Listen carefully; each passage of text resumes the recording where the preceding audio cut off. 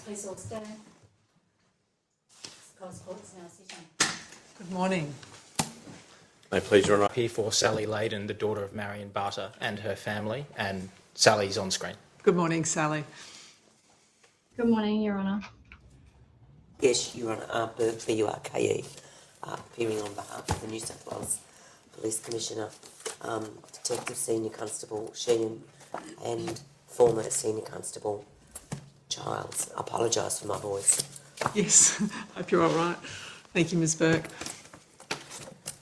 Your Honour, before I begin my closing address, I'd like to remind members of the public and the media who may be watching the live stream of these proceedings of the restrictions placed on recording and publishing unauthorised transmission of court proceedings pursuant to the Court Security Act of 2005.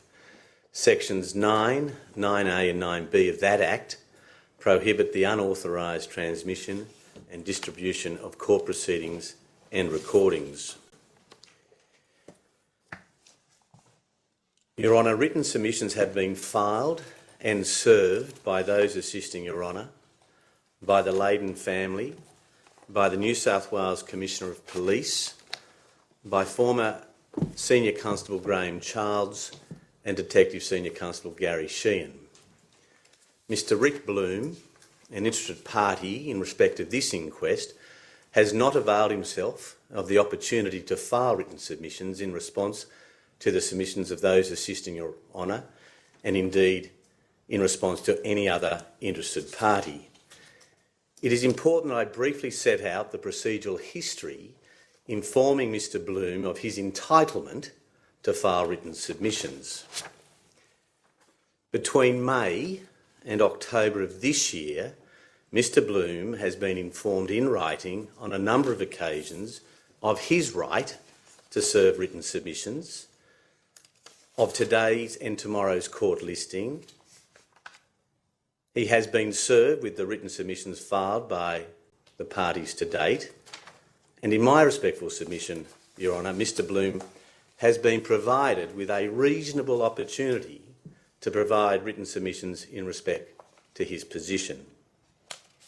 For reasons that remain unexplained, neither the Crown Solicitor's Office, who instructs those assisting Your Honour, nor the Court Registry have received any written submissions on behalf of Mr Bloom.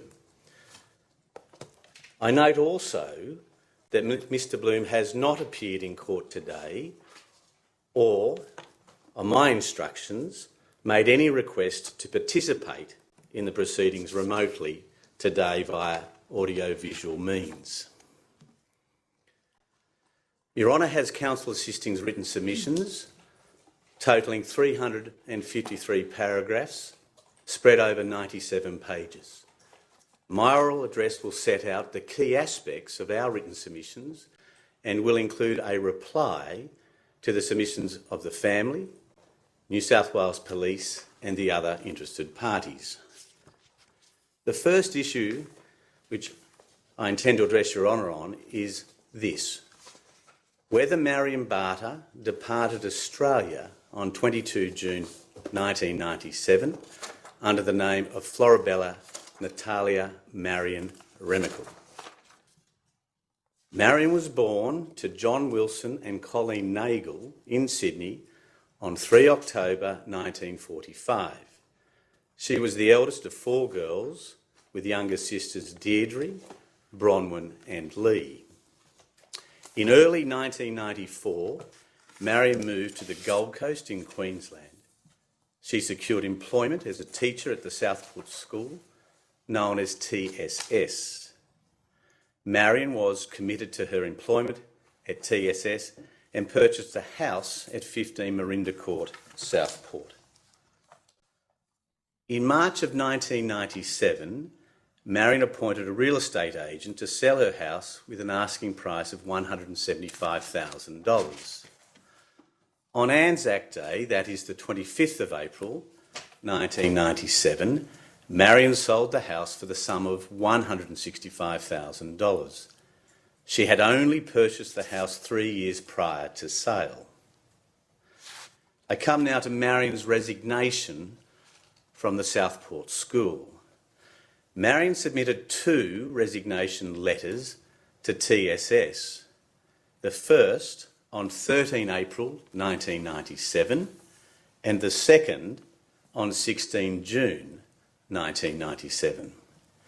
Marion's decision to resign surprised a number of people in her life, and some thought it odd that it occurred before the end of the school term. It is likely that Marion's resignation from TSS was, at least in part, due to a breakdown in her relationships with some TSS staff members. I come now, Your Honour, to the evidence of Marion's plans overseas. Marion informed her known friends and family that she intended to depart Australia by herself and travel to England for a working holiday. She said to friends and family that she intended to seek work in England as a teacher for around 6 to 12 months and then return to Australia to resume work as a teacher. There was a clear expectation on the part of Sally and Chris that Marion would return for their wedding the following year, scheduled for 24 October 1998. Unfortunately, as Your Honour is well aware, Marion was not present at this important family event. I come now, Your Honour, to Marion's change of name to Florabella Remakel. On 13 May 1997, Marion changed her name from Marion Barter to Florabella Natalia Marion Remakel. She concealed from all her known family, friends and work colleagues that she changed her identity for the purposes of her impending travel. The name of Florabella Natalia Marion Remakel is highly unusual. None of Marion's family or friends have any association with or knowledge of this name. However, some of Marion's family and friends seem to accept such an action as something Marion might well do. For example, Marion's longtime friend, Vicky Sidey, was asked whether this new name was known to her. Her response was, "No, not really. It's a bit of a Marion sort of thing." Marion's friend Janice White provided a similar response to this question. Janice said, "Well, I was rather astonished, but then I thought, well, that's Marion." Your Honour, Marion obtained a passport and a Queensland driver's licence in her new name. Coming now, Your Honour, to Marion's interactions with friends and family leading up to her departure. On or around 21 May 1997, Marion moved in with Leslie Loveday and stayed with her until she left Australia some 4 weeks later. At some stage in June 1997, Marion visited her parents at Moffat Beach.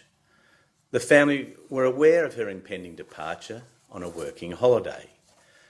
On or around 20 to 21 June 1997, around a day before her departure, Marion spoke with a friend, Janice White, on the telephone. Janice says that Marion sounded happy and excited about her travel to the United Kingdom and that she would be travelling for about a year. Later in June, Marion spoke with her sister, Bronwyn, on the telephone. Bronwyn says she offered to take Marion to the airport and Marion declined. Sally also gave evidence that she offered to drive her mother to the airport. She says that Marion declined and said that, "I just want to go by myself. I'll get all teary if I get you guys to drop me off." Leslie Loveday drove Marion to the bus stop at Southport in order to catch a bus to the airport at Brisbane. Leslie said she had 2 big suitcases and a carry-on bag. Coming to Marion's departure, Your Honour, on the 22nd of June 1997. The flight records demonstrate that on the 22nd of June 1997, Marion departed Australia at 9:38 p.m. on a Korean Airlines flight under the name of Florabella Remakel. Her outgoing passenger card recorded that Florabella was divorced, a resident departing permanently for Luxembourg, and her usual occupation was home duties. The card bears an apparent signature of Florabella. Sally accepts that these notations were made under her mother's hand. There is no documentary evidence as to where Marion stopped over on her way to England. It is most likely, in our submission, that Marion stopped at a major transit city in South Korea on her way to England. Your Honour, there is sufficient evidence in our submission to demonstrate, on the balance of probabilities, that Marion, under the name of Florabella, travelled overseas on the 22nd of June 1997. Your Honour should find that Marion deliberately travelled overseas using her new name and took deliberate steps to ensure that no family or close friend was aware of her change in identity or the fact that she left the country under her new name, Florabella Remakel. Coming, if I may, Your Honour, to issue number 2, which is in these terms, whether Marion Barter returned to Australia on 2 August 1987 under the name of Florabella Natalia Marion Remakel. On the 2nd of August 1997, at 10:11 a.m, flight records from the Department of Home Affairs record that Florabella Remakel arrived in Brisbane on a Cathay Pacific flight. The incoming passenger card reads that Florabella was married and a visitor. She stated her country of residence as Luxembourg and her occupation as home duties. The card states that the intended length of stay was 8 days and that the purpose was visiting friends/relatives. Her intended address was the Novotel Hotel in Brisbane. The card bears an apparent signature of Florabella. We submit, Your Honour, that Your Honour could find that Marion returned to Australia under the name of Florabella on 2 August 1997. Your Honour, in our submission, is in a position to find that Marion deliberately travelled using her new name and took steps to ensure that no close family or friends were aware of her return to Australia. Contrary to the declared purpose of her visit to Australia, she did not, it seems, visit friends or relatives. Your Honour, there are key differences between the handwritten entries on the outgoing and the incoming passenger cards. When Marion left Australia as Florabella, she was an Australian resident who was divorced and on her way to Luxembourg. 41 days later, when she returned to Australia, she was married and apparently lived in Luxembourg and was staying in Australia for 8 days as a visitor. These records suggest that Marion had met a man and married him overseas, or at least believed she did or planned to do so, and considered Luxembourg to be her new home. If Marion did intend to depart Australia again only 8 days after her re-entry, as set out in her arrival card, there is no evidence that she did so. Her passport was never used again, and there is no other evidence that demonstrates she left Australia on 10 August 1997 or on any other day after the 2nd of August 1997. Moving, if I may, Your Honour, to communications from Marion during her time overseas. Marion sent a letter and a number of postcards to family and friends in Australia during the 6 weeks she was overseas. On 30 June 1997, Sally received a letter from Marion The writing paper was marked as Hotel Nikko Narita in Japan, and the envelope postmarked from Tunbridge Wells, Kent, in the United Kingdom. On or around the 31st of July or the 1st of August 1997, approximately 6 weeks after her arrival in England, Sally received a telephone call from Marion. It is clear that this telephone call was made by Marion either a day or so before boarding her plane to return to Australia, or in Australia shortly after disembarking on her return. This telephone call was the last time Sally spoke with her mother. Marion behaved as if her holiday was going well, and she continued to travel according to the plans known to her family. She gave no indication that she had either returned to Australia or intended to shortly return to Australia. Coming, Your Honour, to the evidence relating to Marion following her return to Australia. There is no evidence that Marion contacted any family or friends following her return to Australia on 2 August 1997. Moving to the evidence relating to the withdrawal of Marion's money from the Colonial State Bank, which Your Honour knows became part of the Commonwealth Bank of Australia sometime after 1998. Your Honour heard evidence of a series of withdrawals made from Marion's bank account following her return to Australia on 2 August 1997. Due to the passage of time, there is no documentary evidence from the Commonwealth Bank in regard to these or any other transactions relating to Marion's accounts in 1997. A key document, Your Honour, is the notebook entry of former Senior Constable Charles and his COPS entry, both created on 22 October 1997.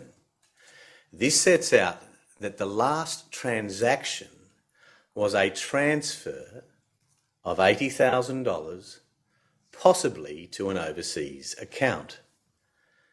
Your Honour, there is also a handwritten document created by John Wilson, Marion's father, and later typed up by a family member. This document states 18 August 1997. 2 withdrawals of $500 each from Byron Bay. 21 August 1997. 1 withdrawal of $500 from Burleigh Heads. 22 August 1997. 1 withdrawal of $500 from Burleigh Heads.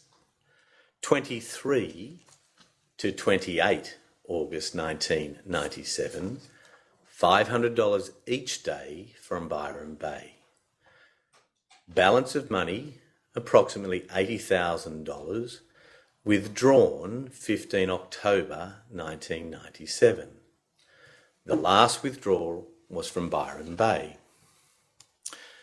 Your Honour heard last week from Joan Hazlitt, manager of the Byron Bay branch of the Colonial State Bank. She says she recognised Marion from her photograph on a billboard this year and recalled Marion seeking a withdrawal of a large sum. Joan Hazlitt was clear and firm in her recollection, even though questions remain as to how she did not recall this incident earlier when asked for a statement by investigating police. The answer to that question may be because she was not provided at that time with any photographic evidence of Marion.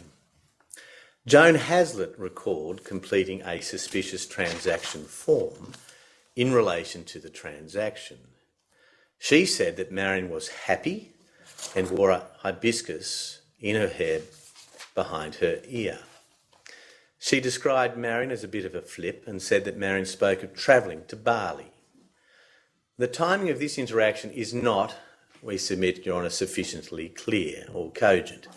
Jones said that the time of the year in which this occurred was around September.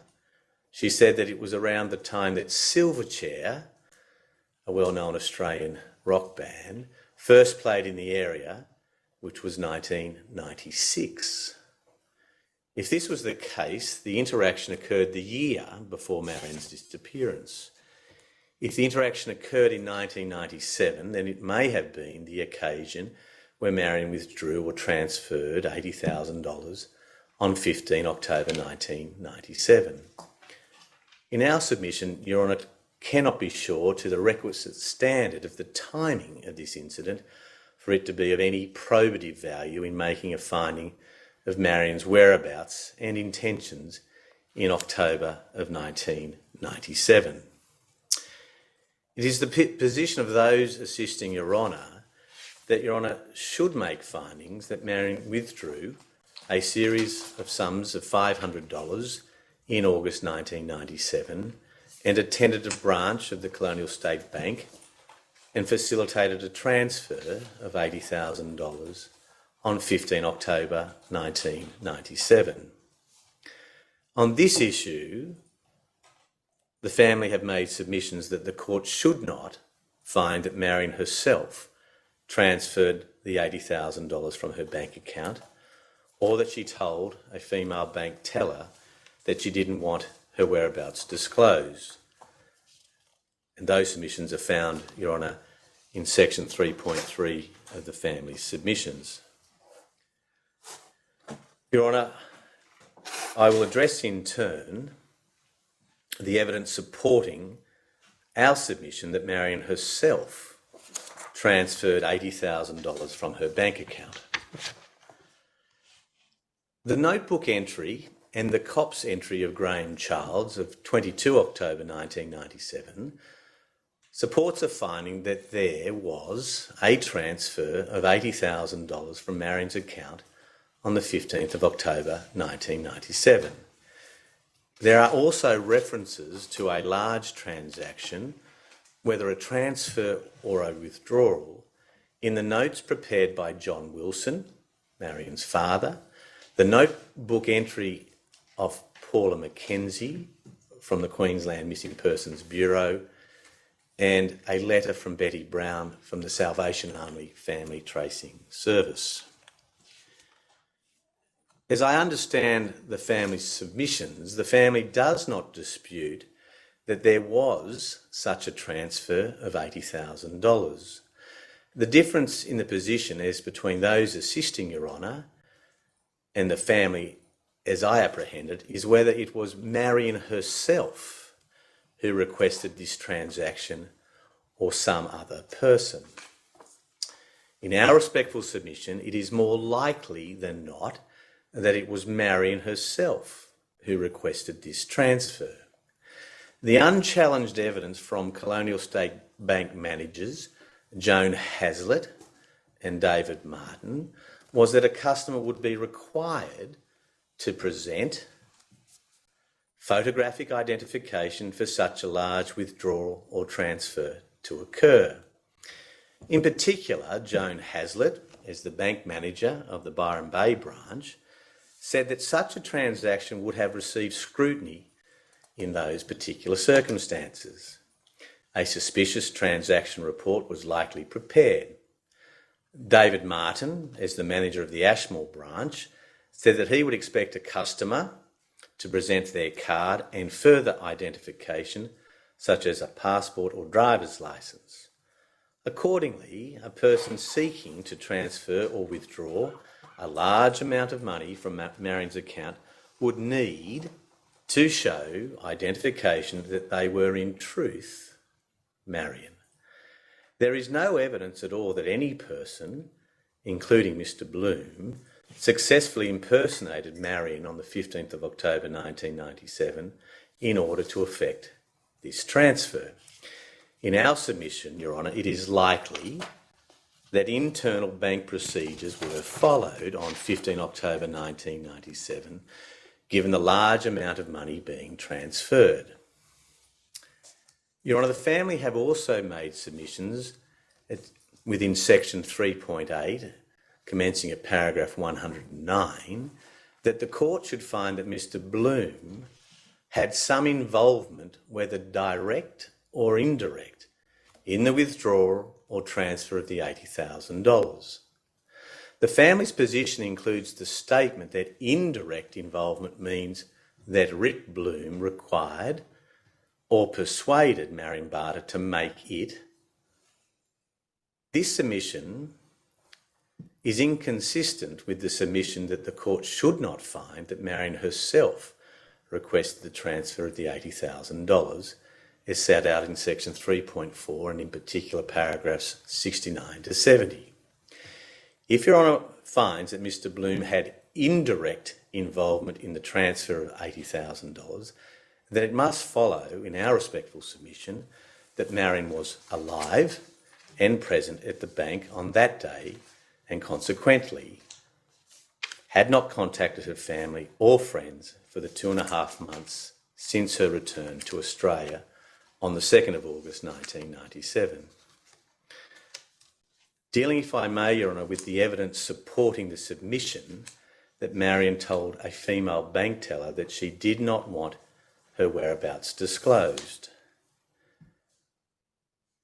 The position of those assisting Your Honour is that the evidence of Paula Mackenzie, in the form of her notebook entries from 1997 and her oral evidence, together with the documentary records of Graham Charles, should be accepted by the court. As set out in our written submission, this evidence supports a finding that Marion acted on her account on 15 October 1997 and informed the bank that she did not want her whereabouts disclosed. It is important to consider this evidence in context, Your Honour. Paula Mackenzie was an experienced police officer who worked in the Missing Persons Bureau for Queensland Police at the time. She was considered by Trudy McKechnie, the officer in charge of the Missing Persons Bureau at that time, as an accomplished investigator. Paula Mackenzie's notebook entry made on the 1st of December 1997 was in the following terms: missing person located safe and well. Whereabouts not to be disclosed. Inquirer advised. Your Honour, this is a contemporaneous record made by an experienced police officer and in the nature of a business record who was specifically tasked with locating a missing person. In addition to this record, Paula Mackenzie has a recollection of a conversation with a bank teller because, in her words, the teller was just so insistent that it was definitely her, that is Marion, and there was no other way about it. That this recollection is supported by a contemporaneous record and was made by a police officer experienced in locating missing persons are reasons in our submission, Your Honour, to afford the evidence some weight, despite the fact that it is hearsay and the identity of the letter, I withdraw that, and the identity of the teller is unknown and unavailable to give evidence. In the event that Your Honour does not consider Paula Mackenzie's memory to be sufficiently reliable to accept her recollection of the conversation with the bank teller, and given her oral evidence of some confusion, as set out by the family in their submissions in section 3.3 at paragraph 57, the contemporaneous notebook entry of 1 December 1997 by itself, and without the independent recollection of Paula Mackenzie, supports in our respectful submission, Your Honour, a finding on the balance of probabilities that Marion told the bank teller that she did not want her whereabouts disclosed.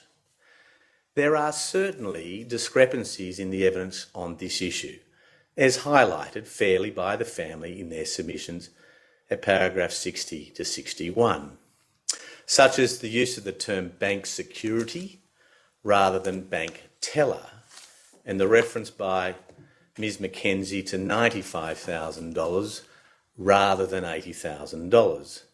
But these are not, in our respectful submission, Your Honour, enough to cause Your Honour cause to reject the record entirely.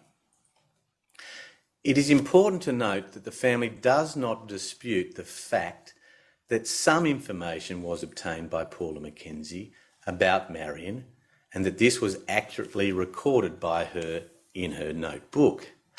That is, the information that Marion had been located and did not want her whereabouts disclosed, as contained in the notebook entry, was conveyed to Sally at the time because John Wilson went on to write in his memo, Sally applied to missing persons only to be told that her mother was 52, entitled to her privacy, and that she had been contacted and didn't wish to have her whereabouts divulged. Finally, Your Honour, as I submitted earlier, Joan Hazlitt gave evidence that she identified Marion when she attended the Byron Bay branch for a large transaction. Although Joan Hazlitt gave clear evidence that she herself spoke with Marion and identified her when she completed a suspicious transaction report, the timing of this incident is not clear and therefore, in our submission, Your Honour, cannot find that the interaction with Joan Hazlitt occurred on the 15th of October 1997. Moving now, Your Honour, to the optometrist consultation in Grafton. There is a record of the use of Marion's Medicare card on 13 August 1997 for a consultation with an optometrist by the name of Dean Evans in Grafton. This was for an initial comprehensive consultation and Marion's account received a Medicare benefit. There is no evidence whether Marion herself used her card on this occasion, whether another person used it, or whether there is some other explanation. Coming to the transfer of registration of Marion's car and the roadside assistance policy. There is a record from the Royal Automobile Club of Queensland which indicates that on the 25th of June 1997, 3 days after Marion's departure, a roadside assistance policy was commenced in Marion's name for her Honda Civic. There is a further record, dated 7 August 1997, from RACQ. This entry states that Marion's roadside assistance policy was cancelled. These records in our submission, Your Honour, are not sufficient to prove who cancelled the policy and do not explain Marion's movements at the time of her disappearance. Coming to the evidence of Sally's concerns for her mother. There is no evidence that Marion contacted any family or friends on her return to Australia on 2 August 1997. Importantly, Marion failed to contact her son, Owen, for his birthday on 18 October 1997. Following this failure to contact Owen, Sally contacted her mother's bank in order to check whether she had been accessing her money from her account.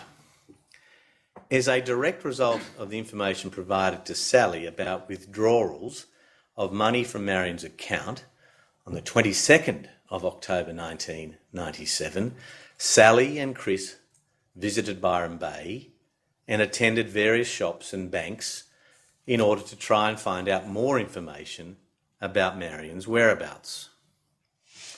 Coming to Sally and Chris's attendance at the Byron Bay Police Station on the 22nd of October 1997. On the afternoon of the 22nd of October 1997, Sally and Chris then attended the Byron Bay Police Station and informed Senior Constable Graham Childs about concerns for Marion. Senior Constable Childs made a notebook entry as follows: last address, 15 Marinda Court, Southport.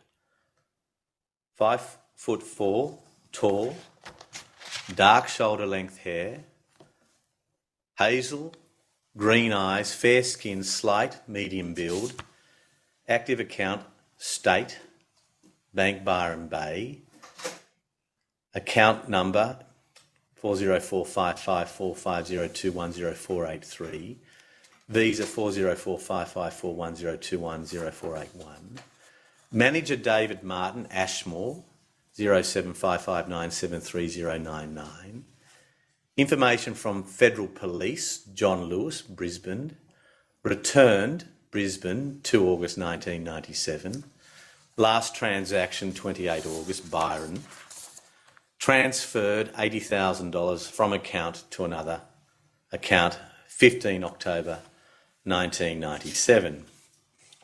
Senior Constable Childs also made a record in the New South Wales Police computerised record system, colloquially known as a COPS entry. He noted the report as an occurrence only and that he did not list Marion as a missing person at that time. The content of the COPS entry was as follows. The next of kin is concerned that the person of interest, who is her mother, has travelled to England and has returned to Australia on 2 August 1997 and did not contact her upon return. Members of the family have received postcards dated 30 August 1997 from England. Inquiries with the person of interest's bank indicated that she has acted on her account on a number of times, including several transactions at Byron Bay. The latest transaction was the sum of $80,000 by telegraphic transfer, possibly to an overseas account. A stop has been placed on the account, including a narrative for the person of interest to contact her daughter as a matter of urgency. At this stage, it is not planned to list the person of interest as missing, as it is believed that she is capable of behaviour of this nature. It is not unusual for her not to contact members of the family.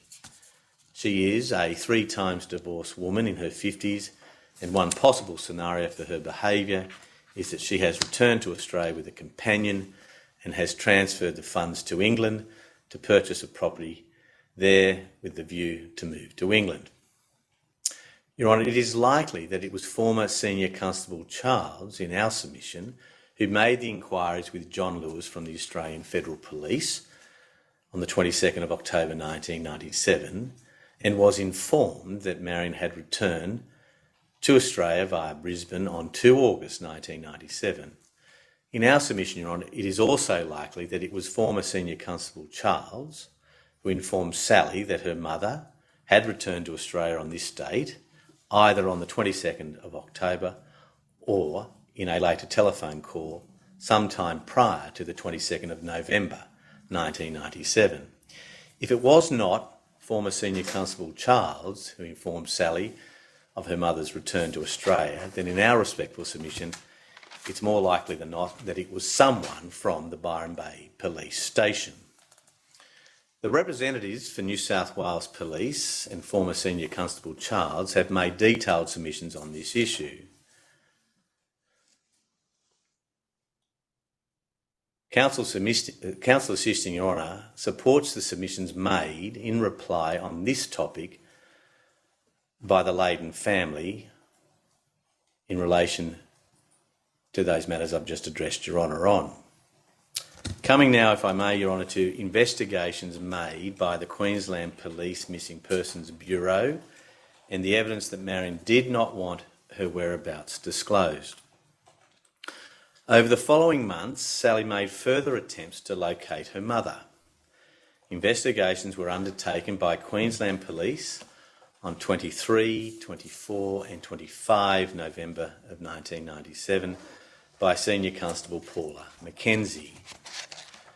As I have addressed Your Honour earlier, on 1 December 1997, Senior Constable Paula Mackenzie wrote, "Missing person located safe and well, whereabouts not to be disclosed, inquirer advise."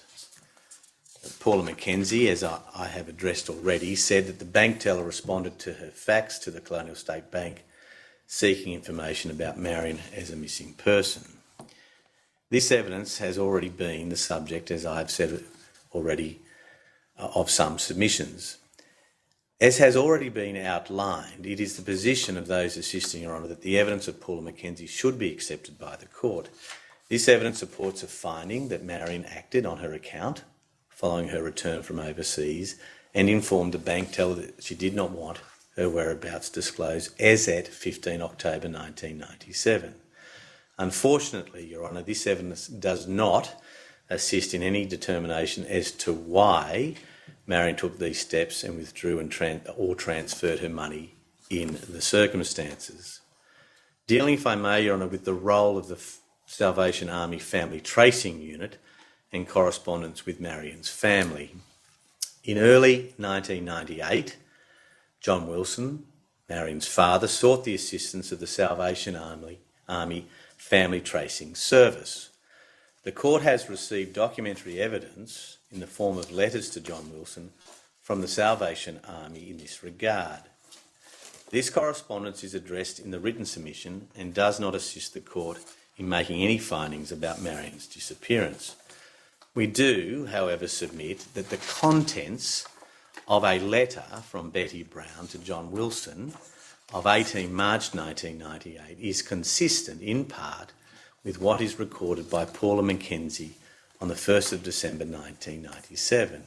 Namely, I have been talking at length to Queensland Police Missing Persons, who in turn contacted the security officer at the Colonial State Bank at Ashmore, at Southport, and after lengthy conversations were able to advise that it was definitely your daughter Marion who went in and withdrew the balance of the money at Ashmore on 15 October 1997 and spoke of starting a new life.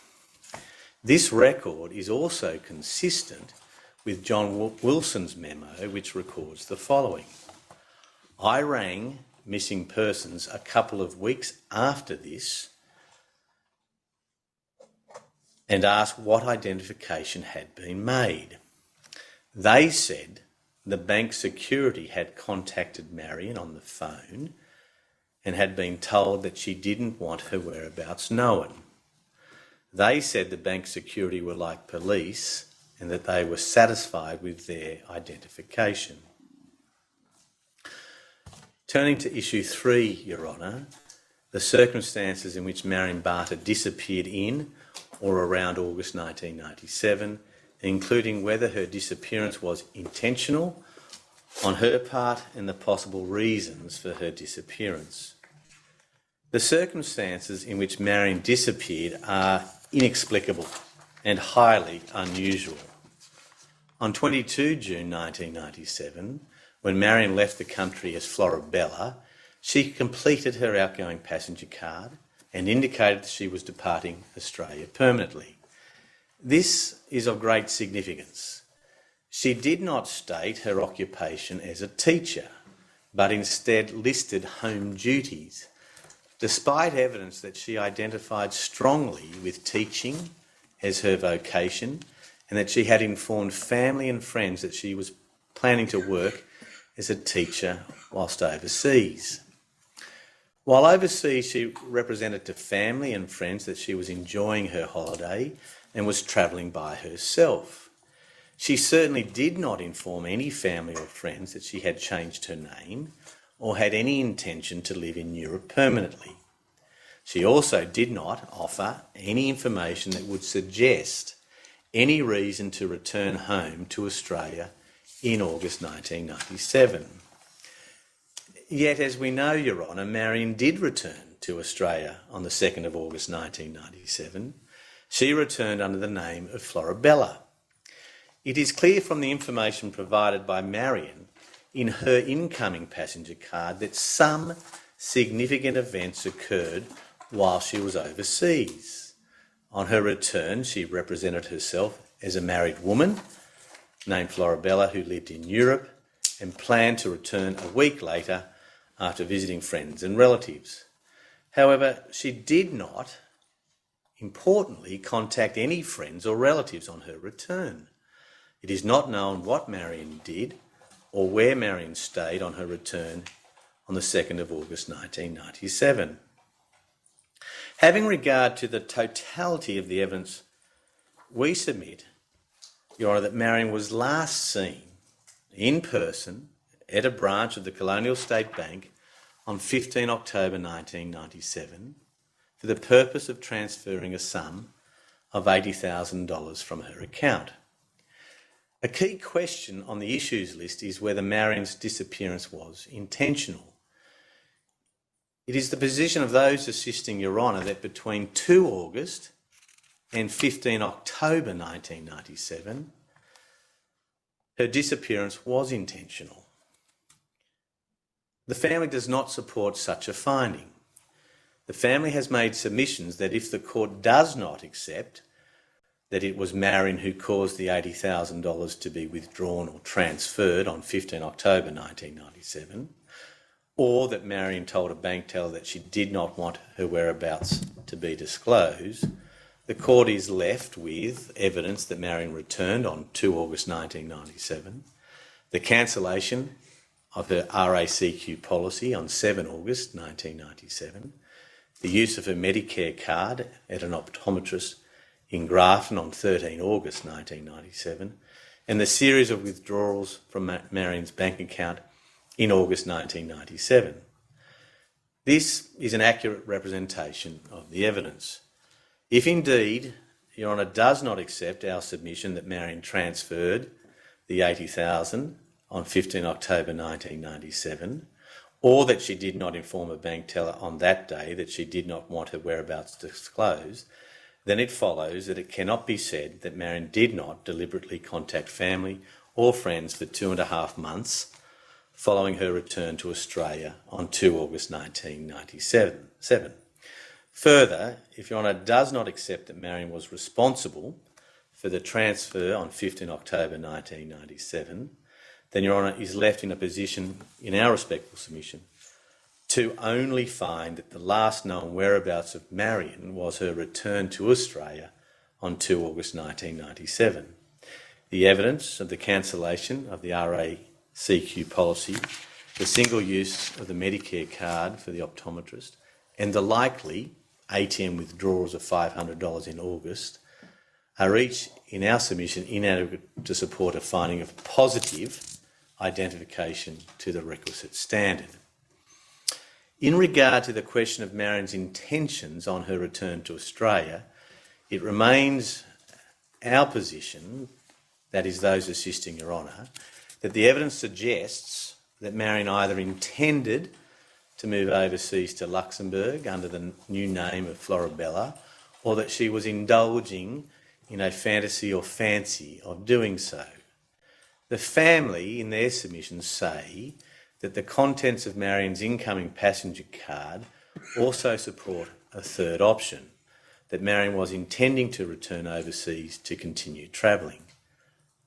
It is respectfully submitted that this is not borne out in the incoming passenger card. Marion wrote that she was a visitor to Australia and that her country of residence was Luxembourg. Your Honour, it may be useful to comment on the reference to the term disappearance of Marion as set out in the original issues list circulated by those assisting Your Honour. It may not be the preferable term for the court in making findings about Marion's whereabouts given the state of the evidence. It may be, Your Honour, more preferable for Your Honour to consider the evidence in terms of when and where Marion was last sighted, that is, her last known whereabouts, together with the available evidence of her intentions as at that time. This approach, in our submission, is to be preferred over considerations of when she is said to have disappeared and whether she intentionally disappeared. It is submitted, Your Honour, by those assisting Your Honour, that the evidence supports a finding, as I have already addressed Your Honour on, that Marion was last seen on 15 October 1997 when she transferred money from her account and, as at that date, she had intentionally not disclosed to her family or friends of her whereabouts. In our respectful submission, Your Honour, there is no basis for any submission as to Marion's intentions or whereabouts after 15 October 1997.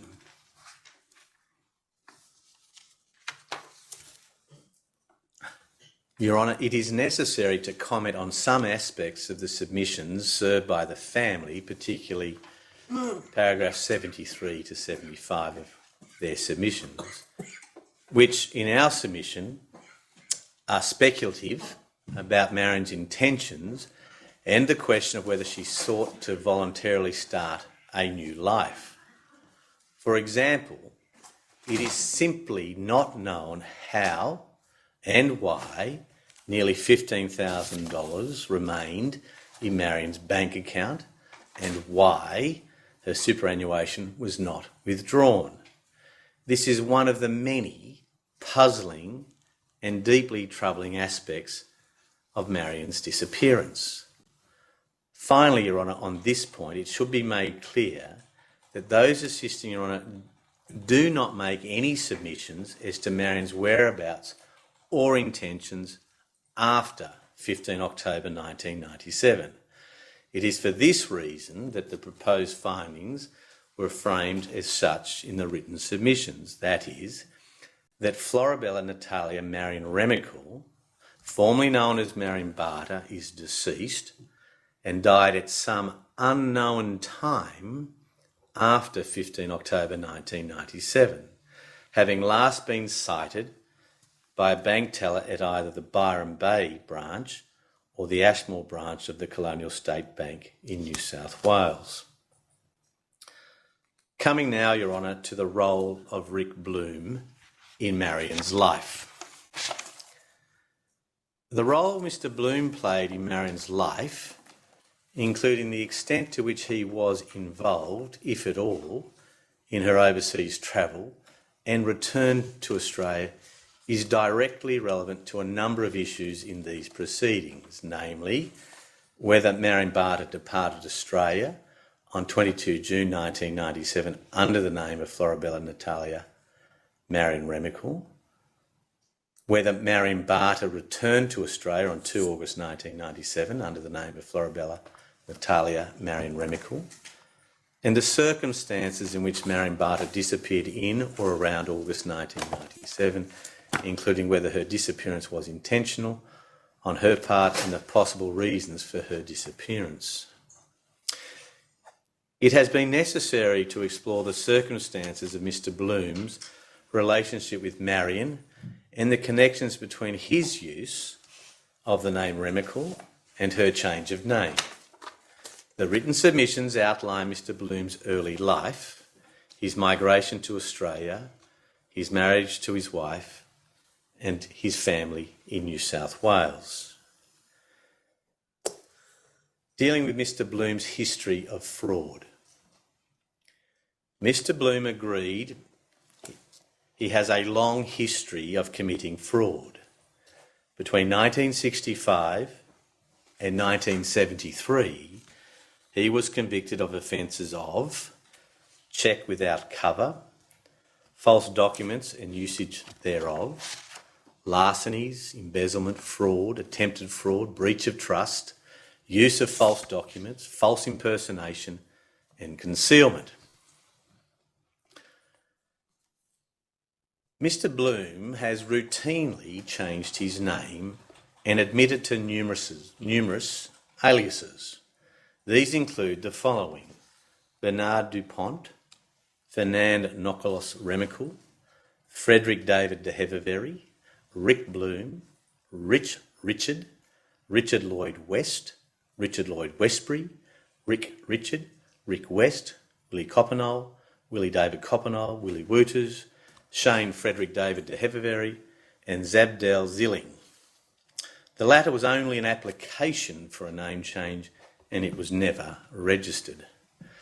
When asked on more than one occasion for an explanation as to why he has changed his name so often, he said, "I can't offer a proper explanation? No. He went on further to say, I don't know, because it's legal to do so and because probably it was a fantasy. I don't know, I can't explain. But I never committed anything in Australia, never. In his police record of interview, he said, in response to that same question, no particular reason, just to do with my mental health state, I suppose. I can't think, I can't really explain. He was asked why he used various names and said the names came from the phone book. Mr Bloom's wife was aware throughout their marriage that her husband had used the name Willie Wooters, Frederick de Heverberry, Rick West and Rick Bloom. She was not aware of the other names, such as Richard Lloyd Westbury or Rick Lloyd Westbury. She could not explain Mr Bloom's many changes of name. She simply responded to questions on this subject by saying, I didn't get any explanation. Your Honour should make, in our respectful submission, a finding that the primary motivation for Mr Bloom's name changes was in order to dishonestly represent himself to others. Mr Bloom's weak explanations and denials in this regard, we submit, Your Honour, should be wholly rejected. Coming now to Mr Bloom's regular travel to Europe. Mr Bloom has held 10 Australian passports in different names over the years and used by him for international travel. Throughout the 1990s and late 2000s, throughout the 1990s and early 2000s, he travelled on average once a year to Europe for around 4 to 6 weeks and often twice in 1 year. His explanation for these frequent trips to Europe were to see his family and sometimes his accountant. Dealing with Mr Bloom's financial position, the available evidence demonstrates that Mr Bloom is in receipt of a disability pension from Centrelink in Australia and a pension from the Belgian government. He gave evidence that he was only... He gave evidence that he has only ever had one personal bank account held jointly with his wife under the name of David de Heverberry. There is much that is not known about Mr Bloom's financial position. He has financed many overseas trips for many years, despite being only on a pension. He offered confusing, in our submission, explanations about the circumstances of his inheritance and access to money overseas. However, the state of the evidence is, Your Honour, in our submission, insufficient for Your Honour to make any particular findings as to whether Mr Bloom had access to any other source of money other than his pension and any money he received from his family in Belgium. Turning now to Mr Bloom's advertisement in the Le Courrier Australien in 1994. On 10 December 1994, Mr Bloom placed a personal advertisement in French in the Le Courrier Australien under the name of M.F. Remakel with an address of box L51, Lennox Head, near to Byron Bay in Ballina, and a telephone number. He purportedly placed the advertisement at the office of the publication while he was in Sydney. The English translation of the advertisement is as follows: male, 47 years old, single, large, brunette, sober, non-smoker, university graduate, multi-homeowner, intelligent, multilingual, genuine, motivated and very morally aligned, and more importantly is searching for a lady with a free heart. BCBG, which means good style, good family, looking for a permanent relationship and/or marriage. Mr. Bloom says that he never received any response to this advertisement. Coming now to Mr. Bloom's application for a driver's licence under the name of Remakel. Mr. Bloom's use of the name Remakel is the key link with Marion Barter and her departure overseas. On 24 August 1988, Mr. Bloom dishonestly applied for and was issued with a Queensland driver's licence in the name of Fernand Nicholas Remakel.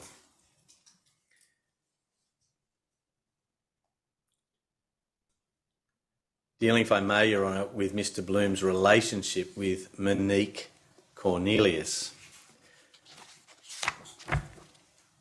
Mr. Bloom's association with Monique is relevant because it is the link between Mr. Bloom and Fernand Remakel. Monique Cornelius, as Your Honour knows, is the ex-wife of the real Fernand Remakel.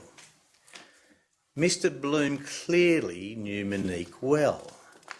The court has the benefit of some evidence in the form of letters from Mr. Bloom to Monique. This correspondence is clearly, in our submission, romantic and sexual in nature. However, Mr. Bloom maintained that his interactions with Monique were only ever platonic. In our submission, he was untruthful in his evidence in this regard and unwilling to concede as much in the face of clear documentary evidence to the contrary and under his hand. Mr. Bloom's alleged encounter with Marion in the 1960s.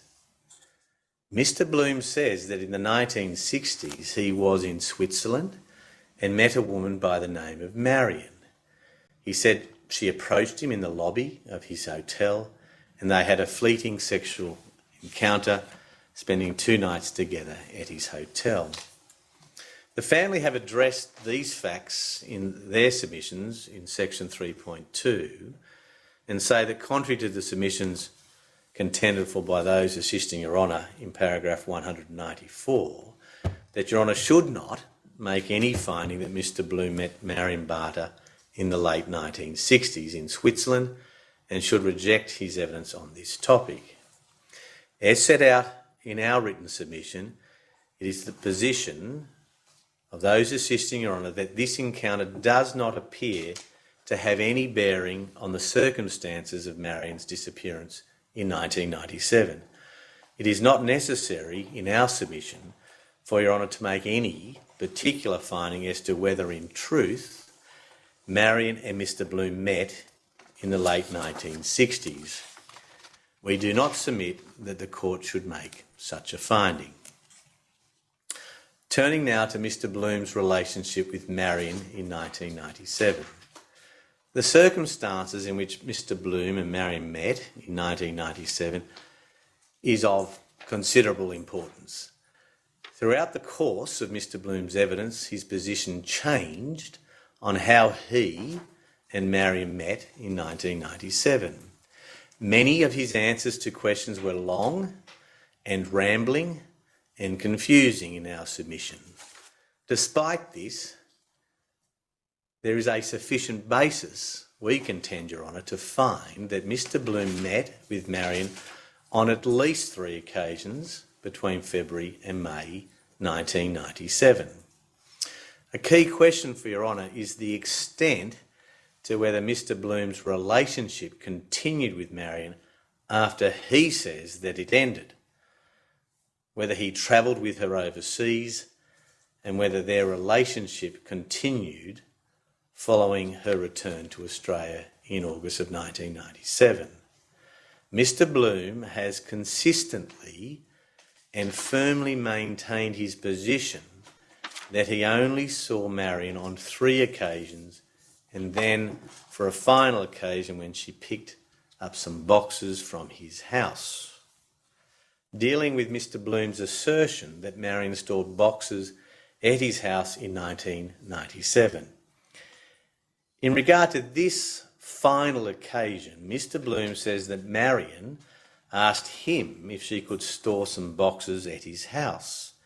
He says that these boxes, which were wooden tea chests, were delivered by a removalist around 3 weeks before Marion left for overseas. Mr. Bloom then says that about 1 week after these boxes were delivered, Marion came to collect them while accompanied by a man in his 50s. We submit, Your Honour, this account is totally implausible for a number of reasons, which we have set out in detail in our written submissions. The court should reject Mr. Bloom's assertion that Marion stored boxes at his house in these circumstances. The motivation to concoct this story appears to be, in our submission, an attempt by Mr. Bloom to distance himself from Marion and to suggest that Marion was involved in a relationship with a man other than Mr. Bloom prior to travelling overseas. Your Honour, I just wish to briefly address Your Honour on tendency and coincidence evidence that may relate to Mr. Bloom's evidence and evidence given by others in relation to him.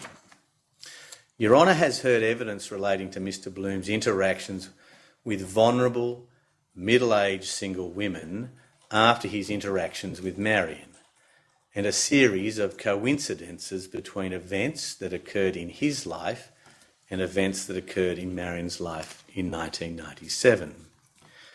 Your Honour, as Your Honour well knows, is not bound by the rules of evidence, and the provisions of the Evidence Act specifically do not apply. Emira Newspapers Limited and Waller reported in 1985, Volume 1, New South Wales Law Reports, page 1, the court described the need for a departure from the rules of procedure as obvious in circumstances where there are no parties, pleadings, charges or indictments. Nonetheless, the rules of procedural fairness apply to the conduct of an inquest, and the evidentiary principles relating to the use of tendency and coincidence evidence should be applied in consideration of this evidence relating to Mr. Bloom. Your Honour, the tendency rule, which is set out in section 97 of the Evidence Act, excludes evidence of a person's conduct, character or reputation that is relied on to prove a tendency to act in a particular way or to have a particular state of mind unless the evidence has significant probative value either by itself or in combination with other evidence adduced. The process of tendency reasoning has been described as follows. On an occasion or occasions other than an occasion in question in the proceedings, a person acted in a particular way.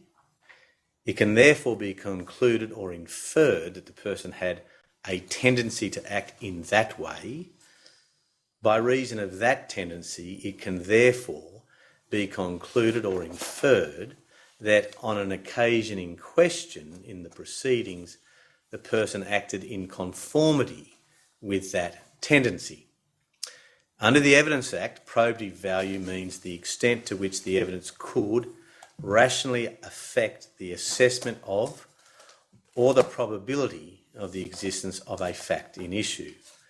Tendency evidence will have a high degree of probative value where the evidence strongly supports proof of a tendency to act in a particular way or have a particular state of mind, and 2, the tendency strongly supports the proof of a fact in issue. Under the Evidence Act, it is not necessary for tendency evidence to amount to a modus operandi or pattern of conduct, or even for there to be similarities in the conduct relied upon, though the degree of similarity will bear on the probative value of the evidence. The coincidence rule, which is set out in section 98 of the Evidence Act, prohibits evidence that 2 or more events occurred being adduced to prove that a person did a particular act or had a particular state of mind on the basis that of an improbability that the events occurred coincidentally, having regard to similarities between them. As for tenancy evidence to be admitted under the Act, the coincidence evidence must be of significant probative value. Coincident reasoning involves reasoning that because of similarities in events or the circumstances in which they occurred, or similarities in the events and the circumstance, I withdraw that, a person had a particular act or particular state of mind. Not all evidence of coincidence involves this process of reasoning, and evidence may be relevant in a circumstantial case because it gives rise to a coincidence in light of other evidence. Your Honour, evidence amounting to tenancy or coincidence evidence would have been treated as similar fact or propensity evidence at common law prior to the enactment of the Evidence Act. Generally, for the evidence to be admissible at common law, there was a requirement for striking similarities, unusual features, underlining unity, or evidence of a pattern of behaviour. Your Honour, in our respectful submission, Your Honour is in a position to engage in tenancy reasoning guided by the statutory framework in the Evidence Acts in regard to Mr Bloom's exploitation of Janet Oldenburg and Jeanette Gaffney Bowen, as it is demonstrative of a pattern of behaviour or modus operandi on the part of Mr Bloom in relation to the exploitation of vulnerable, middle-aged single women. Further, Your Honour, we contend that Your Honour is in a position to engage in coincidence reasoning in relation to events that occurred in Mr Bloom's life and events that occurred in Marion's life in 1997, which I will refer to shortly. Dealing, if I may, firstly, Your Honour, with the tendency evidence of Mr Bloom's dishonest relationships with vulnerable, middle-aged single women. Your Honour heard from two women who knew Mr Bloom in the years after he had his relationship with Marion. Mr Bloom met Jeanette Gaffney Bowen in 1998 here in Sydney. He then met with and commenced a relationship with Janet Oldenburg in 1999 in northern New South Wales.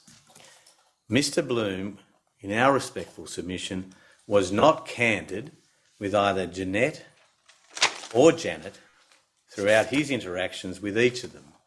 For example, he did not disclose to them he was married.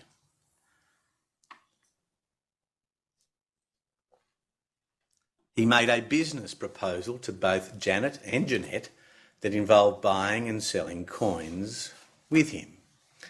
He proposed to Jeanette that she should sell her house and he would assist her to buy an apartment in Paris.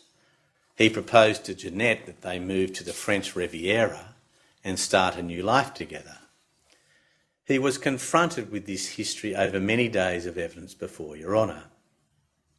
He denied, that is Mr Bloom, that he sought to take advantage of Jeanette Gaffney Bowen and Janet Oldenburg in order to obtain a personal or financial benefit, and he denied these allegations strongly. His only explanation for his interaction with these two women was, in his words, fantasy. Where he did not accept the evidence of Jeanette or Janet, he said that they were both lying. The accounts of both Janet Oldenburg and Jeanette Gaffney Bowen on their respective interactions with Mr Bloom, in our respectful submission, should be accepted by Your Honour over the denials by Mr Bloom. They should be preferred over the accounts given by Mr Bloom, and the accounts given by Mr Bloom should be wholly rejected. There is simply no motivation, Your Honour, for either of them to have lied, and large parts of their accounts are supported by contemporaneous records created by New South Wales Police. Giving evidence, no doubt, has caused each of them much distress and embarrassment. In our respectful submission, you would accept Janet Oldenburg and Jeanette Gaffney-Bowen's evidence in relation to their respective interactions with Mr Bloom. Coming now to the coincidence of Marion's change of name to Florabella Natalia Marion Remakel and Mr Bloom's use of the name Fernand Nicholas Remakel. As Your Honour knows, Marion changed her name to Florabella Natalia Marion Remakel in early May 1997. Mr Bloom dishonestly obtained a driver's licence under the name of Fernand Nicholas Remakel many years prior. He placed a personal advertisement under the name of Remakel in the years before he met Marion. Mr Bloom could not explain his reasons for using the name Remakel. It is likely that Mr Bloom's motivation for obtaining the licence and placing the personal advertisement under the name of Remakel was to dishonestly represent himself as Fernand Remakel. He said that the licence remained in his wallet from 1988 for a period of 9 years until around 1997. He said the licence was not in his wallet when he went overseas in mid-1997 and suggested in his interview with police that Marion may have stolen it from him. In our respectful submission, Your Honour, the only rational, plausible explanation for Marion's change of name to Florabella Natalia Marion Remakel is that she was in a relationship with Mr Bloom, that Mr Bloom had represented himself to Marion as Fernand Nicholas Remakel, and that Marion decided, either on her own insistence or on his, or a combination of both, to change her name to reflect his surname and to share his initials. Significantly, Mr Bloom has conceded there must be a connection between Marion's change of name and his licence in the name of Remakel. Even he does not attempt to suggest that this is merely a coincidence.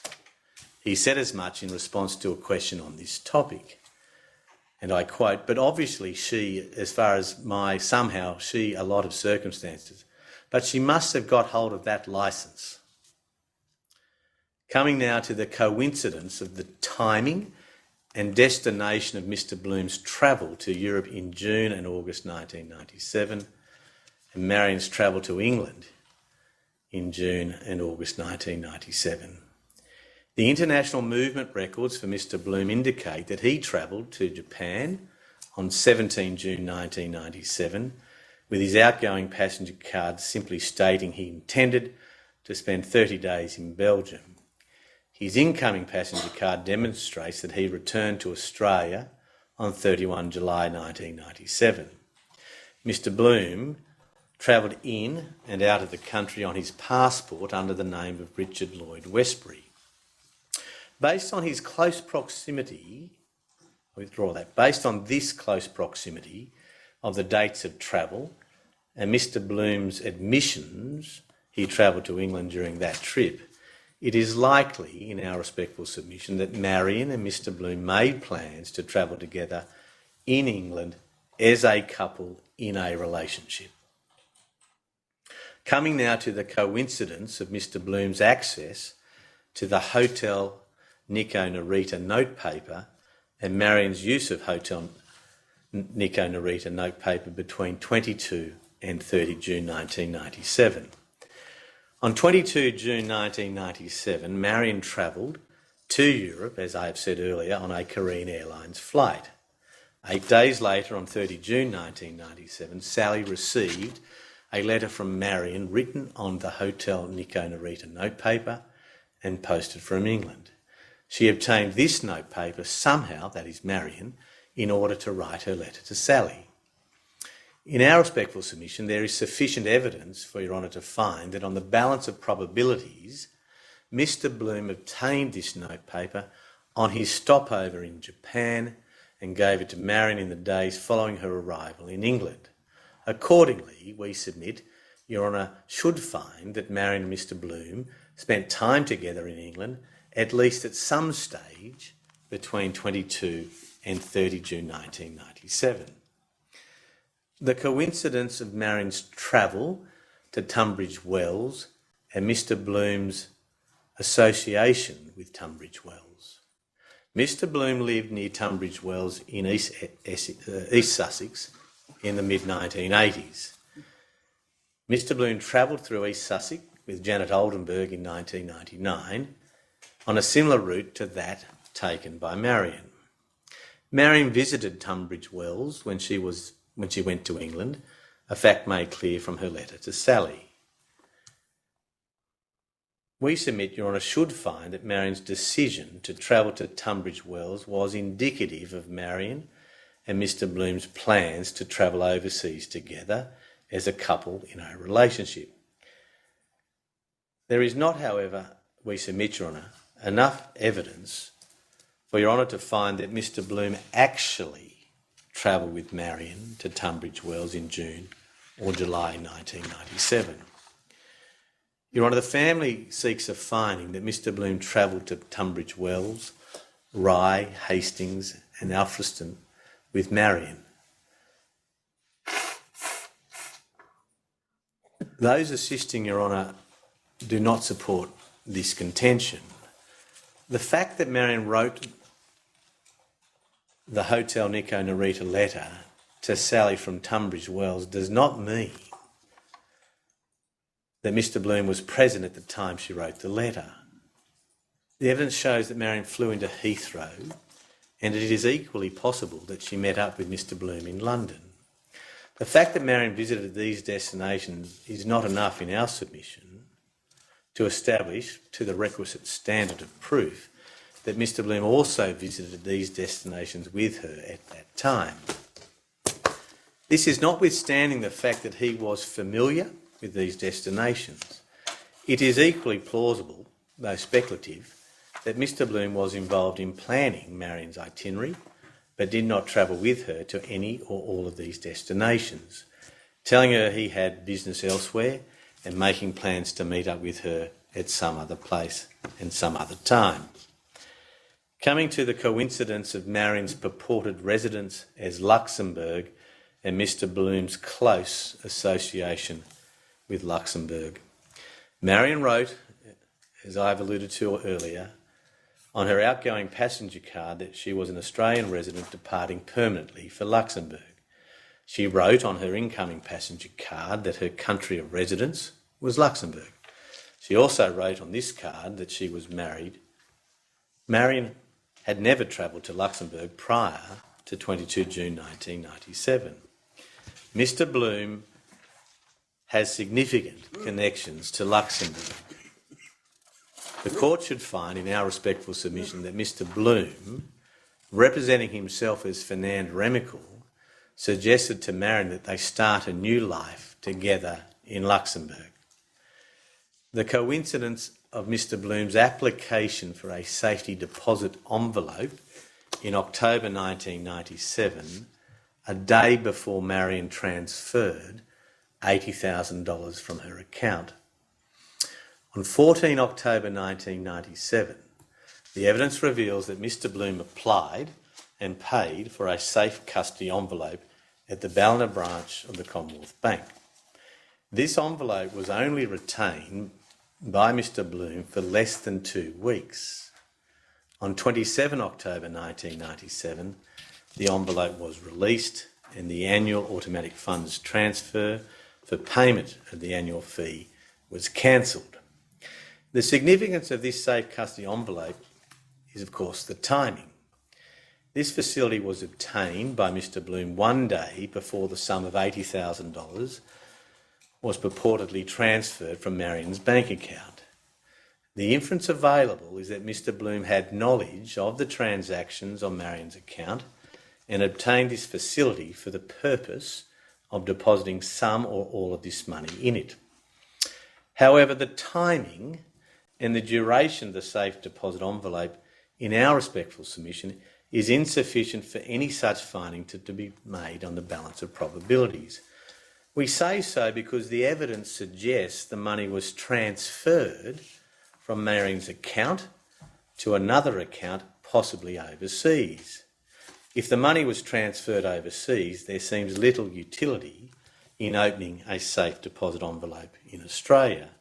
Similarly, if the money was transferred to an account in Australia, then we ask rhetorically, why the need for a safe deposit envelope when the funds were securely deposited in a bank account? Accordingly, in our submission, the evidence does not rise to a level of satisfaction that would allow Your Honour to comfortably find, to the requisite standard of proof, that Mr Bloom, in opening a safe deposit envelope, was linked to the transfer of $80,000 from Marion's account on 15 October 1997. Coming now, Your Honour, to Mr Bloom's credibility. It is necessary to make some comment on the credibility of Mr Bloom. In our respectful submission, Your Honour, he was a wholly unreliable witness. He has a lengthy criminal history of fraud and dishonesty in Europe.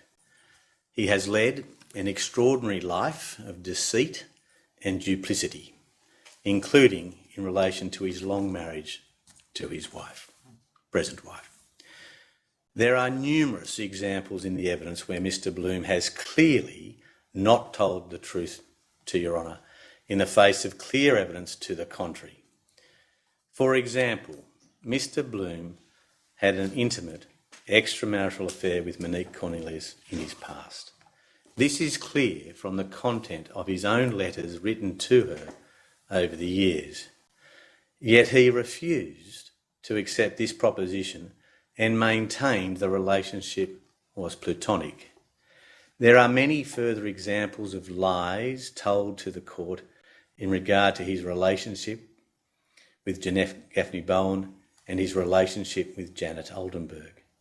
As has been set out earlier, the evidence of Ms Gaffney Bowen and Ms Oldenburg should be accepted over that of Mr Bloom. As I said earlier, they both made contemporaneous records with police of their encounters with him at the time, and they both were exploited and had no apparent reason to create or falsify their accounts. In regard to Jeanette Gaffney Bowen, Mr Bloom told the court they met at a coin fair where she clearly said that he answered her personal advertisement in a paper. He maintained he only spent 2 days with her, where she explained with precision that he spent many weeks with her and proposed they go into business together. He also alleged that it was Jeanette's idea for him to take intimate photographs of her, whereas she told the court that he produced a camera and took photographs and later threatened to use them against her. In regard to Janet Oldenburg, he says he met her in the street in Ballina, whereas she says that he contacted her on the telephone out of the blue following her separation from her husband. Mr Bloom says that she was a belly dancer who bewitched him and he took her to Europe in order to help her to find an agent for her dancing. She says that he proposed a business partnership and then proposed they move to the French Riviera and start a new life together. These lies in our submission, Your Honour, appear to be told for the purpose of minimising or denying his deceit and dishonesty.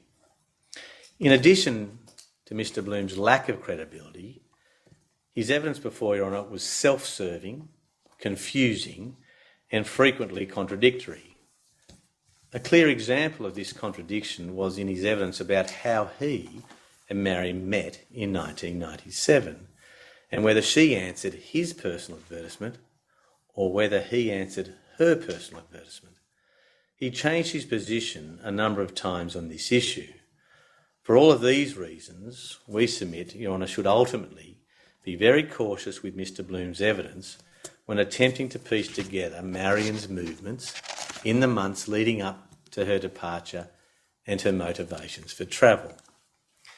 In our submission, Your Honour would not accept as accurate anything Mr Bloom has said in the absence of independent corroborating evidence. Coming, if I may, Your Honour, to propose findings in relation to Mr Bloom and his relationship with Marion. Your Your Honour received evidence that Marion changed her name, travelled overseas, got married and intended to start a new life in Luxembourg in 1997.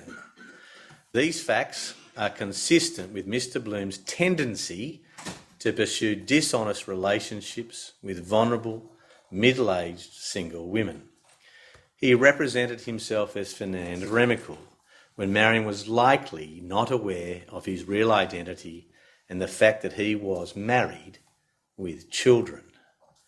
It is the position of those assisting Your Honour that the evidence is not sufficient to prove, to the requisite standard, that Mr Bloom played any causative role in Marion's decision to sell her house or to resign from her employment. The family submit otherwise. In regard to the sale of the house, the family have submitted the relevant chronology of the events and the fact that Mr Bloom had already met Marion at around the time she decided to sell her house and at the time she resigned from TSS. That chronology is accurate, and Your Honour may well hold suspicions as to any role Mr Bloom played in these decisions. However, in regard to the sale of the house, the evidence of proximity in time we submit is insufficient for a finding to the requisite standard. Further, in regard to the resignation by Marion of her employment, we submit there is other evidence before the court that suggests that Marion was experiencing difficulties at TSS with other staff, and also that she was considering applying for a teaching role at a soon-to-be-built school on the Sunshine Coast. We do, however, submit, Your Honour, that there is sufficient evidence to find that Mr Bloom represented that he would start a new life with Marion when he clearly had no intention of doing so. Further, and significantly, Mr Bloom travelled to England to spend time with Marion when he did not intend to pursue the relationship and leave his wife. The family also seeks a finding that Mr Bloom travelled to Europe in 1997 using a false passport. The term false passport is used in the sense that Mr Bloom's passport bore a different name to his legal name. In our submission, Your Honour, it is not necessary or desirable for Your Honour to make such a finding, especially given the role of the court is to make findings about the whereabouts of Marion Barter and not about any potential criminal activity on the part of Mr Bloom.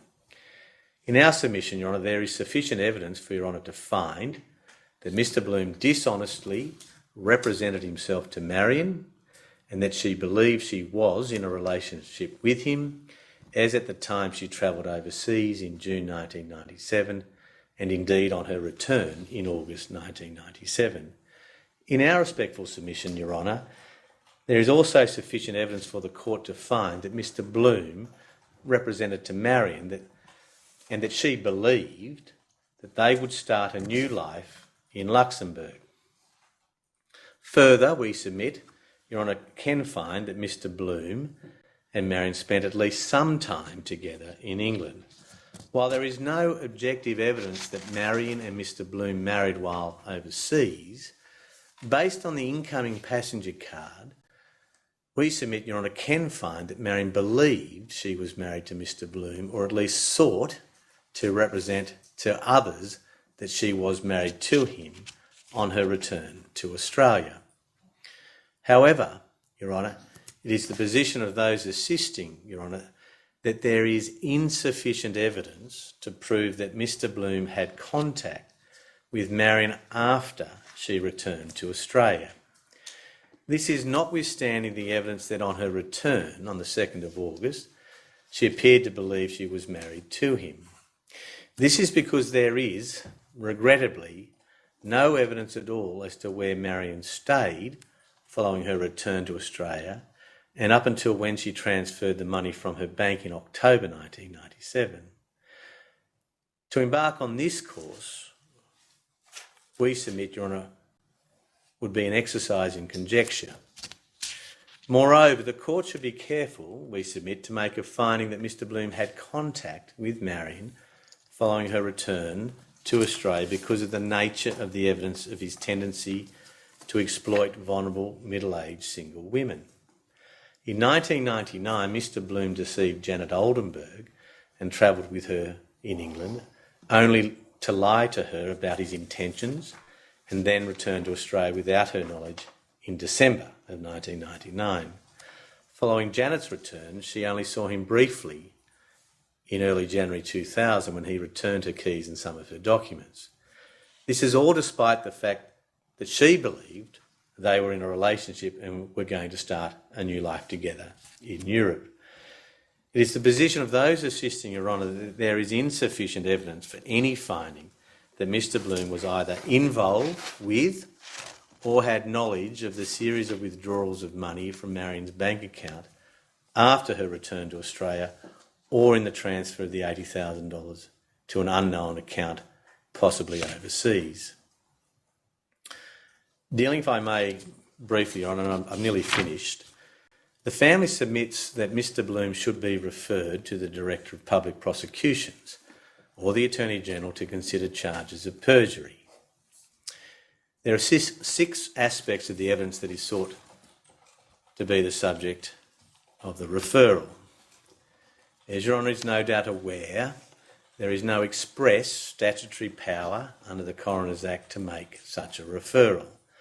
There is only the power under Section 78 of the Act to make a referral to the Director of Public Prosecutions where the evidence is capable of satisfying a jury beyond reasonable doubt that a known person has committed an indictable offence and there is a reasonable prospect that a jury would convict and, importantly, that the indictable offence would raise the issue of whether the known person caused the death with which the inquest is concerned. The family contend that there is an implied power of the court to do everything necessary for the effective exercise of jurisdiction. Even if there is an implied power to refer Mr Bloom for perjury or making false statements on oath, it is not necessary or appropriate in our submissions to do so in these circumstances. The primary role of a coroner is to make findings as to whether Marion is deceased and, if so, to determine the manner and cause of death. In our submission, it is not the role of the court in these circumstances to assess the potential criminal liability of Mr Bloom for statements he has made in evidence in this inquest and to take any active role in referring him for consideration for prosecution. That is, in our submission, Your Honour, a matter best left to police investigators. Turning to issue 4, which is in these terms, the nature and adequacy of the police investigation into the disappearance of Marion Barter by New South Wales Police between her disappearance in 1997 up until 2019, including whether it was conducted in an appropriate and timely manner and consistent with applicable policy and procedure.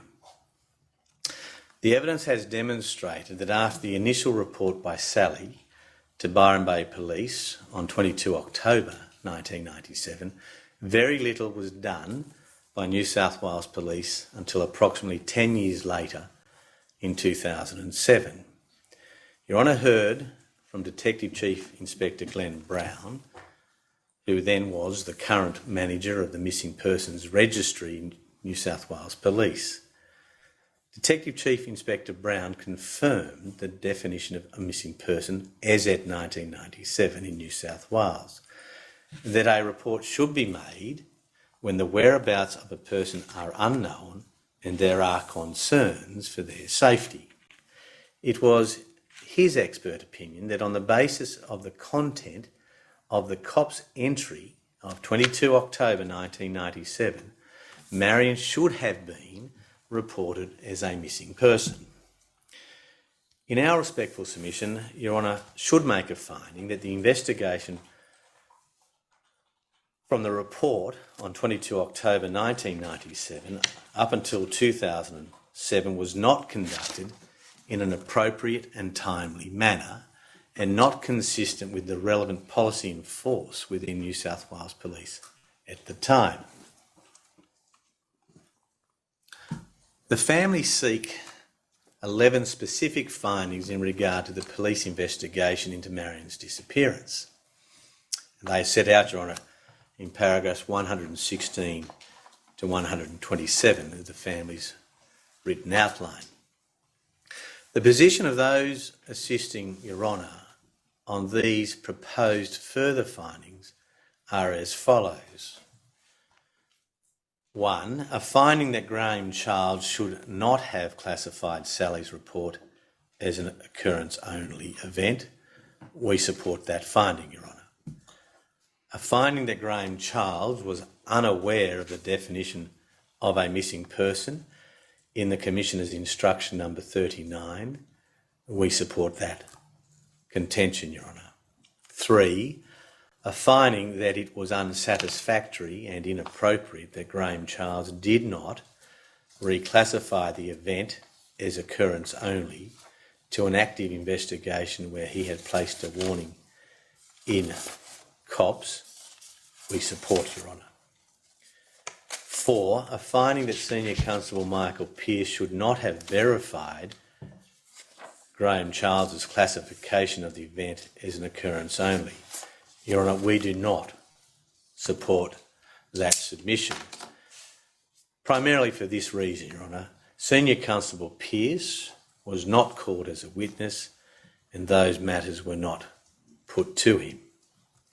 5. A finding that due to these failures at the first reporting of Marion's disappearance, Marion's case was not investigated or listed as a missing person until 2007, and a finding that the failure to open an investigation into Marion's disappearance in 1997 has led to the unavailability of crucial evidence surrounding the circumstances of Marion's disappearance. Your Honour, that proposed finding is supported by those assisting Your Honour. 6. A finding that Marion was listed as a missing person for the first time on 6 July 2007 by Senior Constable Joanne Williams as a result of being contacted by Rebecca Cotts of the Australian Federal Police. We support that contention, Your Honour. 7. A finding that Detective Senior Constable Sheehan's decision to recommend that Marion be removed from the missing persons register was incorrect and should not have occurred. We support that proposed finding. 8. A finding that Detective Senior Constable Sheehan did not identify the health care provided when Marion's Medicare card had been used on 13 August 1997 in a timely manner. We do not support that proposed finding because there is simply not enough evidence before Your Honour to find there would have been any material difference if the information was obtained earlier. 9. A finding that Detective Senior Constable Sheehan did not sufficiently investigate the name Remakel after discovering in 2011 that Marion had changed her name. Your Honour, we do not support that proposed finding, again, because there is simply not enough evidence before Your Honour to find there would have been any material difference if the information was obtained earlier, and also because this issue was not addressed with Detective Sheehan in his evidence. 10. A finding that the only reason why the New South Wales Police investigation was reopened in 2019 was because of media interest in the case. We do not support that proposed finding based on the evidence presently before Your Honour. 11.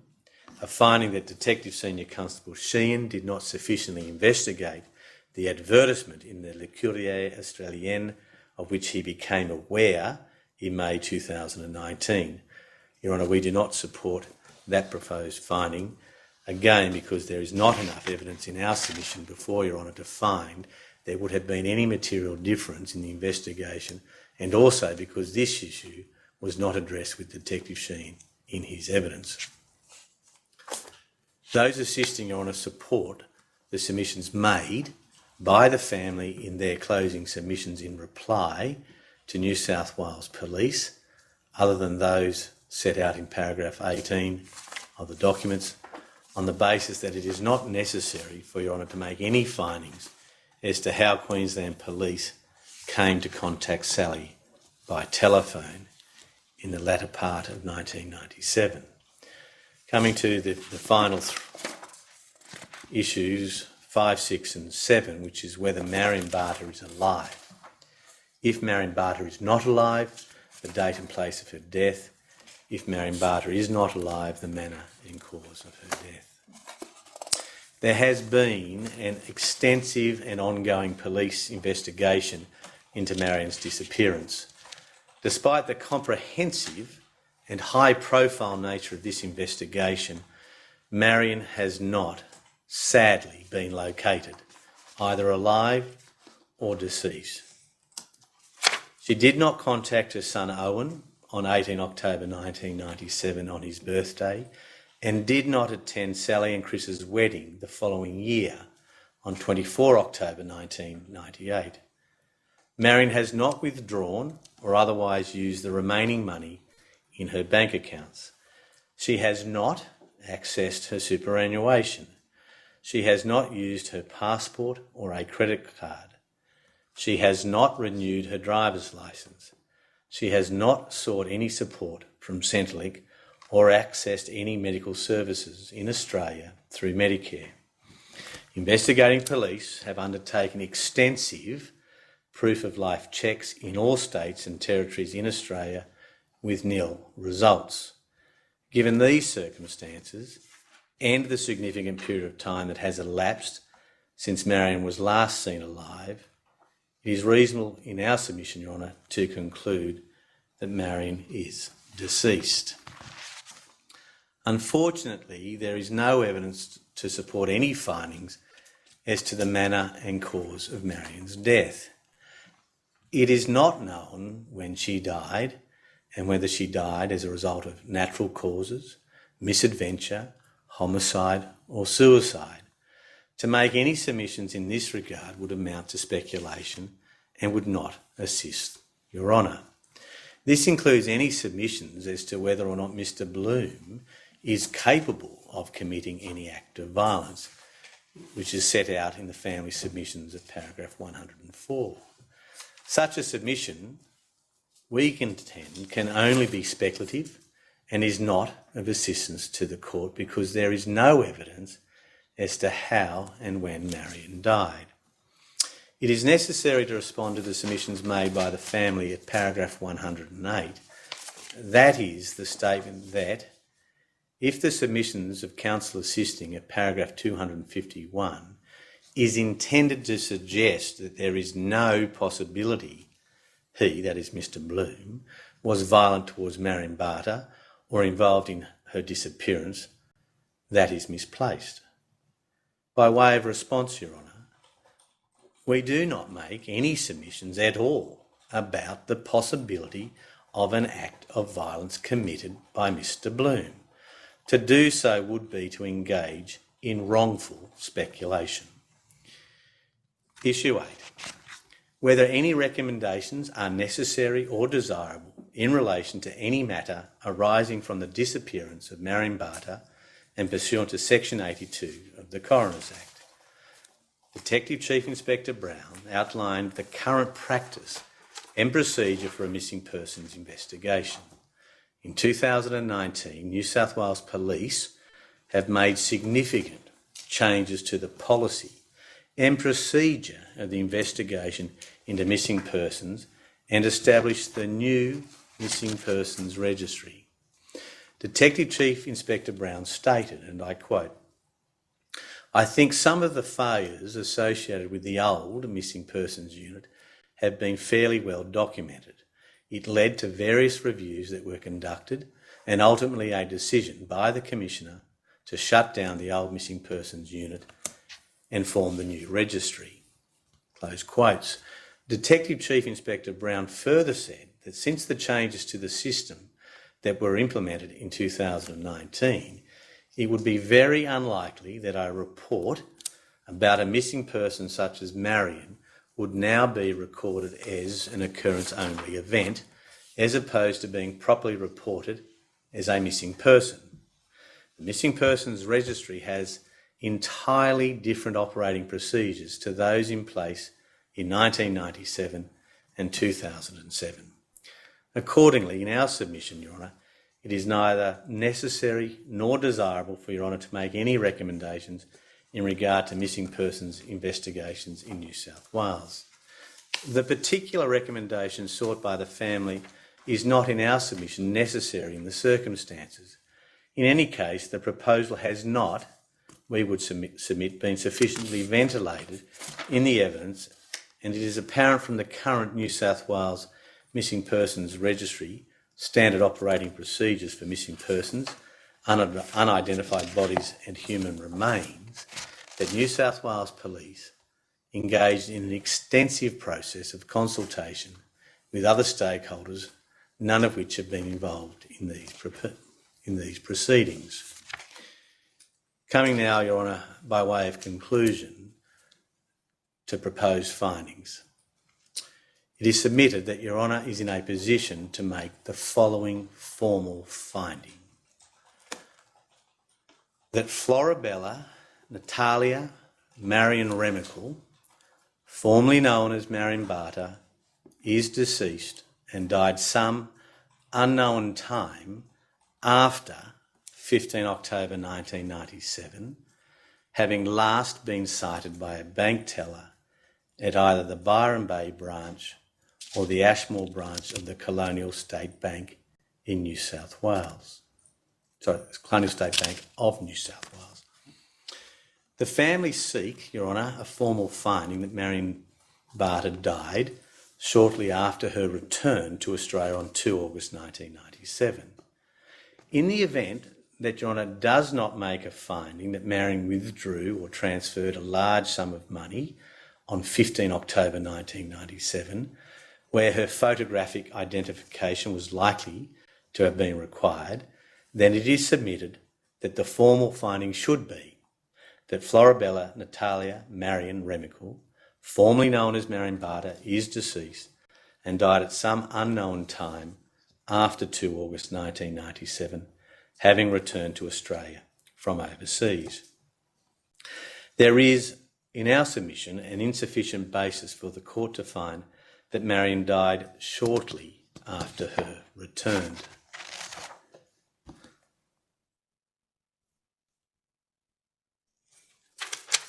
Finally, Your Honour, it is important to recognise the significant and ongoing work of New South Wales Police in the Homicide Squad since they took over this investigation in November 2019.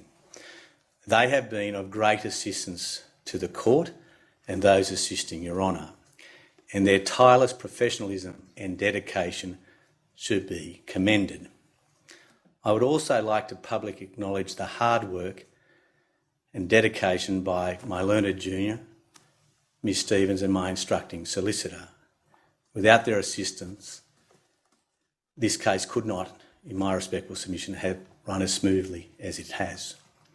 It is also important to recognise the ongoing challenge for Sally and her family in circumstances where they do not have a resolution in regards to what happened to Marion, despite the commitment of Sally and her family and friends, despite the commitment of investigating police, and despite the commitment of those assisting Your Honour. It is necessary to end these submissions with a recognition of Marion Barter herself. Marion's extraordinary life and spirit have been apparent throughout all of the evidence in these proceedings. It seems to those assisting Your Honour very fitting to conclude by recalling an extract from Sally's family statement read at the conclusion of the evidence on the 29th of April this year. Here, Sally described Marion as a kind, caring soul, with a wicked laugh. She was intelligent, she was cultured, and she had so many friends who loved and miss her still. She would always bring you flowers or a cake. She was a very generous human. May it please Your Honour. Thank you, Mr Castleton. We'll take the morning adjournment and resume at 12.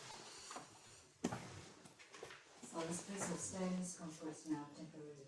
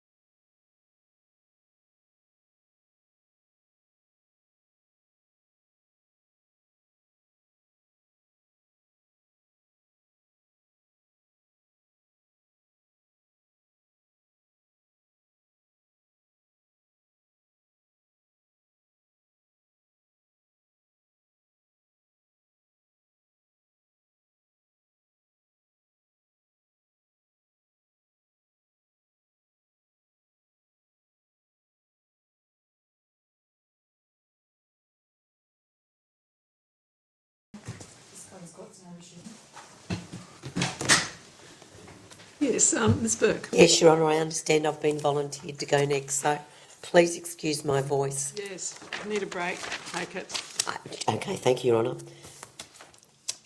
Your Honour, I won't speak to the submissions because you've already got them before you. What I want to do is just identify a few points in relation to the concerns for Marion's welfare and safety in terms of the initial report made by her at Byron Bay Police to former Senior Constable Childs. The evidence regarding Senior Constable Childs' actions in recording the incident as an occurrence only needs to be viewed in the context of, one, his experience, what it was that he knew, what it was that he was told, and in the context of the amount of training he had with respect to a person reported missing. His evidence was that he was not aware of the Commissioner's Instructions 139, and his evidence was that he believed the only training he had was in 1977. You'll recall that Detective Inspector Brown said in those days the Commissioner's instructions were 3 to 5 volumes. They were the size of paper that was less than A4 in size, and they were stuck together with great big nails where you could remove pages backwards and forwards, a little bit like the services that we're all used to dealing with, and said that back then, in 1977, very little training was provided. It also needs to be viewed in the context that he had never dealt with a missing persons case before as well. Having said all of that, as my learned friend, Mr Castleton, has identified, the notebook and the COPS entry made by former Senior Constable Childs is contemporaneous and it's valuable in terms of the information that has been recorded in there. It is apparent that because he had no recollection, inferences need to be made as to where he obtained that information from. Some of it was identified during the course of asking Sally questions by Mr Castleton that it was information that she gave him. The other part of it, on page 40 of his notebook, was information that he believed he might have made separate inquiries about. Wherever it was, he got information from somebody or some people during the course of the 22nd of October in order to make the entry in the COPS entry and in his police notebook. The usual practice, as he said, he looked at his watch, he recorded the time in the notebook, and he took down what was being told to him. The notebook is quite comprehensive in the information that's recorded in it, and the manner in which that occurred was listening to the person that was sitting opposite him whilst he was recording in his notebook, and he would then transcribe that information in the police notebook into the COPS event. That accorded with what Detective Inspector Brown said was the usual practice in those days as well. The impression formed by former Senior Constable Childs was that Sally was not reporting her mother missing, rather it was more in relation to the transactions, which was also something that appears to have been the belief of Chris Layden as well. He did not get a sense of urgency, if you'll remember that evidence, Your Honour, and it was more along the lines that Sally wanted some information being recorded. And again, that in itself was not outside usual practice. Detective Inspector Brown also said that that frequently happens, and that's why there's 250,000 occurrences recorded every year. Of significance is the information contained within the COPS event is references to it's not unusual behaviour for Marion, won't be listing it. She's not going to be recorded as the missing person at the moment, and family advised to contact us if any circumstantial changes. I'm paraphrasing, Your Honour. That in itself is suggestive that there was a discussion as to what the concerns were from Sally. But other than that, you can't draw an inference that it was definitely Sally saying, I want my mother missing. Indeed, in Sally's evidence, she said she assumed that she'd be reported missing, but she didn't ask for her to be reported missing. Former Senior Constable Charles used the words concern for safety. He said it was poorly worded, and at the time, because of the information he had, he felt it should be recorded as an occurrence only. He said, had there been concern for her safety and well-being, he would have had no hesitation in recording it as a missing person. I took Detective Inspector Brown to the COPS entry, identifying in that COPS entry the words, it's not planned to list the POI as missing, as it's believed she's capable of behaviour of this nature.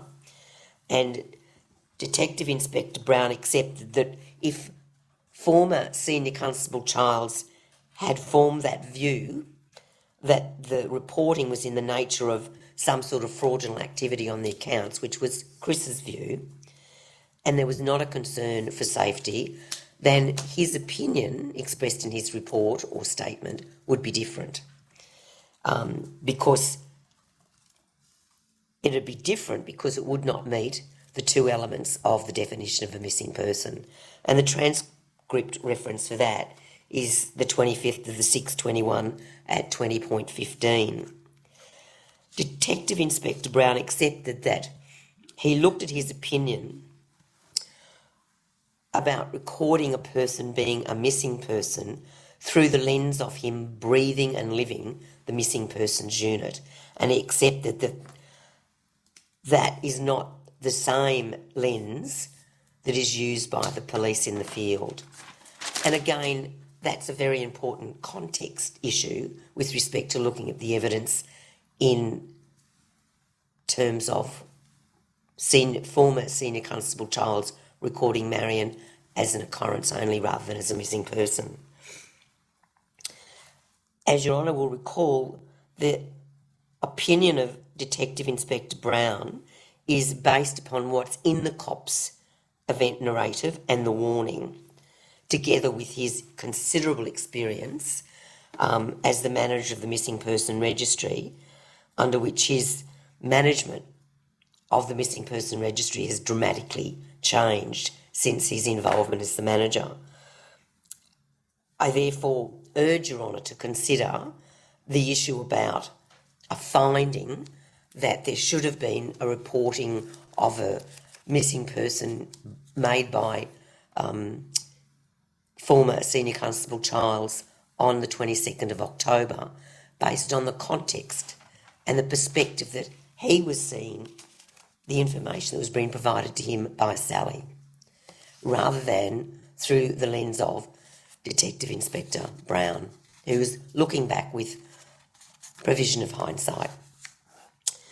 The evidence that leads away from a finding that Sally informed former Senior Constable Childs that she was concerned for her mother's welfare and safety and wanted her listed as a missing person are these points. The language in the COPS event itself states that the next of kin are concerned the mother had returned to the country and not contacted her, not is missing. There's no reference in the police notebook or the COPS entry that Sally's concern for the welfare was predicated upon her mother's failure to contact her brother for his birthday on the 18th of October. And as Your Honour will recall, Sally's evidence was it was that precipitated the reason as to why she rang the bank to inquire as to what was happening with her mother's accounts, because her brother had not been contacted by Marion for his birthday. There's no record of that at all. Now, given the detail contained within the police notebook and the detail contained within the COPS event, it is my submission that in itself, not appearing in those documents, contemporaneous documents, is also indicative that there was not the concern of welfare and safety being conveyed by Sally to former Senior Constable Childs. Excuse me for a minute, Your Honour.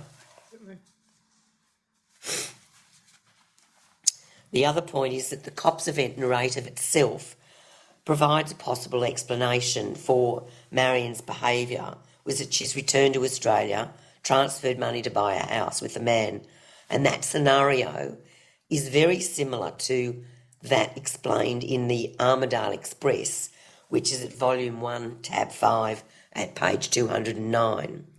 And that Armidale Express was published on the 15th of February 2013. Additionally, Chris's evidence was that he believed the concern was about the activity on the bank accounts. There's also further the time delay of not reporting Marion missing as soon as there was concerns for Marion's safety and welfare. In particular, not going to a police station close to where Sally lived or close to where Marion lived in Queensland. Or going to Byron Bay and not going straight to the police station, but going to the bank and going to other businesses with photos of Marion rather than reporting her immediately to the police. There's nothing recorded in the police notebook that a photo of Marion was taken. Sally denied that she gave the bank account details to former Senior Constable Charles when asked questions about that. So if that is in fact correct, that she didn't provide that information to him and he obtained it from elsewhere, you've also got to question, well, how did he know which bank she banked with?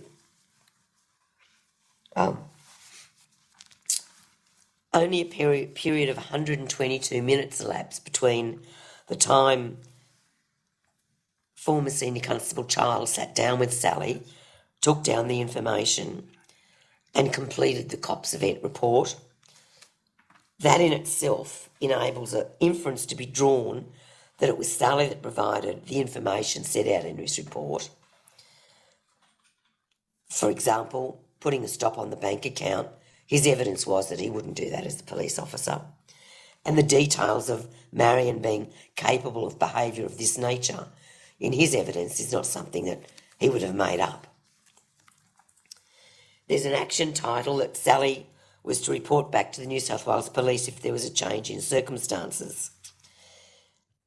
That didn't happen. And we know that as at the 1st of December 1997, Sally was aware from her inquiries made with the Queensland Missing Persons Unit that Marion had been located and her whereabouts were not to be known.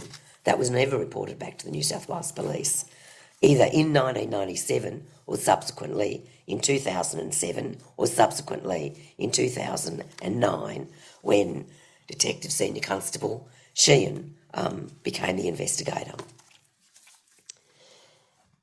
The fact that Sally's evidence was that a custom friend informed her that Marion returned to Australia on the 2nd of August, but she could not comment upon when she was told that information, but she did not believe a police officer told her that information, begs the question as to why her evidence should be accepted that she received a phone call from former Senior Constable Childs within days or weeks after she attended the Byron Bay Police Station on the 22nd of October. More so, and this is an important, crucial point, there's just no objective evidence to support a phone call had been made by any police officer from the Byron Bay Police Station in October 1997, or indeed within weeks, days, weeks or months afterwards. Sally's evidence in terms of various issues with respect to her memory show the fragility of her memory, and I'm not criticising her for that, but my point in relation to accepting the evidence from Sally that she in fact got a phone call from New South Wales Police from the Byron Bay Police Station, unsupported by any objective evidence, in my submission, Your Honour, does not meet the balance of probability standard. Sally's evidence was that she and Marion had conversations that Sally would be forwarding, might be asked to forward her belongings overseas, suggested there'd been a conversation between Marion and Sally about Marion staying overseas indefinitely, To that extent, Exhibit 9, there's an email from Sally to Detective Senior Constable Sheehan, dated the 6th of December 2016, which, as an aside, is not when he was investigating Marion as a missing person because of his report of October 2011. And she said at point 8 in that email, might decide to stay over in UK if she could teach in Steiner schools. She was very open in talking about wanting to move over there. Again, that in itself suggests evidence leaning away towards a suggestion of any concern about her mother, safety and welfare. Sally's evidence that other family members didn't want Marion reported as missing. Evidence from Bronwyn, Marion's sister, that she did not agree with Sally and her father about listing Marion as missing. And Sally's evidence, significantly, that she assumed Marion would be reported missing by Byron Bay Police. She didn't ask for it, per se. There was no objective evidence that Sally followed up with Byron Bay Police, or indeed New South Wales Police, in 1997, which one would expect if somebody had concerns about welfare and safety of another, that they would do so. There was certainly no check as to ongoing investigation as to the progress of a missing person, of Marion being missing, and there's certainly no objective evidence that she provided crucial information such as photographs of Marion or further details about any bank accounts, or indeed offering to provide evidence about any Medicare card that she might have had, or indeed medical history. But 1 month later, she does go to the Queensland Police Missing Persons Unit. And Your Honour will recall that I cross-examined Sally about that. And she denied that she'd gone to the Queensland Police. And it wasn't until earlier this year that documents were provided by Queensland Police under subpoena that demonstrated she had gone to them on the 22nd of November 1997. That in itself was also crucial information to New South Wales Police when she was speaking to them in 2007 and in 2009 when Detective Senior Constable Sheehan took over the investigation. Had they known that information then, 1997, 2007 or 2009, when Detective Senior Constable Sheehan took over the investigation, things might have panned out a bit differently. We'll never know. Sally has never acknowledged in all her dealings with the newspapers, or indeed with her interreactions with New South Police, that she'd been told by Queensland Police on the 1st of December that Marion had been located and her whereabouts were not to be known. In my submission, all of those factors that I've just taken you through, Your Honour, supports the basis for the submissions made on behalf of former Senior Constable Childs that she was not reported as a missing person and there was not a concern for safety and welfare at the time that Sally attended Byron Bay Police Station. In relation to subsequent approaches with respect to Marion's disappearance, it's apparent that from the evidence given by Detective Senior Constable Sheehan that he understood that Sally understood her mother had estranged herself from the family, but she wanted to know why. And one can understand that as a daughter, why your mother would ever do that to you. That is different to understanding in terms of reporting somebody missing, concern for safety and welfare. New South Wales Police don't investigate the reasons why. That's a personal matter that needs to be done elsewhere, not by New South Wales Police. The Armidale Express article quotes Sally as believing that her mother was alive, and she recounts a similar story in relation to that as to a possible explanation for Marion's disappearance, and that's at page 209 in tab 5. Sally's evidence is in paragraph 36 of her May 2010 statement, is that she moved on with her life and approached the Australian Federal Police 10 years later.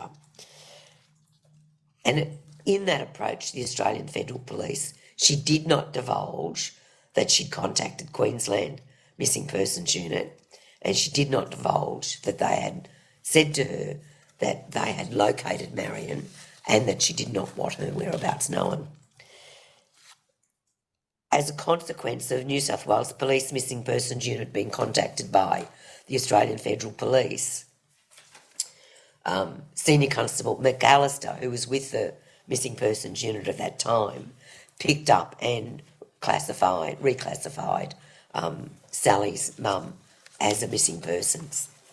Again, at the time when there was correspondence or conversations between Senior Constable McAllister and Sally, she did not divulge what Queensland Missing Persons Unit had told her on the 1st of December 1997.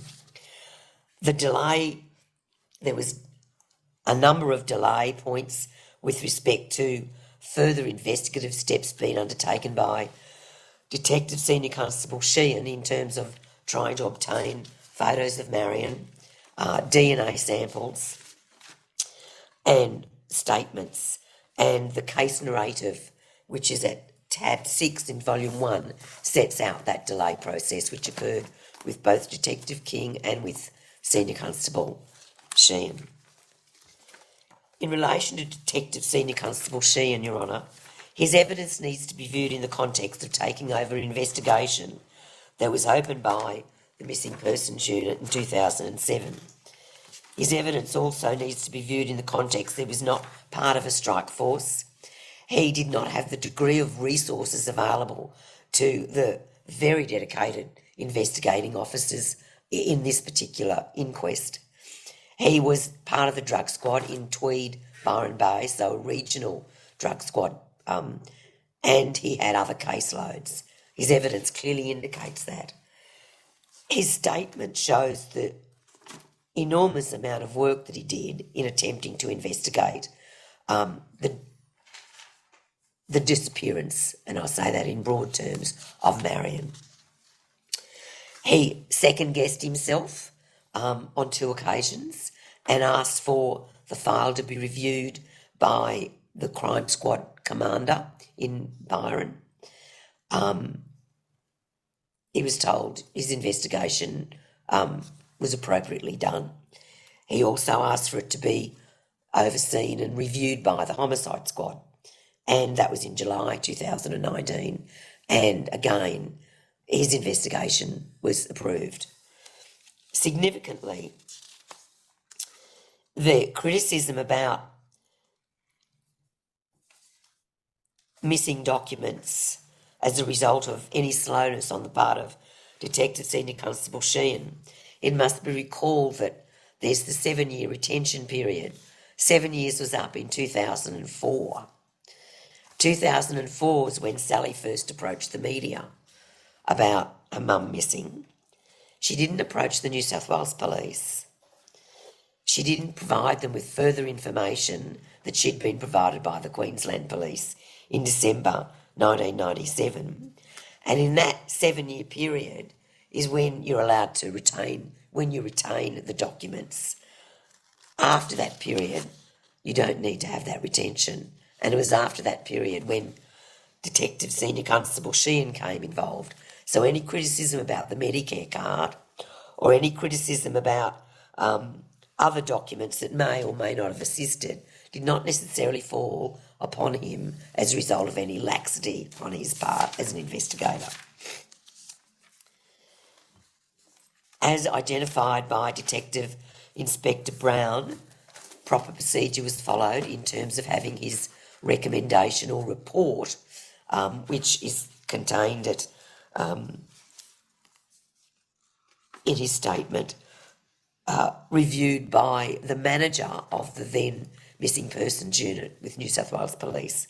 That manager signed off on the recommendation that Marion be removed as a missing person. Now, that's an important piece of crucial information in terms of any consideration of criticising Detective Senior Constable Sheehan, because he didn't go off on a frolic by himself. He actually made sure he went through the proper chain of command. All of that was acknowledged by Detective Inspector Brown. Detective Inspector Brown, with his degree of expertise, did criticise and said she should not have been taken off the missing persons list. But in having said that, it was approved by the then manager of the missing persons unit.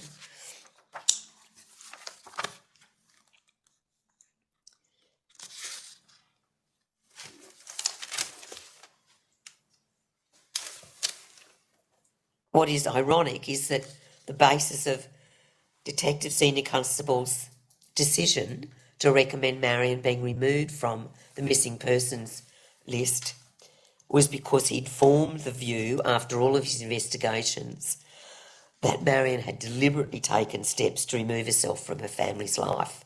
And that's exactly what was part of my learned friend Mr. Castleton's opening submission today.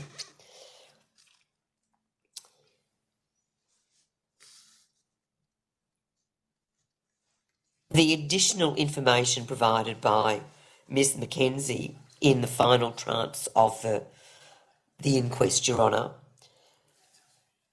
is that had Detective Senior Constable Sheehan been made aware of that information at the time when he commenced investigating Marion's disappearance in 2009, might well have made a difference in the outcome.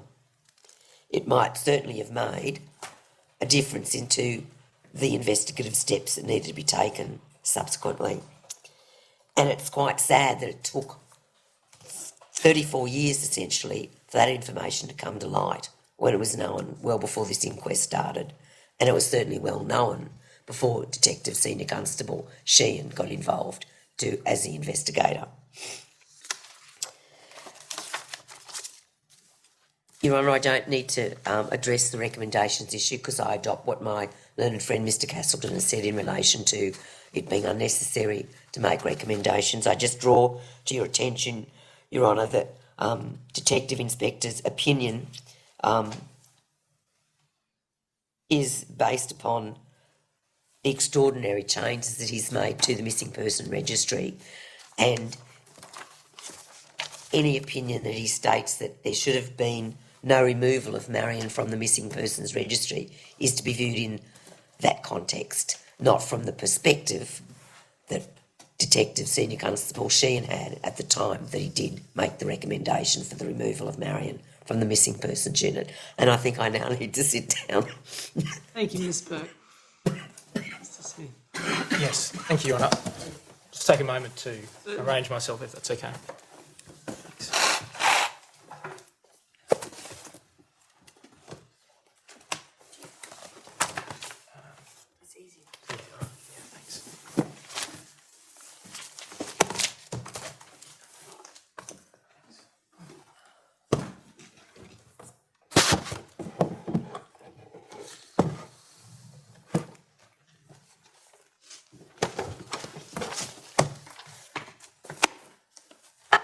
Your Honour, I propose to address you on 7 issues, and I'll outline those now so that Your Honour understands the way forward.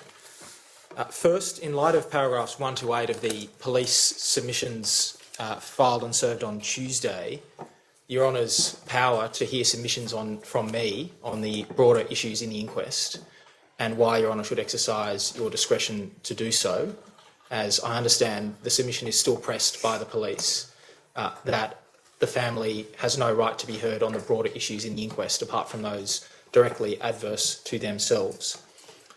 Second, I'll address the issue of the court's power to make a referral for perjury in light of what's fallen from Mr. Castleton. Thirdly, the findings proposed by counsel assisting and for which the family contend in relation to the issue of Marion withdrawing $80,000 from her bank account in October 1997, and the evidence that she was located safe and well. Fourthly, the finding that Marion's disappearance was intentional, although I understand there's some additional nuance to the way that finding is put that's emerged from Mr. Castleton today, as opposed to the way that we understood it from the written submissions, and I'll illuminate that. Fifthly, the findings Your Honour should make in relation to Rick Blum and his involvement.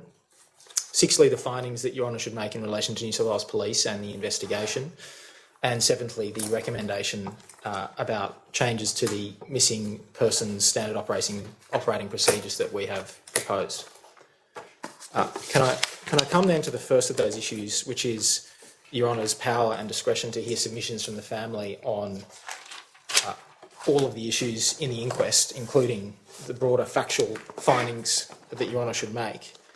And somewhat surprisingly, Ms Burke, in her submissions of Tuesday, in paragraphs 1 to 8, has sought to silence the family by submitting that the family has no right to be heard on matters other than those that are in respect of matters which may be the subject of adverse findings against the family or against Marion herself. Could I say a number of things in response to that? Firstly, Ms Burke cites Annetts and McCann, 1991-70 CLR 596 at page 601.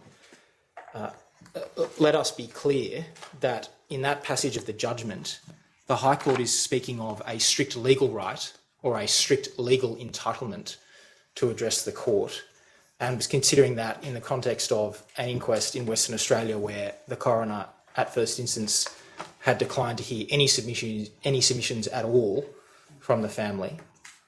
Second, the irony appears to have been lost on my learned friend that by the nature of the submissions that were just made and that have been made in writing, attacking the reliability of Sally Layden's memory and various other matters going to her credibility as a witness, of course, they are the very matters that are adverse to her as an interested party in the proceedings, which gives rise to a legal right or entitlement in accordance with the principle laid down in Annetts and McCann. And so certainly those issues have been put in play insofar as they relate to the police.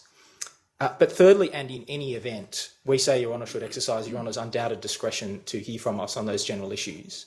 That's demonstrated by a number of matters. Firstly, the fact that counsel assisting have either adopted a number of the findings that we contended for in our written submissions or have otherwise joined issue on them, and Your Honour will be assisted by hearing the family's submissions on those matters.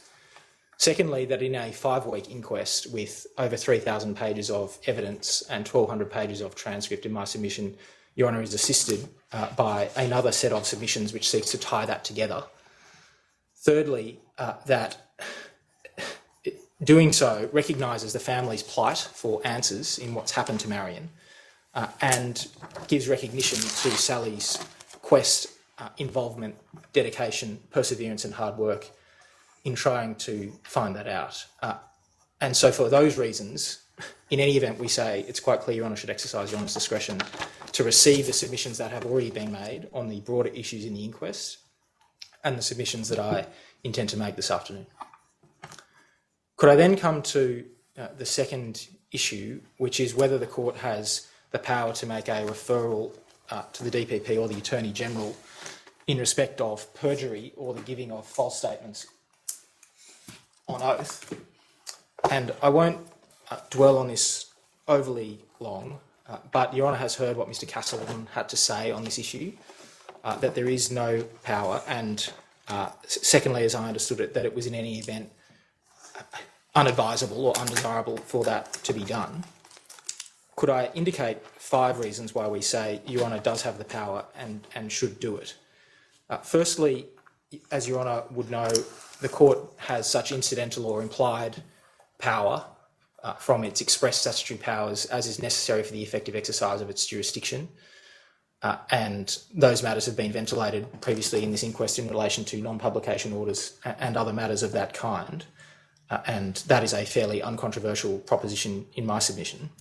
Secondly, Section 59 of the Act expressly gives the court power to require persons to give evidence on oath and to receive evidence on oath, and we say that it must be implied from that express power that the court has such power to take steps to remedy or ensure there are consequences for any abuse of that power, in the sense of witnesses being required to give evidence on oath who then give false evidence. And we say otherwise a mockery could be made of the court's power to receive evidence on oath if it cannot take any steps of its own motion for there to be consequences for false evidence being given.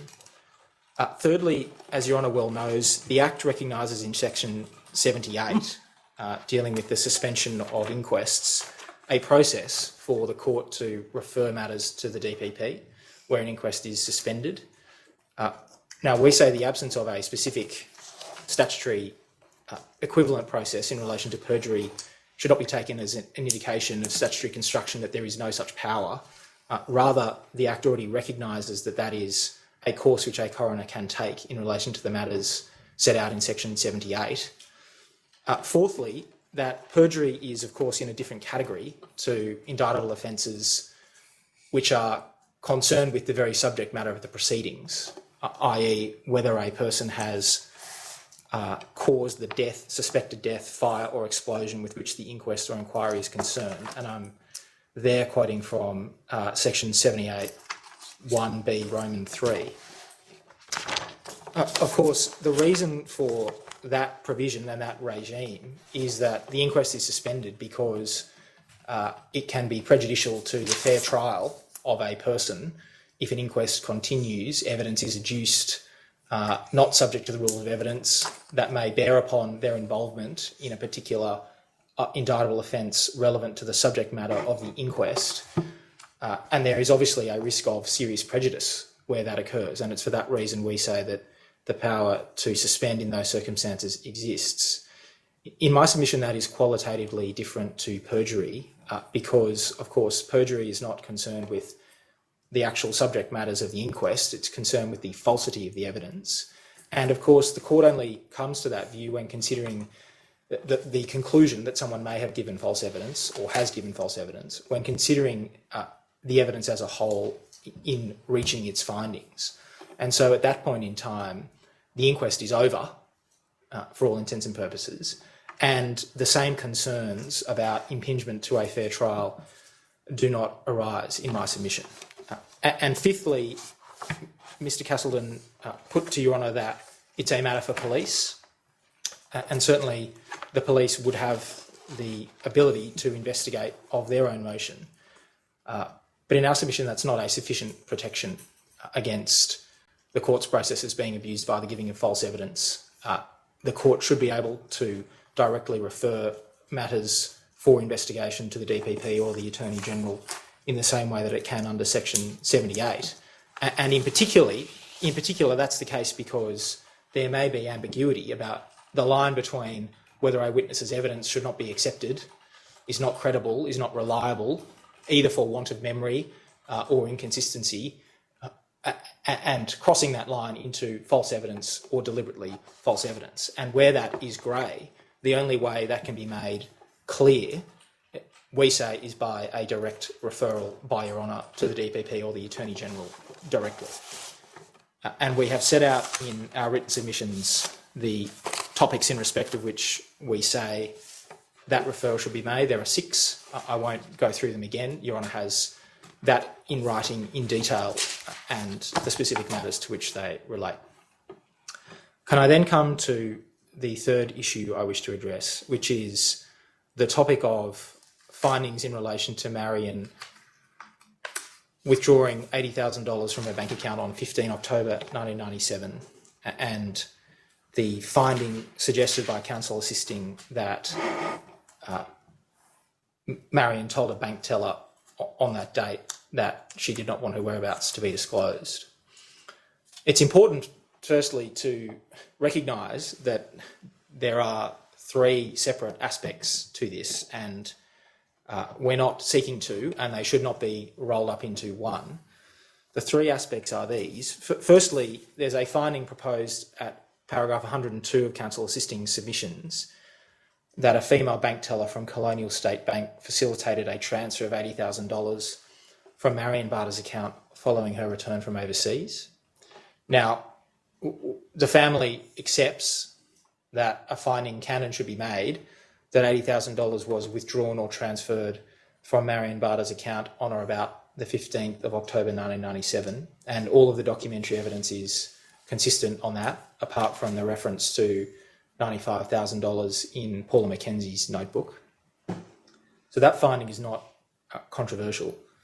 The second finding, or the second aspect, is also at paragraph 102 of Counsel Assisting's submissions, which is that the court should find that the transaction was requested or initiated by Marion herself rather than some other person.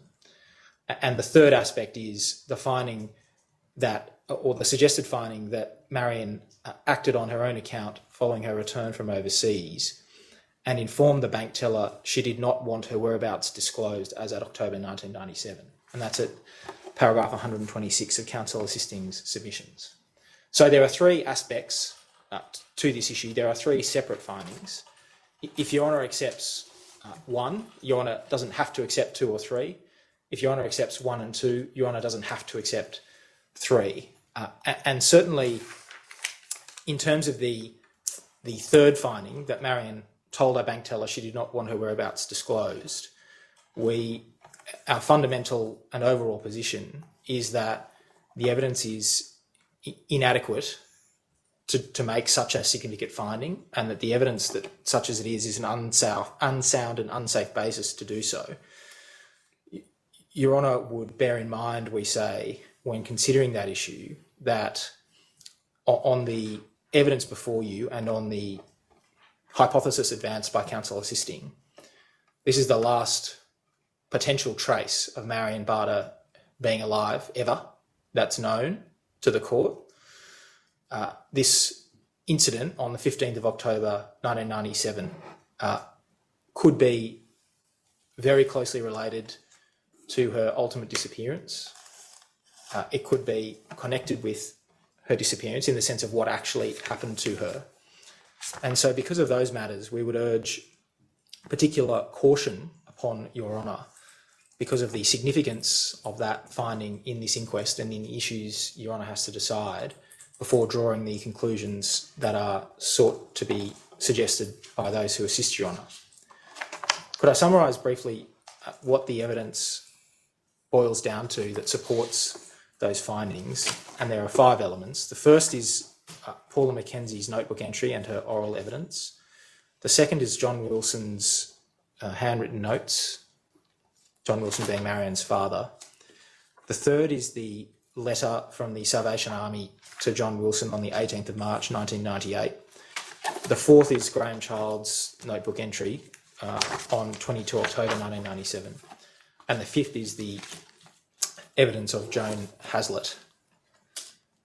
Can I deal firstly with the evidence of Paula Mackenzie being her notebook entry and her oral evidence? And as Your Honour knows, the critical documentary evidence is the notebook entry on 1 December 1999, which 1997, which reads in its entirety, MP located safe and well, inserting located safe and well for the abbreviations Ms Mackenzie explained, whereabouts not to be disclosed, inquirer advised. And we make 4 points about this evidence and what Your Honour can do with it.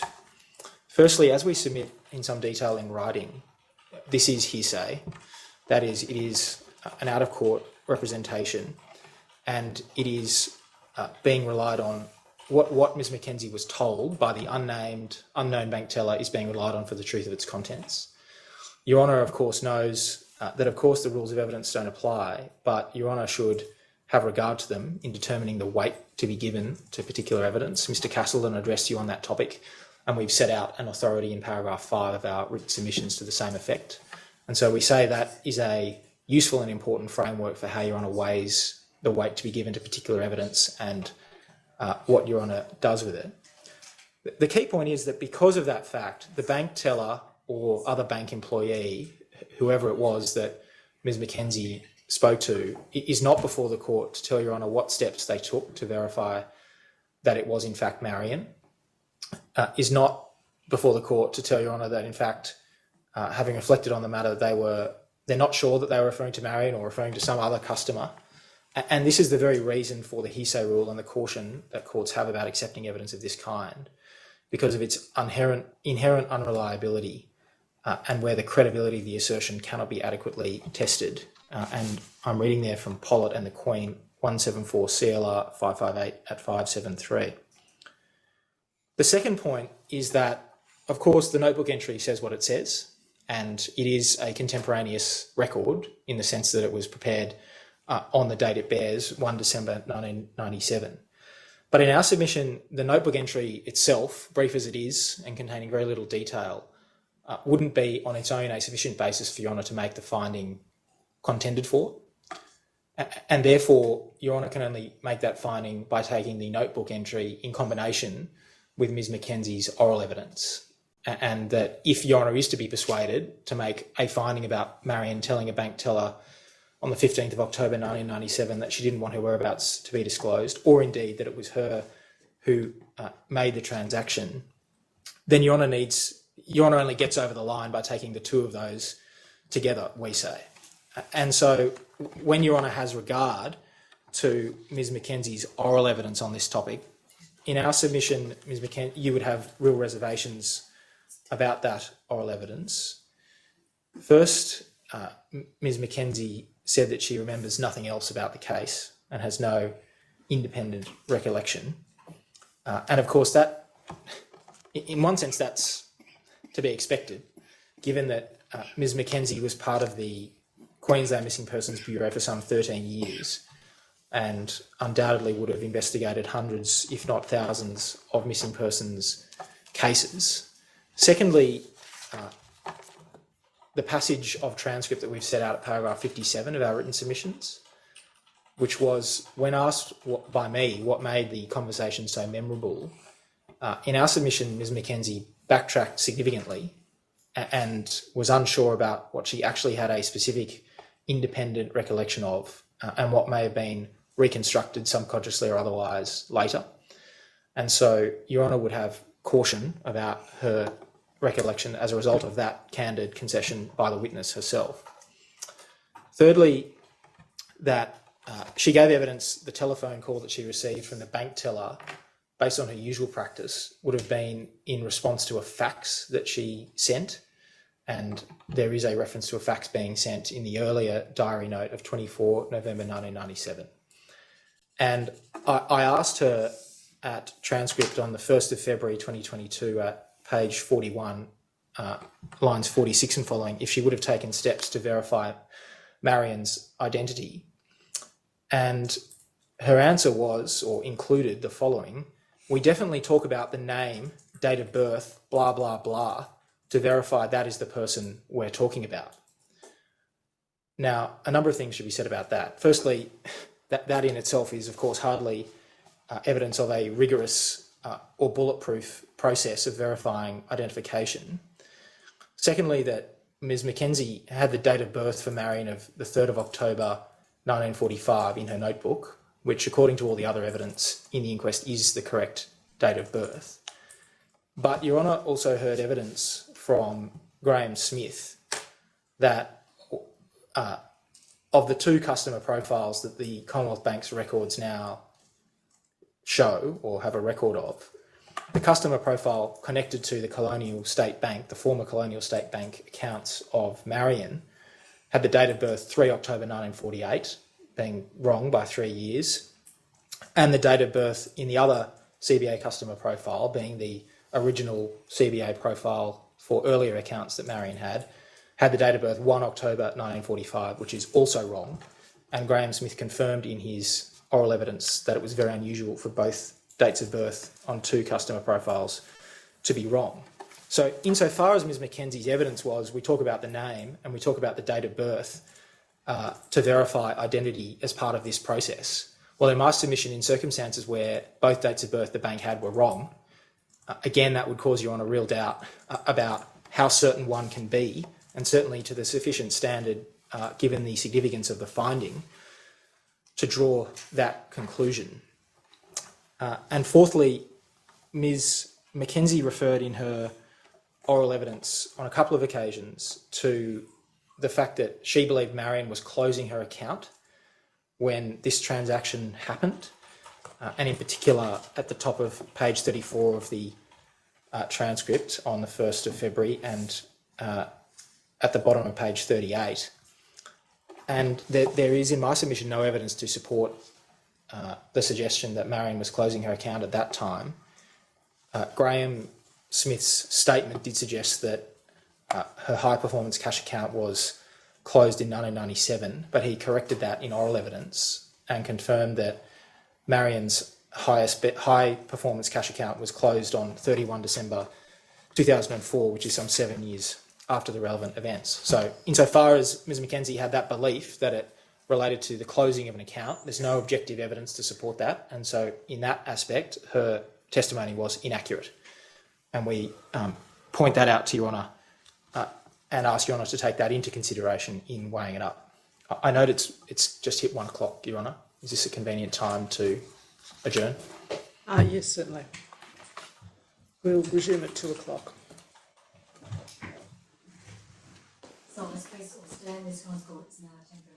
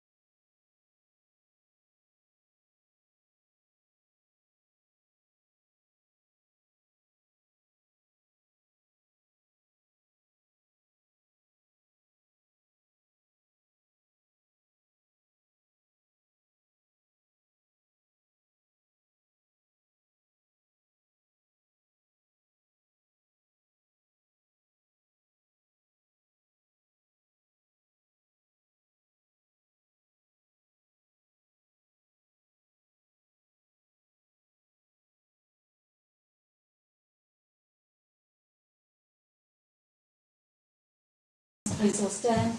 This court is now resumed. Yes, Mr Smith. Thank you, Your Honour. I was addressing Your Honour before lunch on the factors we say make Ms Mackenzie's recollection of the interaction with the bank teller unreliable, and I referred just before lunch to Ms Mackenzie having a belief that Marion's account was being closed in connection with the transaction. To make good our position on that, Graham Smith gave evidence that of the 3 accounts that were associated with the Colonial State Bank, the first of them, being the Streamline or Smart Access account, remains open to this day. The second, the High Performance Cash account, is the account I referred to earlier that was closed at the end of 2004, and that is the account that we refer to in paragraph 75 of our written submissions in chief, being the account that had almost $15,000 of unclaimed funds left in it. So certainly that account, even if that is where the money was withdrawn from, it wasn't even all of the money, and that weighs further against the proposition that the account was closed. And then the third was the Visa credit card, which Graham Smith gave evidence was only closed by him after he gave his statement in 2019.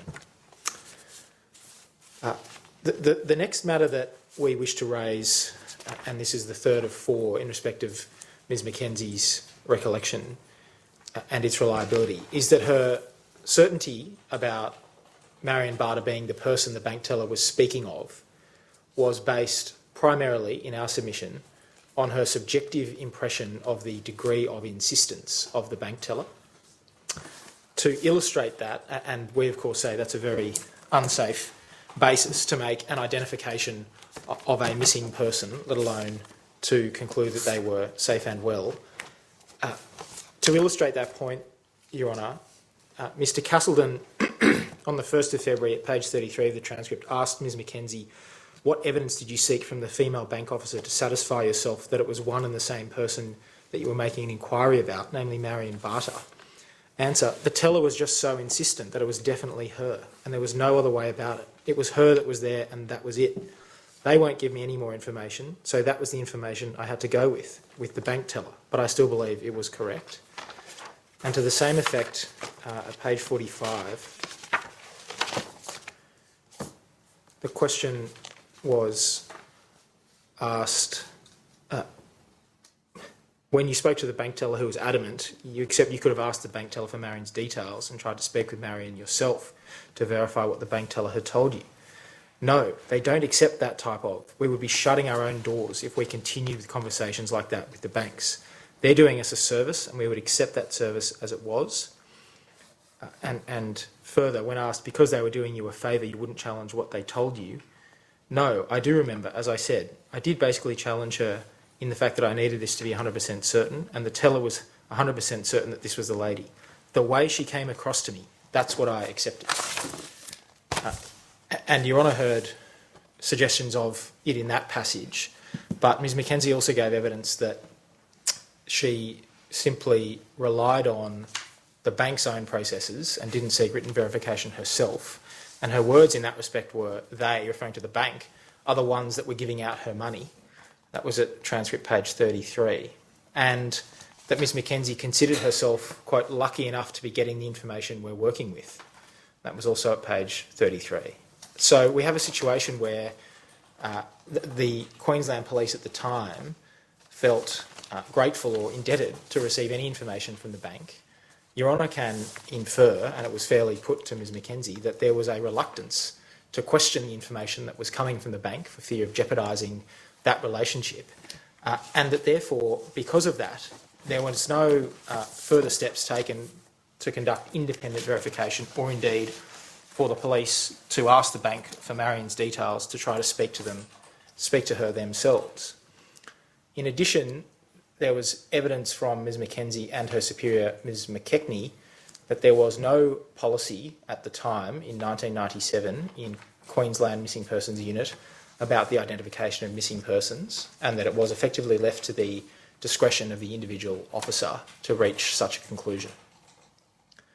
And when Your Honour takes all of those matters together, our fundamental proposition is that this is not an adequate, proper or safe basis to conclude that a person who has been said to be missing has been located or is safe and well. It's not a proper or safe basis to verify the identity of a missing person. And indeed, this is really the gravamen of the family's position on both the approach taken by New South Wales Police and the approach taken by Queensland Police. And in the case of Queensland Police, it was an 8-day investigation, a phone call to the bank, a reliance on that phone call without independent verification, and a conclusion on that basis that Marion had been located and was safe and well.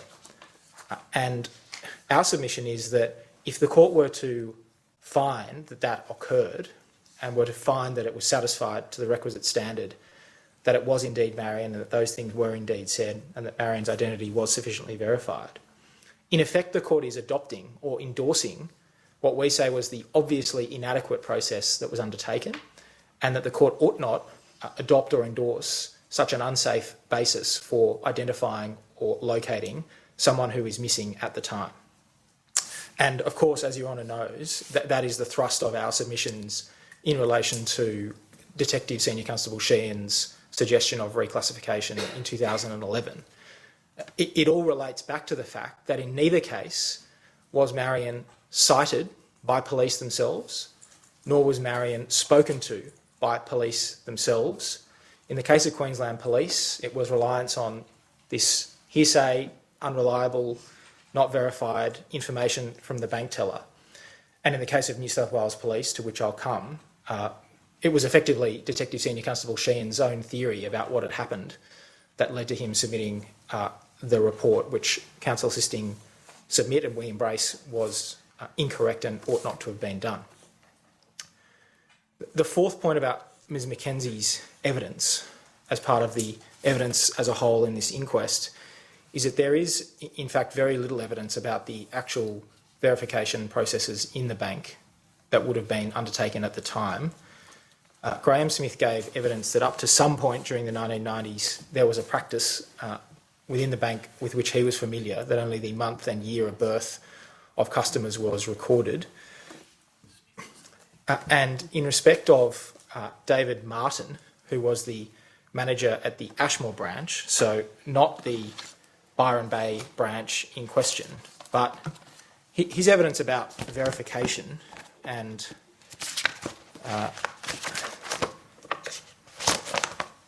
I'm going to transcript of 22 June 2021 at page 48. And Mr Castleton asked Mr Martin the following question in the context of talking about withdrawals of $5,000 in amount. If you assume that that account holder had an all-in-one account doing the best you can today, what would be the process necessary for them to withdraw that sum of money from a branch at that point in time? Answer: well, a lot of the transactions were done over the counter using a Visa or green card. I guess if it was a large amount of money or if they were in a different branch, I would expect that there would be other forms of identification required. I know myself, and my lender knew Marion reasonably well, as in we knew her by sight. However, if she was at another branch making that withdrawal, I would expect that there would be other forms of identification required. So, of course, Mr Martin's accepting that he wasn't at the relevant branch in question, and his evidence on that is, firstly, simply his expectation, or what he would imagine would have occurred, and secondly, lacks specificity on precisely what identification would have been required for a transaction of $5,000, let alone one of $80,000. And the other relevant passages at the bottom of that page, page 48, assume for the sake of argument that a person has gone into a branch at Byron Bay and has withdrawn $5,000 from Marion Barter's account. From your understanding of banking practice, what would need to be provided to the bank for them to be satisfied that the money is being withdrawn from the correct account by the account holder? Answer: yes, again, that is a long time ago, and I would expect, since I don't know whether there were other forms of identification required, but you would think it would definitely be more than just the ATM card. So I would expect it to be a driver's licence. Question: you would expect that there would be some photographic identification, firstly. Answer: I would expect that, yes. they have proof that they were the account holder, be it through either a passbook or a card. Answer, yes. It wasn't a passbook account, so it would have been, I would expect, an ATM card, and then further identification provided via passport or driver's licence sort of thing. So certainly insofar as Mr Martin's evidence is concerned, as an employee of the same bank at the same time, he was, it is fair to say, unsure of precisely what identification would have been required, and in particular at the Byron Bay branch. And then that leaves Your Honour with the evidence of Joan Hazlitt, who was the manager of that branch. Now, Your Honour has heard submissions from Mr Castleton about the reservations Your Honour should have on the accuracy and reliability of her evidence and what Your Honour can do with it. We have made submissions to the same effect and have drawn out a number of matters in our written submissions, in particular at paragraph 66. And the thrust of our position on Ms Hazlitt's evidence is that it has to be regarded with significant caution, contained a number of inaccuracies, such as her evidence that Marion's account was opened at a kiosk, which she accepted was wrong. So in my submission, the evidence that Your Honour has on the verification processes that would have been undertaken in the bank is weak, is unclear, and insofar as Ms Hazlitt's evidence is relied on, is unreliable. And so when one considers, given that we don't have the actual bank teller to tell Your Honour what he or she remembers of this interaction with Paul Mackenzie, Your Honour has to consider the processes in place at the time and the evidence about those processes. And in my submission, the evidence is far from clear that there was any rigorous identification process in place at the time for a transaction of this kind to have occurred in October 1997. So they are the points we make about Ms Mackenzie's evidence and her recollection. We say her recollection can't be relied on for a finding of this significance, and that taking her 3-line notebook entry itself is also not an adequate or sufficient basis to make the finding in particular that Marion told the teller she did not want her whereabouts to be disclosed, or to make the finding that it was in fact Marion as opposed to some other person who withdrew the money from the account on the 15th of October 1997. Now, one might assume in the ordinary course that if a withdrawal is made from someone's bank account, the starting point is, well, that person, the holder of the account, made the withdrawal. But in our submission, one can't begin at that point here, given the circumstances after Marion's return to Australia on the 2nd of August 1997, which on any view are extremely unusual and on any view are clouded in doubt. Mr Castleton took you through the evidence about what we do or do not know about Marion's return to Australia. And in particular, there is the notable gap between the events in August, so the visit to the optometrist in Grafton, the cancellation of the RACQ policy, and the evidence of the other smaller bank withdrawals, which conclude on the 28th of August. And then one has a gap of some month and a half until the transaction on the 15th of October, which, as I've already alluded to, is effectively the last possible trace of Marion being alive. Now, that gap in itself raises a question about what Marion was doing during that period of time, given that we know that there were inquiries made with Queensland Police after that, so in December 1997. There's no explanation for why there is a gap of that kind. And in those circumstances, we say Your Honour should have real reservation in simply assuming or proceeding on the basis that because it was Marion's account, that withdrawal must have been made by her. And that's, of course, particularly exacerbated by the circumstance that the withdrawal was of $80,000, a very significant sum of money on any view. That's not something mundane or quotidian like visiting the optometrist in Grafton or ringing up RACQ or indeed withdrawing $500 at the ATM for ordinary living expenses. We say it's in a different category, and that gives Your Honour, should give Your Honour reason to be very careful about concluding that it was Marion herself who made that withdrawal. There is, of course, also Mr Blum's possible involvement, and I'll address Your Honour on that in due course. The second body of evidence in support of this proposition is the handwritten notes of John Wilson, which were one in first provided to the Salvation Army. The documents from that time show that John Wilson was in contact with the Salvation Army in about February or March 1998, so 5 or 6 months after the events in question. His notes, it is clear, appear to record similar information to that contained in Paula Mackenzie's notebook.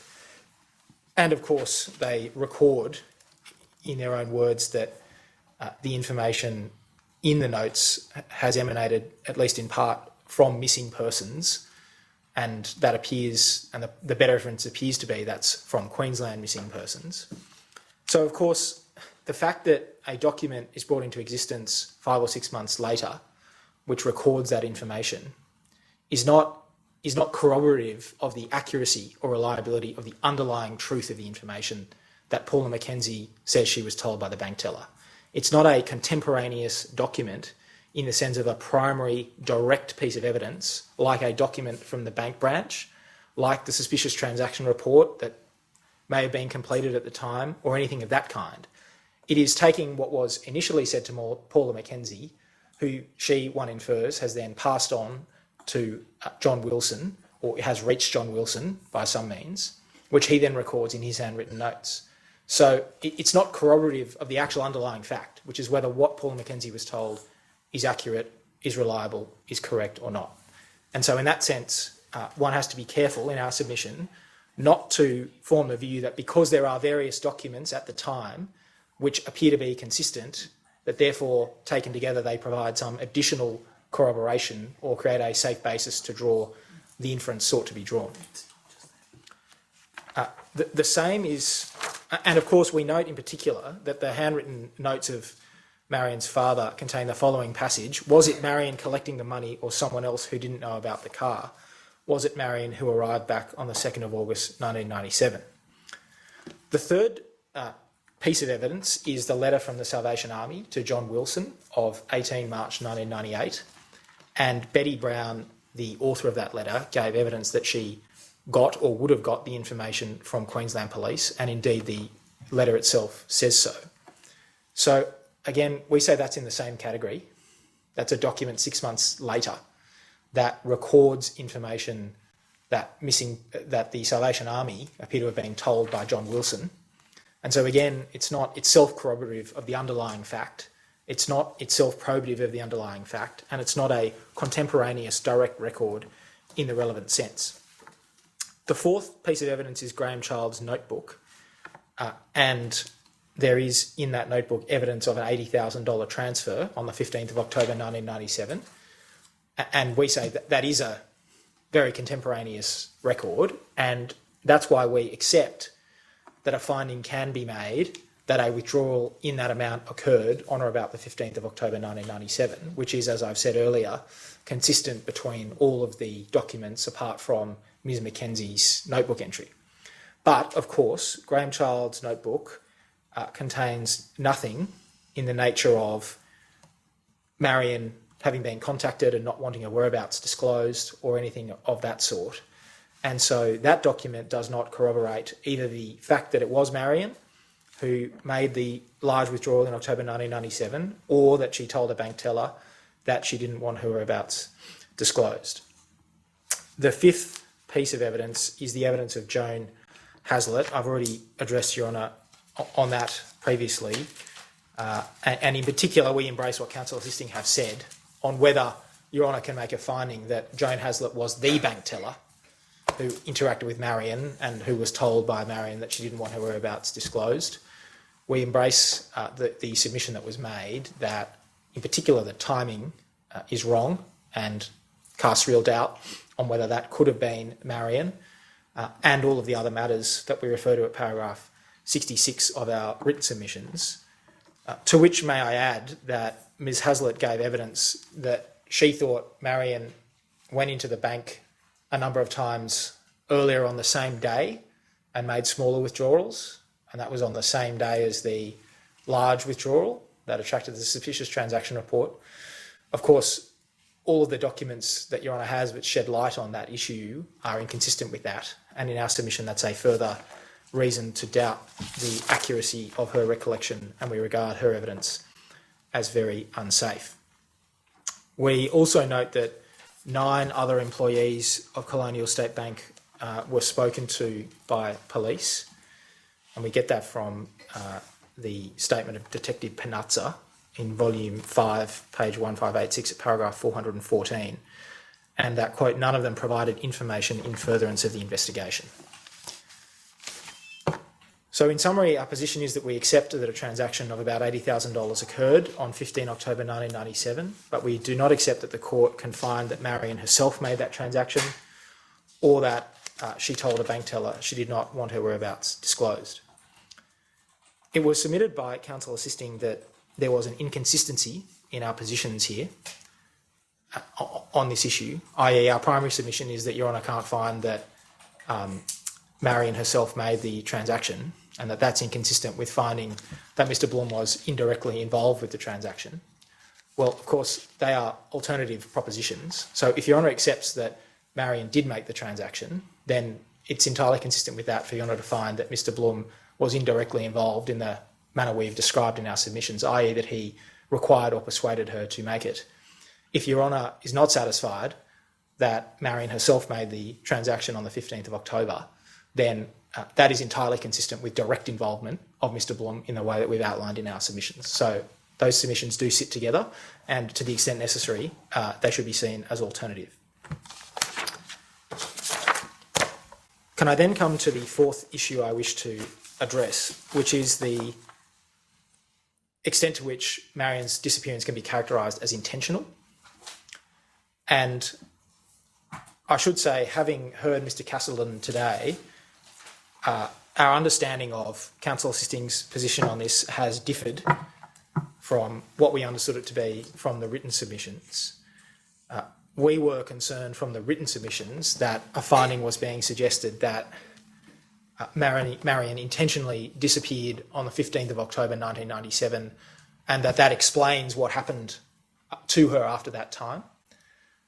We certainly embrace what has fallen from Mr Castleton this morning, that irrespective of what position Your Honour comes to about whether that was Marion who made the transaction in October 1997 or not, if it was her in October 1997, well, all that can be said is that up until that point in time, between when she came back into the country on the 2nd of August and when that occurred on the 15th of October, we of course accept that Marion did not contact any of her family and friends, and one can only infer that was a conscious act on her part. So we accept in that sense, in that window of time, that her disappearance in a temporary way can be described as intentional. Of course, if Your Honour doesn't accept that Marion herself made the transaction on the 15th of October 1997, well, we embrace what counsel assisting have said, which is really that there's no concrete evidence of what happened to Marion or what she was doing after the 2nd of August when she returned to the country. And so in that sense, there's no clear window of time that it can be said that Marion was intentionally not revealing her whereabouts to family and friends. And a third alternative path for Your Honour is if Your Honour is satisfied that the RACQ contact, the Grafton optometrist contact, and the withdrawals of $500 in August 1997 were by Marion, well, then Your Honour has a window of just under a month where Your Honour could find that Marion had chosen not to inform her friends and family of her whereabouts, and that conduct for that limited period of time could be said to be intentional. But certainly beyond that, we embrace the position that the court simply can't say what happened to Marion after the 15th of October 1997, other than to unfortunately conclude, as the family accepts, that a finding that Marion is deceased is appropriate. But beyond that, nothing further can be said. We would, for completeness, draw to Your Honour's attention the matters we've set out in paragraph 73 and following of our written submissions, which is that a number of witnesses 7 or so gave oral evidence or written evidence that it was very out of character for Marion to disappear entirely and sever ties with her family.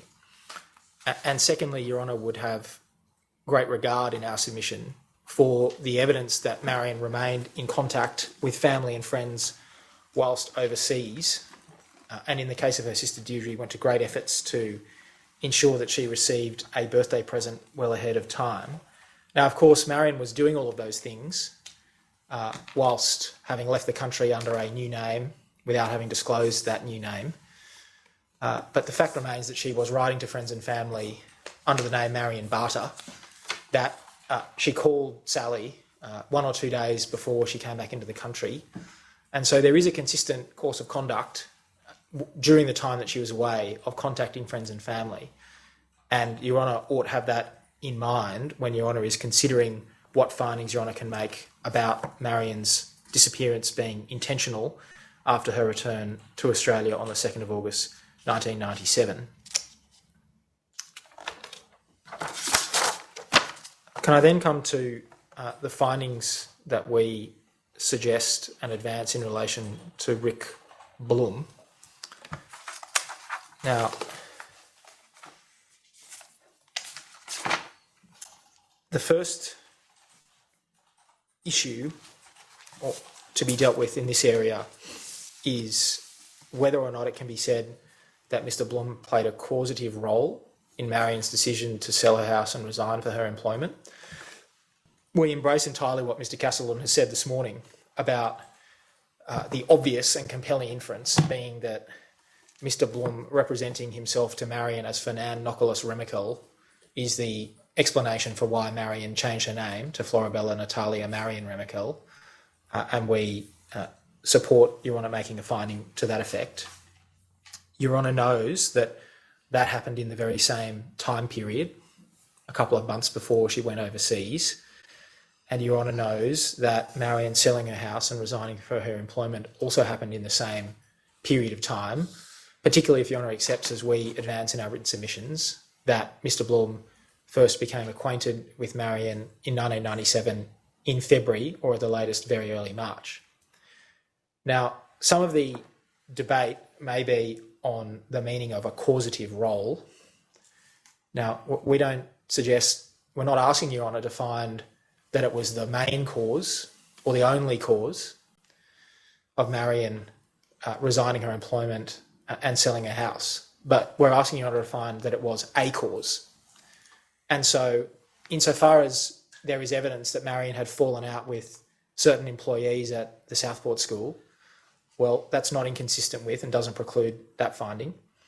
And the same is true of Marion selling her house. And as we've said in our written submissions, there was evidence, certainly from Sally and Chris, that that sale felt very rushed, and also that the intention to sell her house wasn't disclosed and appears to have been inconsistent with her conduct prior to February of 1997. It wasn't disclosed to her family at Christmas of 1996, for example, and we also refer in our written submissions to the fact that Marion changed her will shortly before this time, again, which is inconsistent with disposing of one's assets, we would say.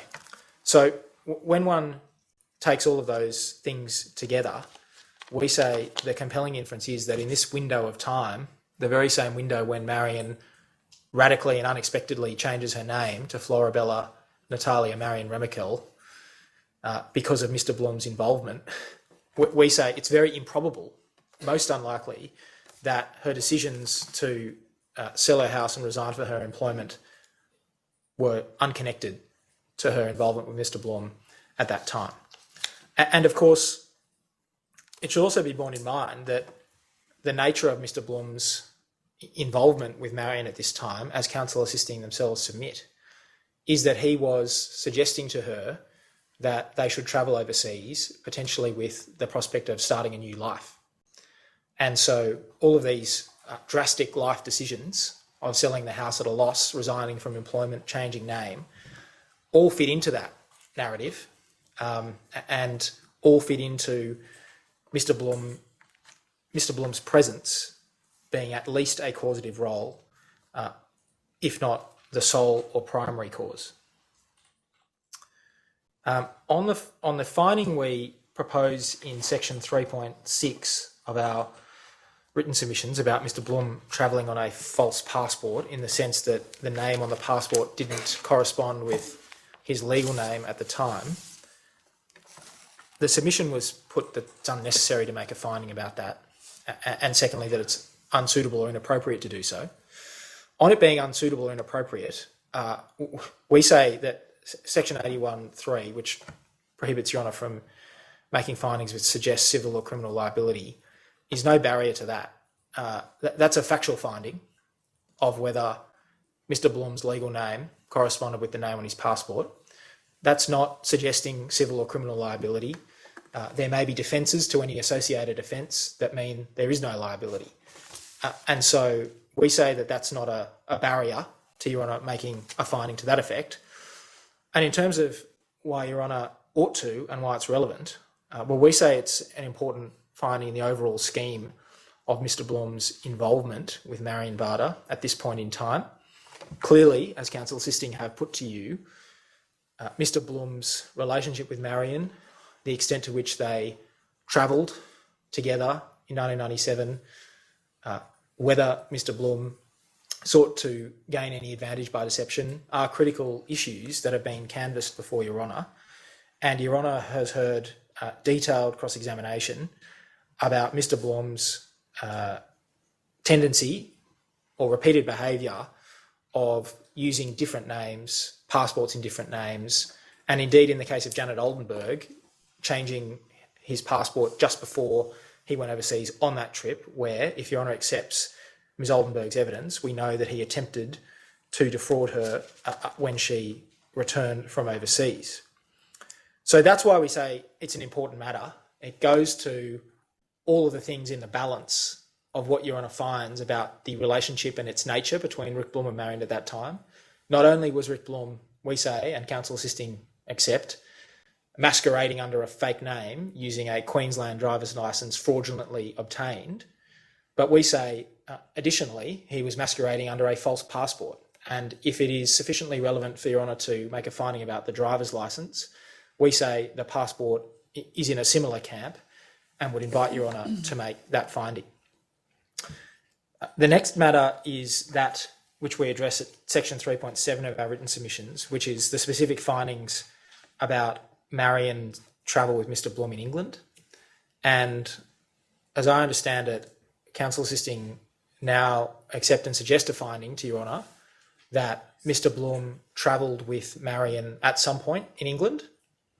We certainly embrace that suggested finding and we urge Your Honour to make it. We have set out in section 3.7 more specific findings about Marion travelling with Mr. Blum to Tunbridge Wells, Rye, Hastings and Alfriston.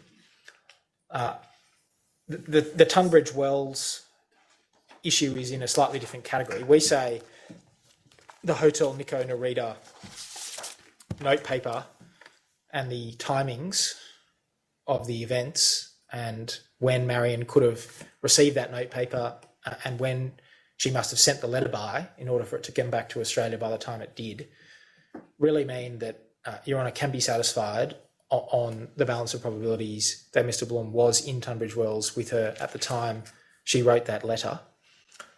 We accept that findings in relation to Rye, Hastings and Alfriston depend to a greater extent on inferences drawn from other evidence, in particular the evidence of Janet Oldenburg about where they travelled and the evidence of the postcards that were sent by Marion.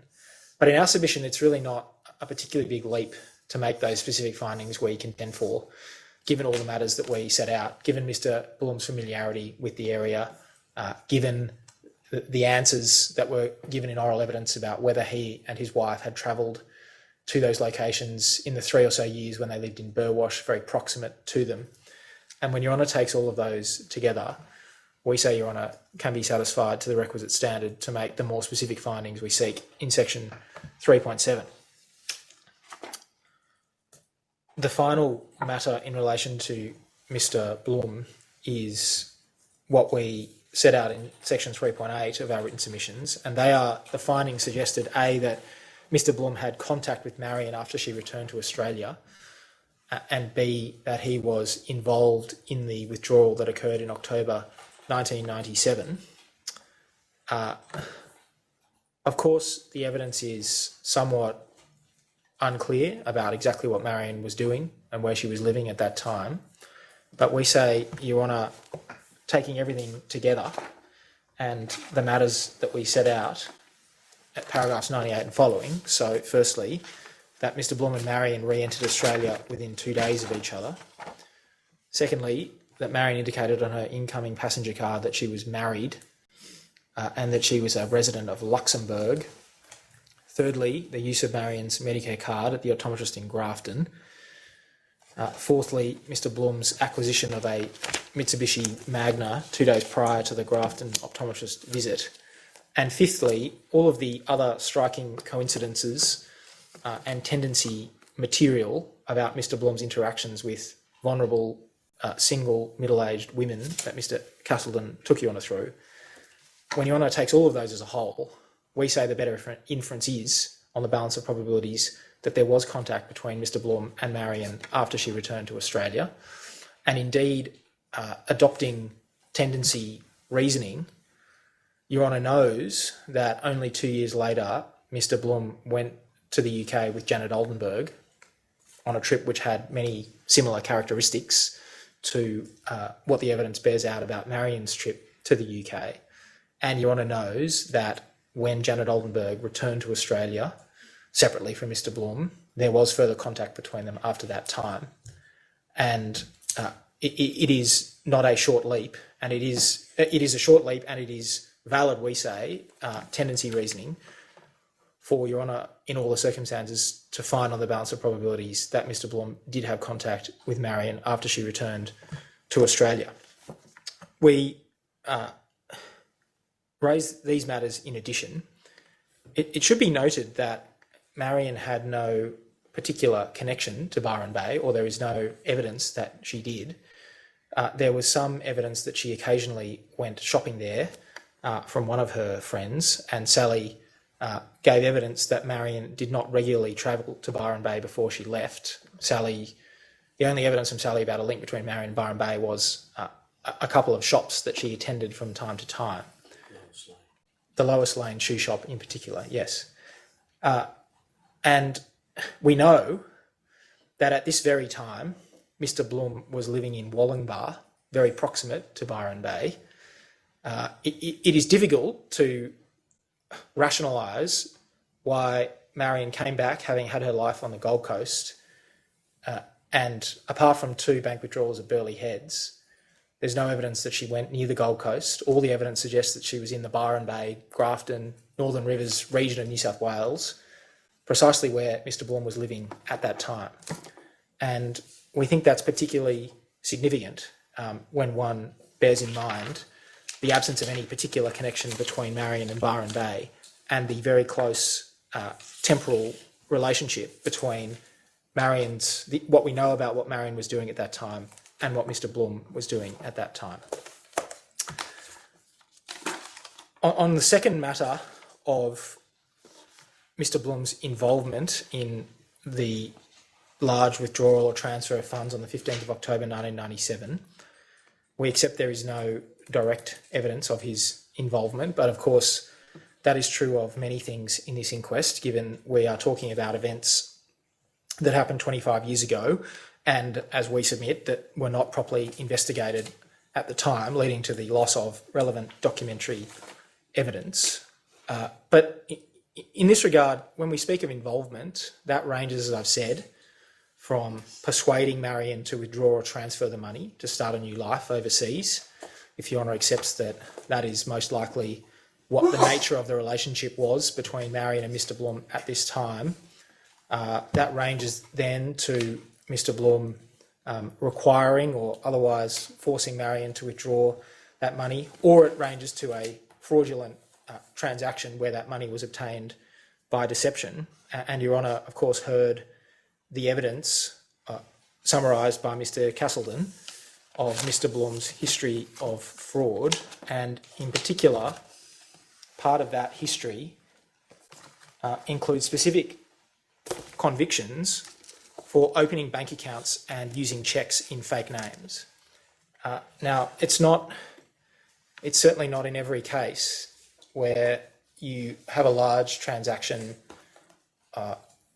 with scant or limited evidence about its nature, and you also have a witness who has accepted their involvement with the holder of that bank account, very proximate to that point in time, who has a number of convictions for offences very relevant to precisely whether or not that money was withdrawn by Marion or came out of her account by some other means.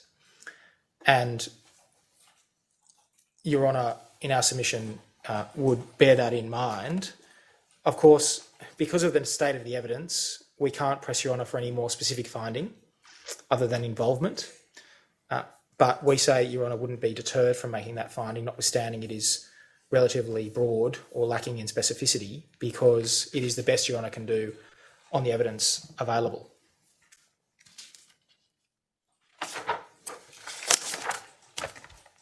Can I then come to the issue of the New South Wales Police investigation into the disappearance of Marion?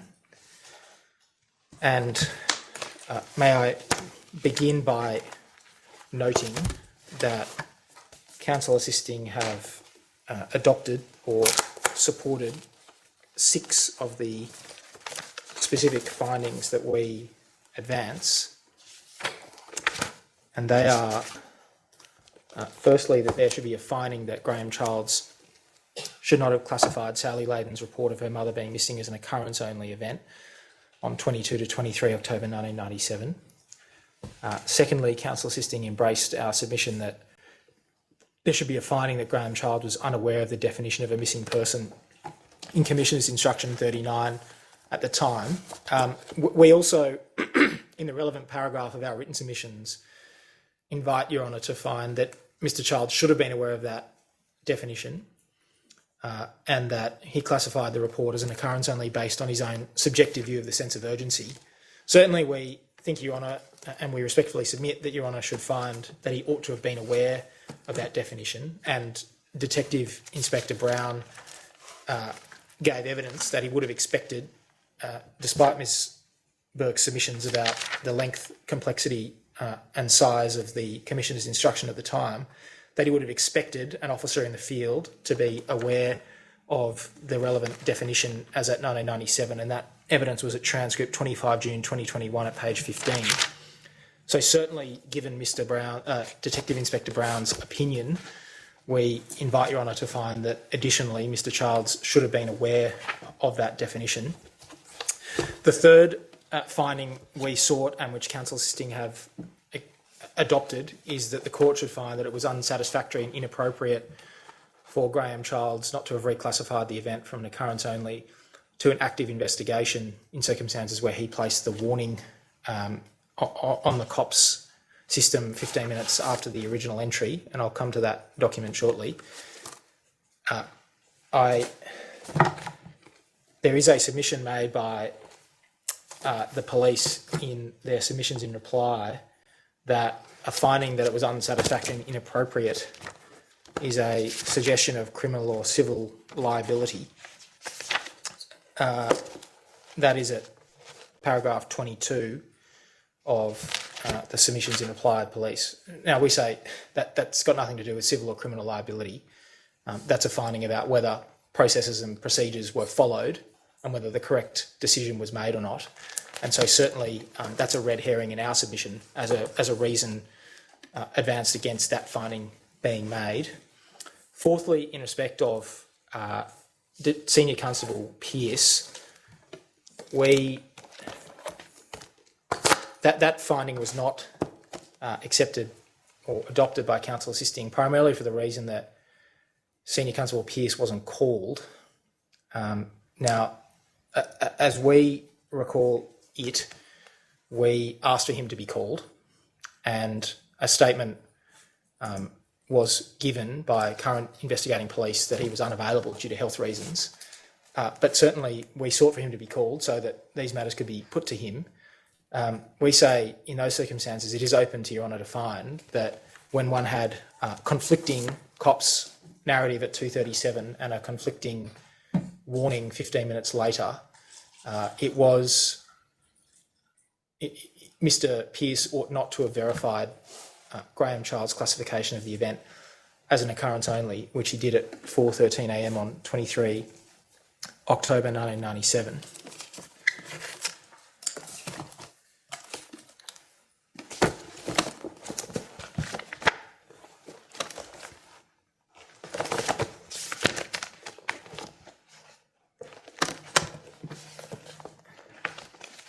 And we also submit that Your Honour would give great weight to Detective Inspector Brown's opinions, being the head of the Missing Persons Registry and being the person put up as a witness by the Commissioner of Police in this inquest to give evidence of an expert opinion nature about what was and should not have been done at the time.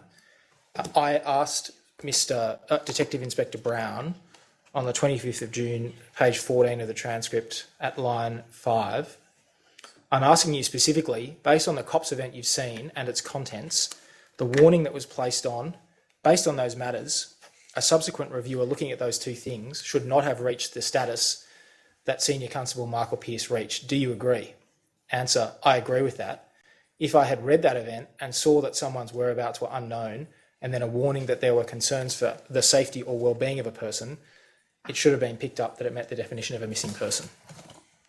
So insofar as Detective Inspector Brown is giving expert evidence about those matters, insofar as what happened is borne out by the objective contemporaneous documents, we say the absence of Senior Constable Pearce, particularly in the circumstances in which he was absent after we asked that he be called, does not prevent Your Honour making the finding we seek at paragraph 120 of our written submissions in chief.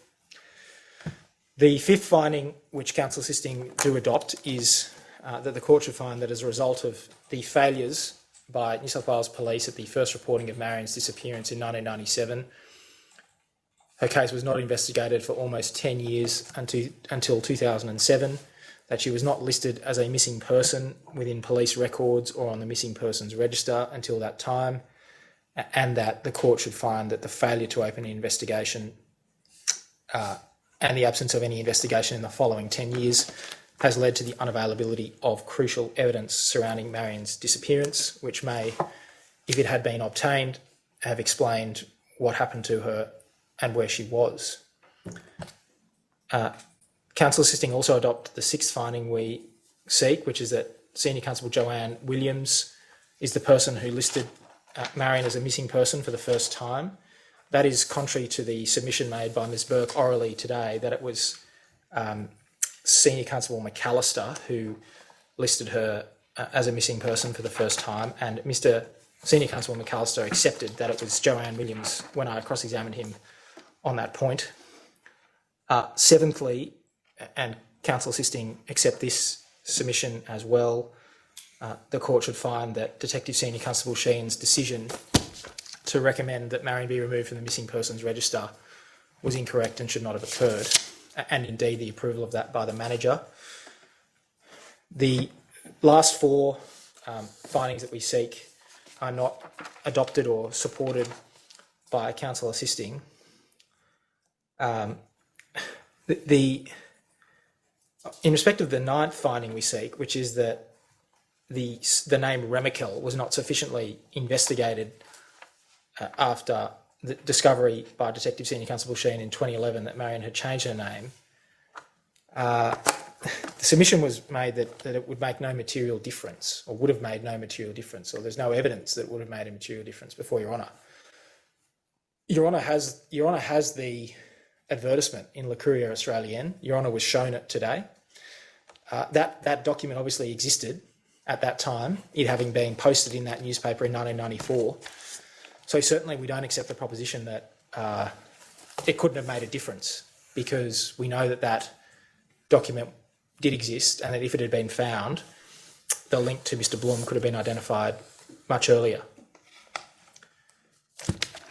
Could I then return on the issue of the police investigation by taking Your Honour to three critical documents which we say are of fundamental importance in Your Honour's findings on this issue in the issues list. The first document is the warning that was placed on the system by Senior Constable Childs at 2:52 p.m. on the 22nd of October 1997. Your Honour will find that at volume 2, page 399. And Your Honour has seen this before, but in our submission it is worth retracing those steps. The warning reads, "Victim has returned to country and not contacted family upon return. There are fears for her welfare as $80,000 has been transferred from her account for no apparent reason." And really, Your Honour, the words, "there are fears for her welfare," say it all in the family submission. And the minute analysis of inferences that should be drawn from what was or wasn't otherwise written down or recorded by Graham Childs are irrelevant and are set at naught by the presence of that warning, which Your Honour knows from Exhibit 8, which I'll come to, was posted by Graham Childs himself. And so one important consequence of that is that the repeated and detailed criticisms of Sally Layden's evidence, what she should and shouldn't have told police, really do not matter. And in particular, Your Honour doesn't need to make specific findings about whether Ms Layden used particular words like "I want to report Marion as a missing person" when she first went to police on that day, because Mr Childs himself, as this objective document demonstrates, perceived that there were fears for her welfare. It's self-evident, we say, from what was recorded in the notebook and the original COPS narrative at 2:37 p.m, that Marion's whereabouts were not known. Insofar as it suggested that because she was back in Australia that her whereabouts were known, we reject that. As I've said, although there was Sally had some awareness when she went to police that there had been withdrawals on her account, it's self-evident, we say, that her whereabouts were not known in the sense of where was she living, who was she with, what was she doing, why had she returned to Australia. And when one compares side by side the absence of knowledge of her whereabouts with the content of that COPS warning, in our submission it is simply beyond doubt that satisfied the definition of a missing person in Commission's Instruction 39 at the time, which at volume 6, page 1971, was as follows: "A missing person is anyone who is reported missing to police whose whereabouts are unknown, where there are fears for the safety or concern for the welfare of that person." And we say that is hand in glove, square peg in square hole, the definition of a missing person satisfied, and the warning indicates itself that she should have been classified as a missing person at that time. I understood Ms Burke to submit that because there's nothing recorded in the COPS narrative or Detective or Senior Constable Childs' notebook that the words "I want to report a missing person" were used, somehow should lead Your Honour to a finding that it was appropriate, despite what Detective Inspector Brown says, that it was appropriate for this to only be listed as an occurrence only. Now, first of all, if Your Honour accepts Sally's evidence, which is not substantially challenged, that the circumstances of this were that she went to Byron Bay because she found out from speaking to the bank on the phone that money had come out of the account. She went to Byron Bay with a photo of her mother, frantically searching for her. After not finding her or finding anyone who knew where she was, she then went to the police. That is obviously a very stressful and distressing situation to be in. And to expect that a layperson, an ordinary member of society, would use the precise terminology of a missing person, or I want to report someone as a missing person, firstly, is simply not an assumption that should be made. It's not a fair assumption. It's not a realistic assumption. But it also undermines and discredits, in a way, what should be expected from police. That is to say that reports of crimes or missing people or lost wallets can be made using a variety of expressions, of words, of phrases, and it's not for lay people or members of society to make sure they fit it in a box that police have, of which they're unaware of using specific phraseology or terminology. It's for police to process it, the information they receive, and to deal with it according to the applicable policy and procedure. We know that the relevant officer didn't know about the definition of a missing person, didn't know the relevant policy or procedure. So for there to be a slicing and dicing or a criticism of Ms. Layden based on an inference that sought to be drawn that particular words were not used, when of course it's possible they were used and weren't recorded, is a totally invalid approach to the issue in our submission. Can I then come to Exhibit 8? And Your Honour will recall that there was some doubt earlier at the beginning of the inquest about the origin of the warning and whether it had been posted by by Senior Constable Childs or Senior Constable Pearce or someone else. Exhibit 8 was an email from someone within the Digital Technology and Innovation Division of New South Wales Police, sent on 21 June last year, being the first day of the inquest, which was described as a screen dump from cops, which we take to be a copy and paste of the direct data unmediated in the COP system. And it recites the words of the warning that I've read out. It records the time at 2:52 p.m. on the 22nd of October.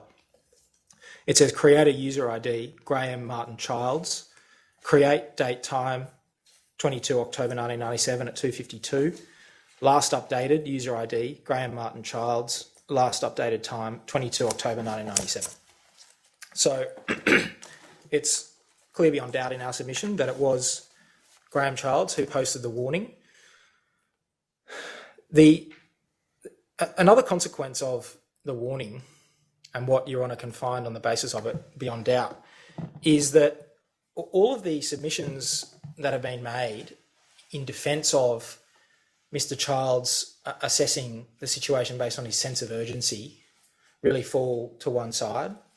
But what should also be said about that is that Mr. Childs accepted in his oral evidence and said in his statement that he had no recollection of these events and that all he was going on was his notebook and the COPS narrative.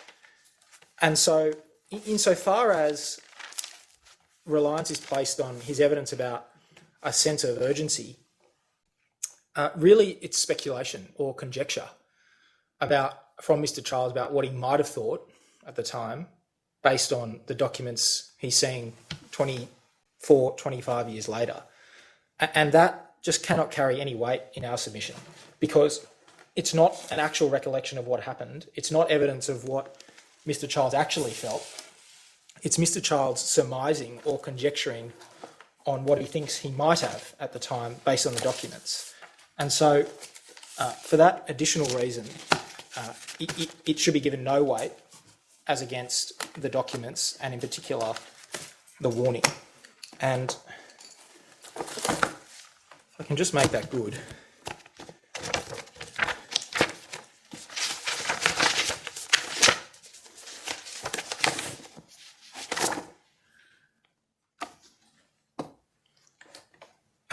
Mr. Childs was asked by Mr. Castleton on the 23rd of June 2021 at page 9. He was asked about the reference in the COPS narrative about there's no decision to list Marion as missing. And his answer was, are you able to say what the foundation for that decision was or not? Answer, I have thought of this prior to today, and without trying to sound dismissive, it would appear that the information I was given at the time didn't create a sense of urgency or a sense of need for that to occur. I can only go on what normal procedure would be. So that makes it clear in my submission that it's conjecture or speculation, and Your Honour should prefer what the warning actually says and what Your Honour can find with certainty about what Mr Childs perceived on that day as set out in the warning. The only attention given directly to the warning in the submissions made by police is to refer to evidence that he gave, which was that the warning was poorly worded.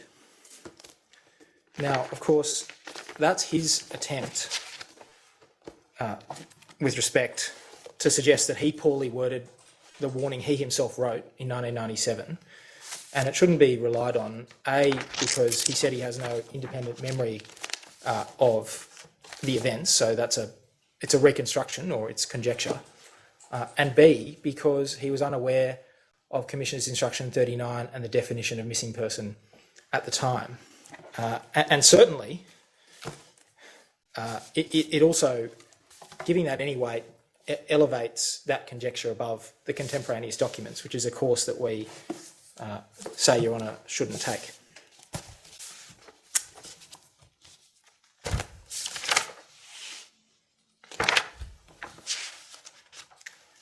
The third key document is the two action entries, if I can call them that, which Your Honour finds at volume 2, page 397. And they were posted at 2:40 p.m. on the 22nd of October by Senior Constable Childs, so 3 minutes after the original narrative. And they say, firstly, action title, Inquiries with State Bank Byron Bay as to transactions by POI. That can only lead to an inference that Mr Childs made those inquiries and that's the source of the information of that kind in his notebook. And the second one, action title, Inquiries with John Lewis, Federal Police, Brisbane, as to immigration details, as set in narrative. And of course, there's a reference to that in the main COPS narrative. So again, that leads to an irresistible inference, we say, that Mr Childs made those inquiries. And of course, there's appears to be a suggestion that Sally knew all of that information when she went to the police in Byron Bay on the 22nd of October 1997, that the police wrote all of it down, listed as an occurrence only, and that the police did nothing after that time and were justified in doing nothing after that time. We find it odd that a submission is advanced that the police and Mr Childs didn't even make the inquiries to the AFP and to the bank that the action entries indicate that he did. But certainly in our submission it makes it clear that the source of the information in the last few lines of the notebook, referring to Marion re-entering the country and transactions at State Bank, came from Mr Childs' inquiries.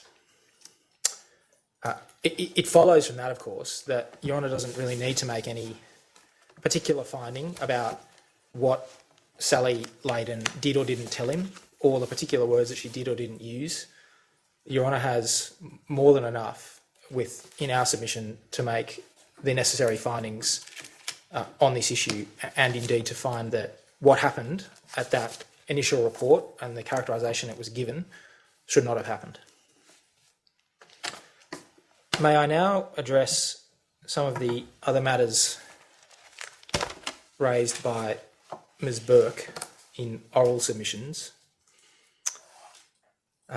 Firstly, I understood that Mr Childs' lack of knowledge of the definition of a missing person was sought to be invoked in his defence as somehow ameliorating the incorrect classification that occurred at the time.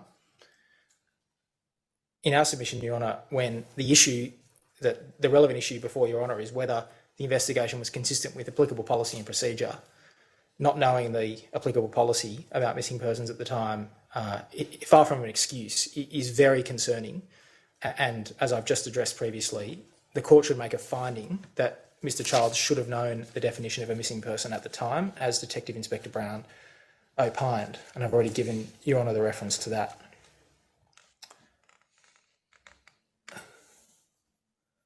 Secondly, I've already really addressed this, but the idea that because the Commission's instruction was long or A5 size or held together with pins really goes nowhere on whether Graham Childs should have known the fundamental information, and then we embrace Detective Inspector Brown's opinion on that point.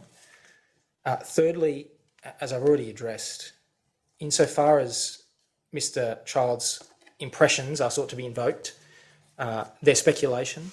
He said he had no recollection, and Your Honour should base Your Honour's findings about what happened and what should have happened primarily on the contemporaneous documents. Next, there was a submission made about the fact that Detective Inspector Brown is living and breathing missing persons, and a contrast sought to be drawn between him and the position of a policeman in the field in Mr. Childs' position in 1997. Well, in our submission, Detective Inspector Brown's living and breathing missing persons validates his opinion, doesn't detract from it. That's why he's been put up as a witness on this issue. He's the head of missing persons in New South Wales. That's not a reason to forgive shortcomings in the field. And insofar as there's some criticism made of Detective Inspector Brown, that his opinion is in hindsight in some way, well, of course, firstly, any expert opinion has to be in hindsight. There's no other way they can be given. But secondly, it's clear from his statement and from his oral evidence that he was making his opinions by reference to the facts as he could discern them at the time, based in particular on the cops' narratives and the notebook entry, and based on the applicable policy at the time. He was applying Commission's Instruction 39. He wasn't applying today's policies or today's procedures. So the criticism, if it is a criticism, that Detective Inspector Brown's evidence was in hindsight goes nowhere and does nothing to detract from his evidence or the value of his opinions or the extent to which Your Honour should adopt them in our submission. Next, there was much made of certain references in the original COPS narrative, in particular to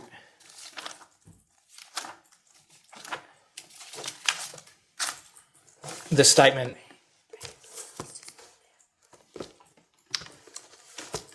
I noticed Sally's left. Are you happy to? I'm content to continue, if Your Honour is, yes.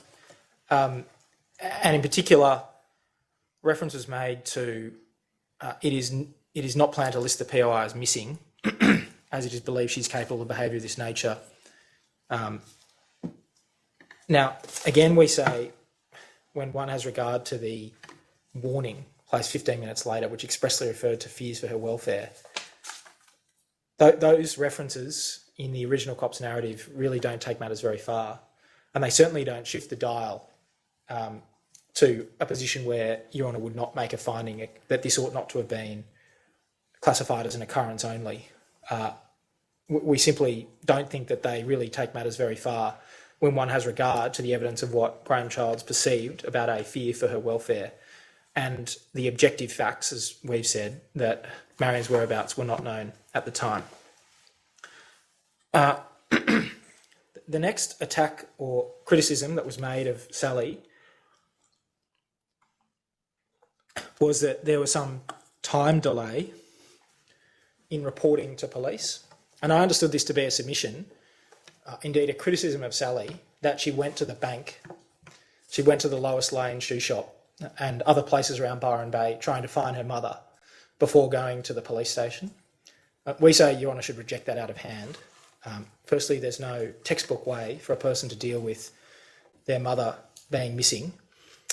Secondly, there is no relevant delay. All those things happen on the same day. And thirdly, in any event, it makes no difference. I mean, it actually gave the potential for more information to be given to police because those basic inquiries had been made than if Sally had gone straight to police. And when the repeated criticism is that she didn't give enough information to police, it sits ill at ease with that submission.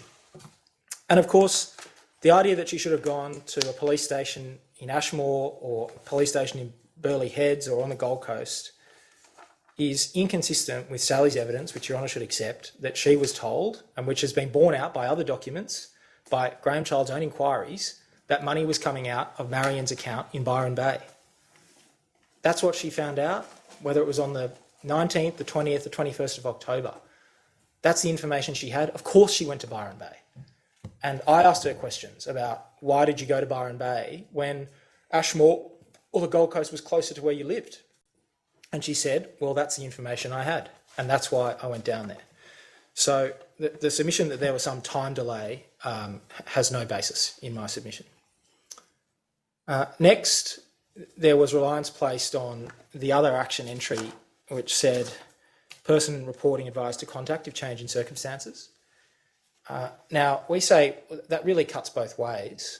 That could be said to effectively any inquiry or report made to the police, and it's ambiguous in terms of what it indicates.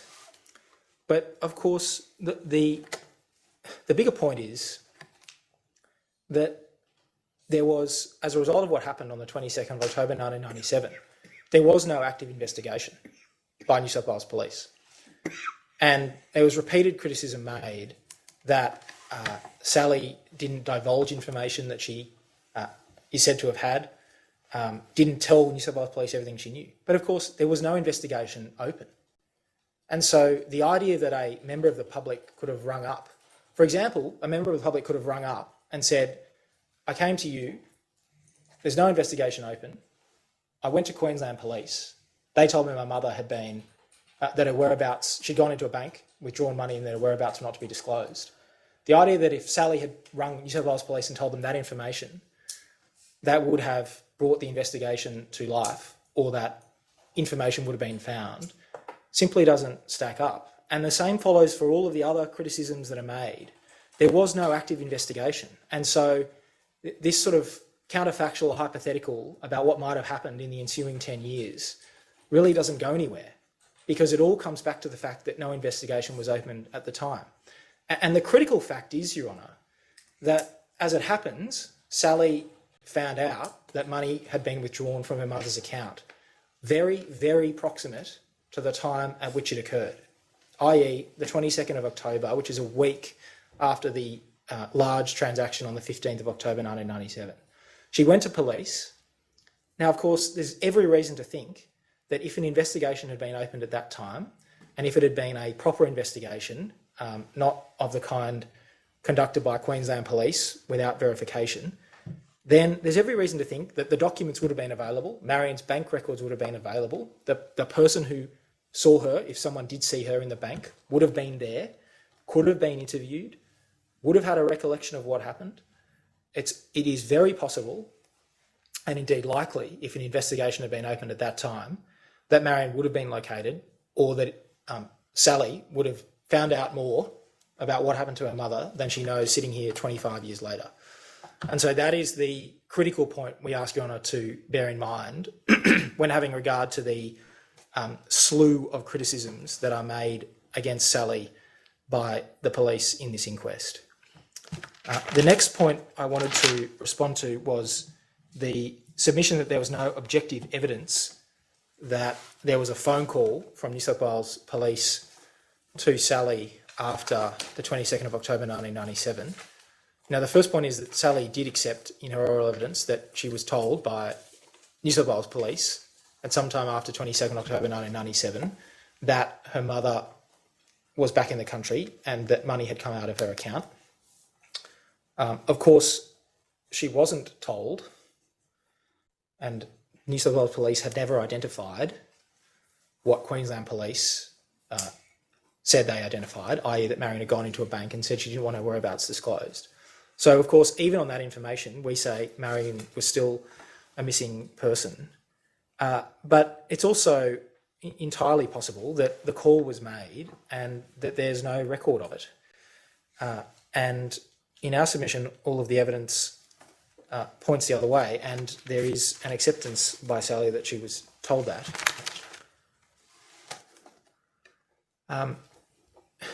Next, it was said that if Sally had told New South Wales Police what Queensland police told her, then things might have panned out differently. Now, the first thing we say in response to that is that Sally's recollection is that she didn't speak to Queensland Police in 1997 and that she wasn't told that information. Your Honour will, of course, reach your own view about that, but we have set out some submissions in writing on that in our submissions in reply at paragraph 18. But, of course, that's the very point I was just seeking to make. They might have panned out differently if there'd been a police investigation open, but in circumstances where there wasn't, it does not stack up, and it's not possible to say that things could have panned out differently in our submission in that supposed counterfactual. It's also possible that Sally was told or was contacted by Queensland Police. It's also possible that she forgot or that she was confused. And there were repeated references to Sally not divulging information, and insofar as that contains or connotes her concealing information which she had, Your Honour should not entertain that for a moment. And there was also a submission made that certain of this information was well known by Sally before the inquest. And again, insofar as that's suggesting some concealment or withholding of information, there is absolutely no basis for it. And we resist those submissions in the strongest possible terms. We would also say that if an investigation had been open in New South Wales, it's of course entirely possible that police in different jurisdictions could collaborate and for information to be shared between them, and that there's no reason why that could not or ought not to have happened if there had been an investigation on foot in New South Wales.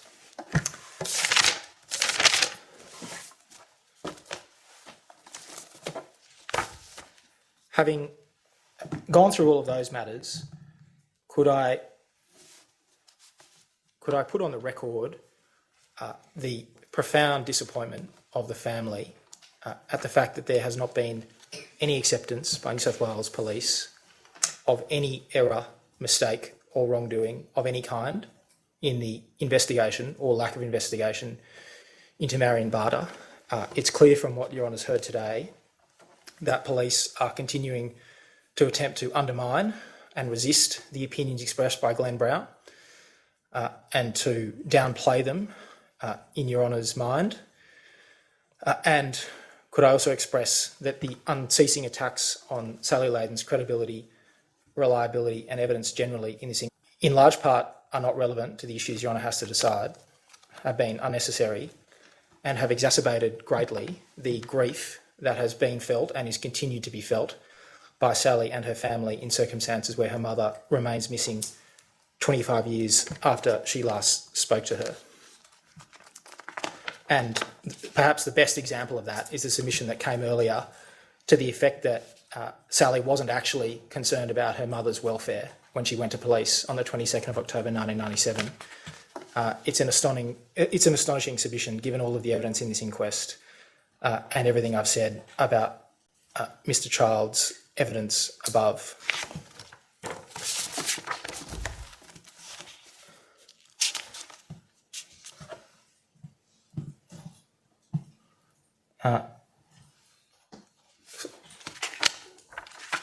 Could I then just briefly speak to the submission advanced by New South Wales Police, particularly in writing, that Marion was not objectively a missing person because of what Queensland Police had determined as at 1 December 1997, and that therefore everything the New South Wales Police did or did not do after that date was not problematic. Firstly, of course, we cavil with the conclusion reached by Queensland Police and its reliability for the reasons I've explained earlier today. But secondly, as I've said, there was no investigation on foot. And so it's a total hypothetical or a speculative counterfactual, because what Your Honour has to consider in my submission is what information did New South Wales Police know, what was reported to them, and how should they have responded to it, both at the first report on the 22nd of October 1997 and in 2011 when the report was submitted suggesting that Marion be removed from the missing persons register, which had the effect of her being marked as located. So it's not relevant, and it doesn't assist Your Honour in our submission to construct a retrospective, objective universe of different facts and to seek to cast the conduct in that light. The investigation has to be assessed and evaluated by Your Honour based on what police did know and what they should have done with what they did know, and the steps they should have taken based on what they did know. And so in our submission, to construct that retrospective, objective, different universe of fact doesn't assist Your Honour in the task Your Honour has in making findings about the adequacy and nature of the police investigation in New South Wales. Finally, Your Honour, could I address briefly the recommendation that we have submitted Your Honour should make? And Your Honour will have understood from my earlier submissions why we advance this, and that is that the family's the gravamen of their position is that twice Marion was deemed or regarded as located by police in two different jurisdictions in circumstances where we say there was no proper basis for that in either case. And in the case of Queensland, that of course was able to occur because there was no policy. In the case of New South Wales in 2011, that occurred because there was an exception in the relevant operating procedures at the time, which allowed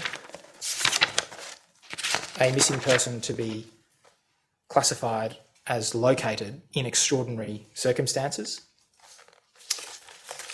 And that's what happened. That was the exception that was relied on by Detective Senior Constable Sheehan in making his report. And the fact remains that there is still the same exception, although expressed in slightly different terms, in the current standard operating procedures, which are at volume 6, page 2025, and the relevant passages are in paragraph 12.1. In exceptional circumstances, locating a missing person without citing them may be approved by the manager of the missing persons registry. And in paragraph 12.3, if, however, evidence can be gathered to clearly demonstrate that the person is safe and well in consultation with the manager of the missing persons registry, it might be appropriate for that person to be recorded as located. And that's in the context of where they haven't been cited. So we say it's possible for the same thing to happen because of that exception. And we say there's no cogent reason or justification for it that's been advanced. We say the only real reason that it appears to exist is to enable police to close files of people they haven't been able to cite or haven't had a report from an authorised person or a citing authority as referred to in the current standard operating procedures. We say that in those circumstances there remains the risk that exactly what happened with Marion Barter in 2011, where she was removed from the register and marked as located without having been cited, could happen again. To that extent, the current policies remain unsafe and unsuited to their task, and therefore that Your Honour should recommend that they be amended in the terms that we have set out in paragraph 131 of our closing submissions in chief. To the extent it's put against me that that was not canvassed expressly with Detective Inspector Brown or other relevant parties haven't been consulted, well, it's very clear in my submission that whether Marion being classified as located in 2011, that was very clearly an issue in the inquest from the beginning. There was no doubt about that. Detective Inspector Brown opined on that. Detective Inspector Brown opined on the reforms that have been made to the missing persons procedures and registry since. Counsel assisting made the submission earlier today.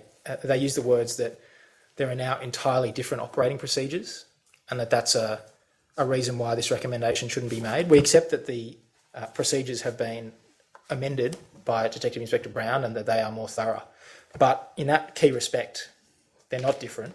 They remain the same as they were in 2011, and the family would not want what happened to them to be visited on other families of missing persons in New South Wales. So we say that the issue is fairly and squarely canvassed, and that Your Honour ought to make that recommendation under Your Honour's power under Section 82 of the Act. Finally, could I express the family's thanks for the time the court has devoted to this inquest and the work of counsel assisting, and could I conclude by particularly expressing the family's very sincere gratitude to Ms Joni Kondos for the critical role she has played in the search for Marion Barter. Thanks very much, Mr Smith. May it please the court. Your Honour, I know this would be unusual, but can I just reply to two things raised by Mr Smith? Very briefly. Yes, I'll be very brief. One is in relation to submissions that I was critical and criticising Sally. That was not the purpose of my oral submissions, and it was never the purpose of the cross-examination I conducted of Sally. The purpose of both the cross-examination and the submissions have been to protect the interest of those whose leave I've been given to represent. That was the only reason, and I thought I made that quite plain in the notations on my written submissions. The second is there has been no attempt on my behalf in the submissions, or indeed in asking questions of Detective Inspector Brown, to undermine what he says, or indeed cavil with what he said. I've just asked you to look at the perspective from those that were standing in the shoes at the time of both Childs and Detective Senior Constable Sheehan. Thank you, Your Honour.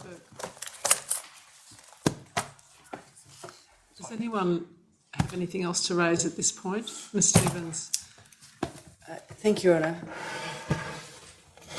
We have a very short reply, Yes. and I'll certainly be concluded before court rises at 4 p.m. Absolutely.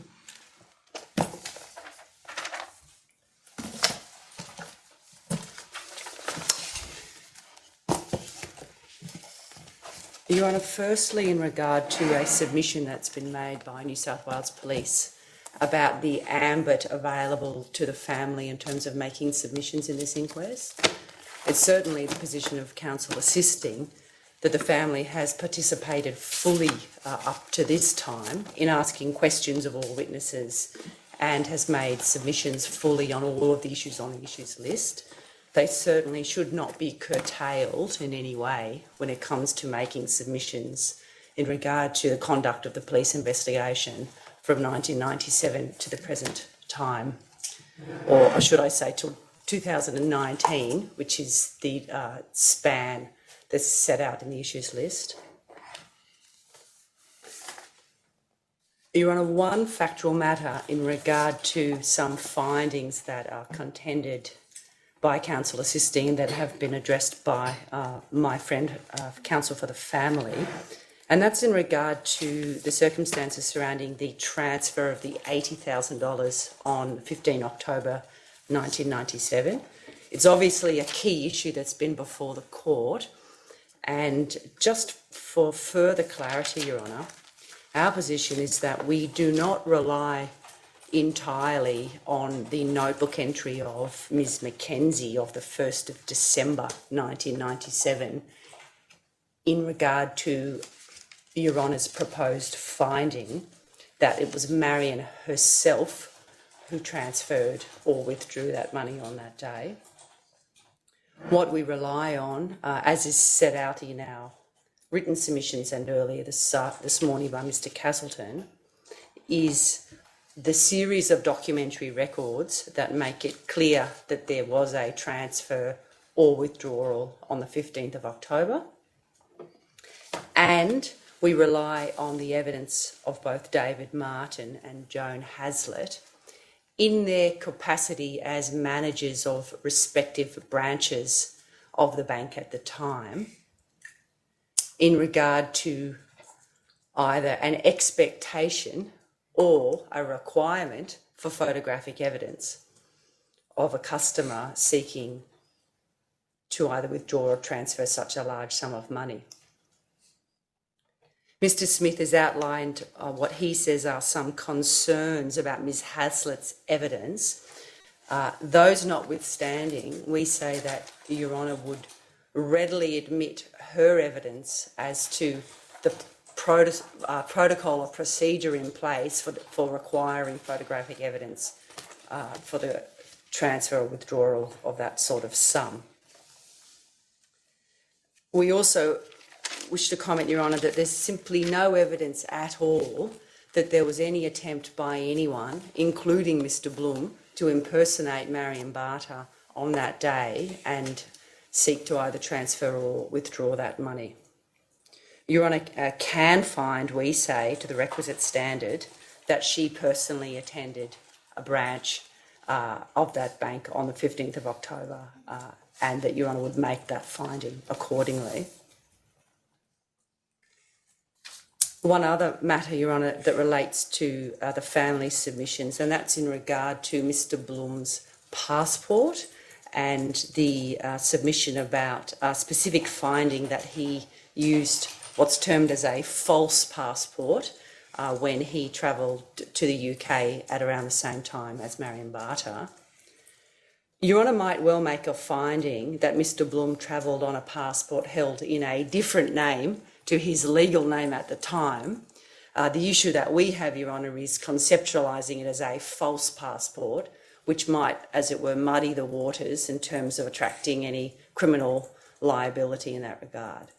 But the facts are clear. He did travel on a passport which was not his legal name at the time, and he had also done so on other occasions, not related to those when he travelled at the same time as Marion Barter. Your Honour, finally, I have some comments by way of reply to make in regard to the police investigation and the approach taken by New South Wales to police in that regard. I should say that Counsel Assisting supports the submissions that have been made in reply by Mr. Smith to the oral submissions made today. I should also say that there should be, in our view, Your Honour, no criticism made of Sally's actions at the time in 1997 or in 2007 or any time thereafter. There should be no suggestion that she has in any way delayed any investigation by New South Wales Police or behaved in a manner that, in our submission, can be described as nothing less than totally understandable and consistent with a daughter very confused and anxious at finding out about her mother's circumstances at that time. I do feel compelled to say that it is unfortunate that there has been this resistance to accepting the inadequacies of the police investigation, which are clear on the face of the documentary records from 1997 and the years following. There has, from our understanding, Your Honour, been an attempt by New South Wales Police to perhaps try to reconcile the actions taken by Officer Childs and Officer Sheehan with the approach that's been commented on by Detective Inspector Brown. From my reading of the evidence, Your Honour, Detective Brown does not give his opinion in any way in hindsight or from above or from a different perspective that is somehow less relevant to an officer who was on the ground. Detective Brown gave very clear and useful evidence to the court about what he expected should have happened in 1997, and Your Honour should take that on board and make the findings that we have already suggested should appropriately be made. And I'll conclude, Your Honour, on that point by simply reading out two relevant extracts from Detective Brown's evidence. The first, Your Honour, from the 25th of the 6th, 2021, at page 2, Detective Brown was asked, and this is by Mr Castleton, you heard, did you not, the evidence of former Senior Constable Childs that he, in a sense, put it as an occurrence only because he did not think there was a sense of urgency in relation to the matters that were reported to him on that day, and that he felt that the information supplied to him was not that there was a concern for welfare, and that is why he put it as an occurrence only. If you make those assumptions as to the veracity of that evidence, does that in any way change the opinion you've expressed in your statement in relation as to whether it was appropriate to record that report as an occurrence only? So that's the fairly lengthy question, Your Honour, put by Mr Castleton. And Detective Brown's response is as follows. A sense of urgency wouldn't make any difference to my opinion at all. We have been bound by that ANZPAA definition for a missing person for a very long time, and pausing there, I should say explicitly, including as at 1997. In essence, it has two major elements to it, that the whereabouts of a person are unknown and that there are concerns for the safety or well-being of a person. I base my opinion on the fact that it is clear in the COPS event, and again pausing there, obviously the COPS event made by Officer Charles on the day, that the whereabouts of Marion Barter were unknown and there was a warning that stated there were concerns for safety or well-being. I don't remember the actual wording of it now. That's the end of his answer. And Your Honour has just been assisted by Mr Smith in reminding the court of the content of that warning. The second and final extract I'd like to read is 2 pages on, at page 4, line 14. There's 2 questions and answers. The first is, would you agree as a matter of common sense if a member of the public has fronted up to a police station expressing concerns for the whereabouts of a family member or friend, that suggests, at least at face value, that there's a genuine concern held about their whereabouts? Answer, to me, it's quite simple. If their whereabouts were unknown and if there are concerns for safety or well-being, then a person meets the definition of a missing person. Final question. If this particular report that Sally Barter made on 22 October 1997 had been recorded as a missing person, as an experienced investigator, what do you think particular steps should have been taken from that point on? Answer, there may not have been a particular urgency the day that the report was made, but I would have expected all sorts of inquiries to be undertaken in a timely manner. Even back in 1997, there were mechanisms in place to conduct various checks on bank accounts and other government institutions to see if there was any activity relating to the missing person. I would have expected a statement to be taken from the person reporting, a formal statement, and various other people to be interviewed about their knowledge of the whereabouts of the missing person. Your Honour would be assisted by that evidence and in our submission should make findings accordingly. And there should be no suggestion that there were not, in fact, inadequacies in that original police investigation.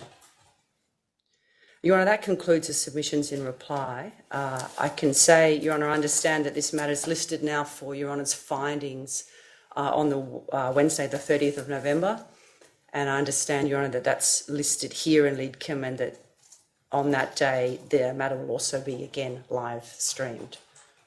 Thank you, Ms Stevens. Unless there's anything else that anyone wishes to say, I'd just like to thank the legal representatives, Mr Smith, Ms Burke. I would like to thank Sally and her family for your participation. I think I've said probably a few words on the last occasion, but again, thank you. I know it hasn't been easy, but it's much appreciated, your participation and involvement. I'd like to thank the investigating officers again for the incredible professionalism and the enormous amount of work put into this case, and my counsel assisting team, Mr Castleton, Ms Stevens and Ms Patocki, for their enormous assistance to me. We will adjourn for findings, which will be delivered at 10 a.m. on the 30th of November here at Lidcombe. Thank you. Please. Silence, please, or stand in the court's now.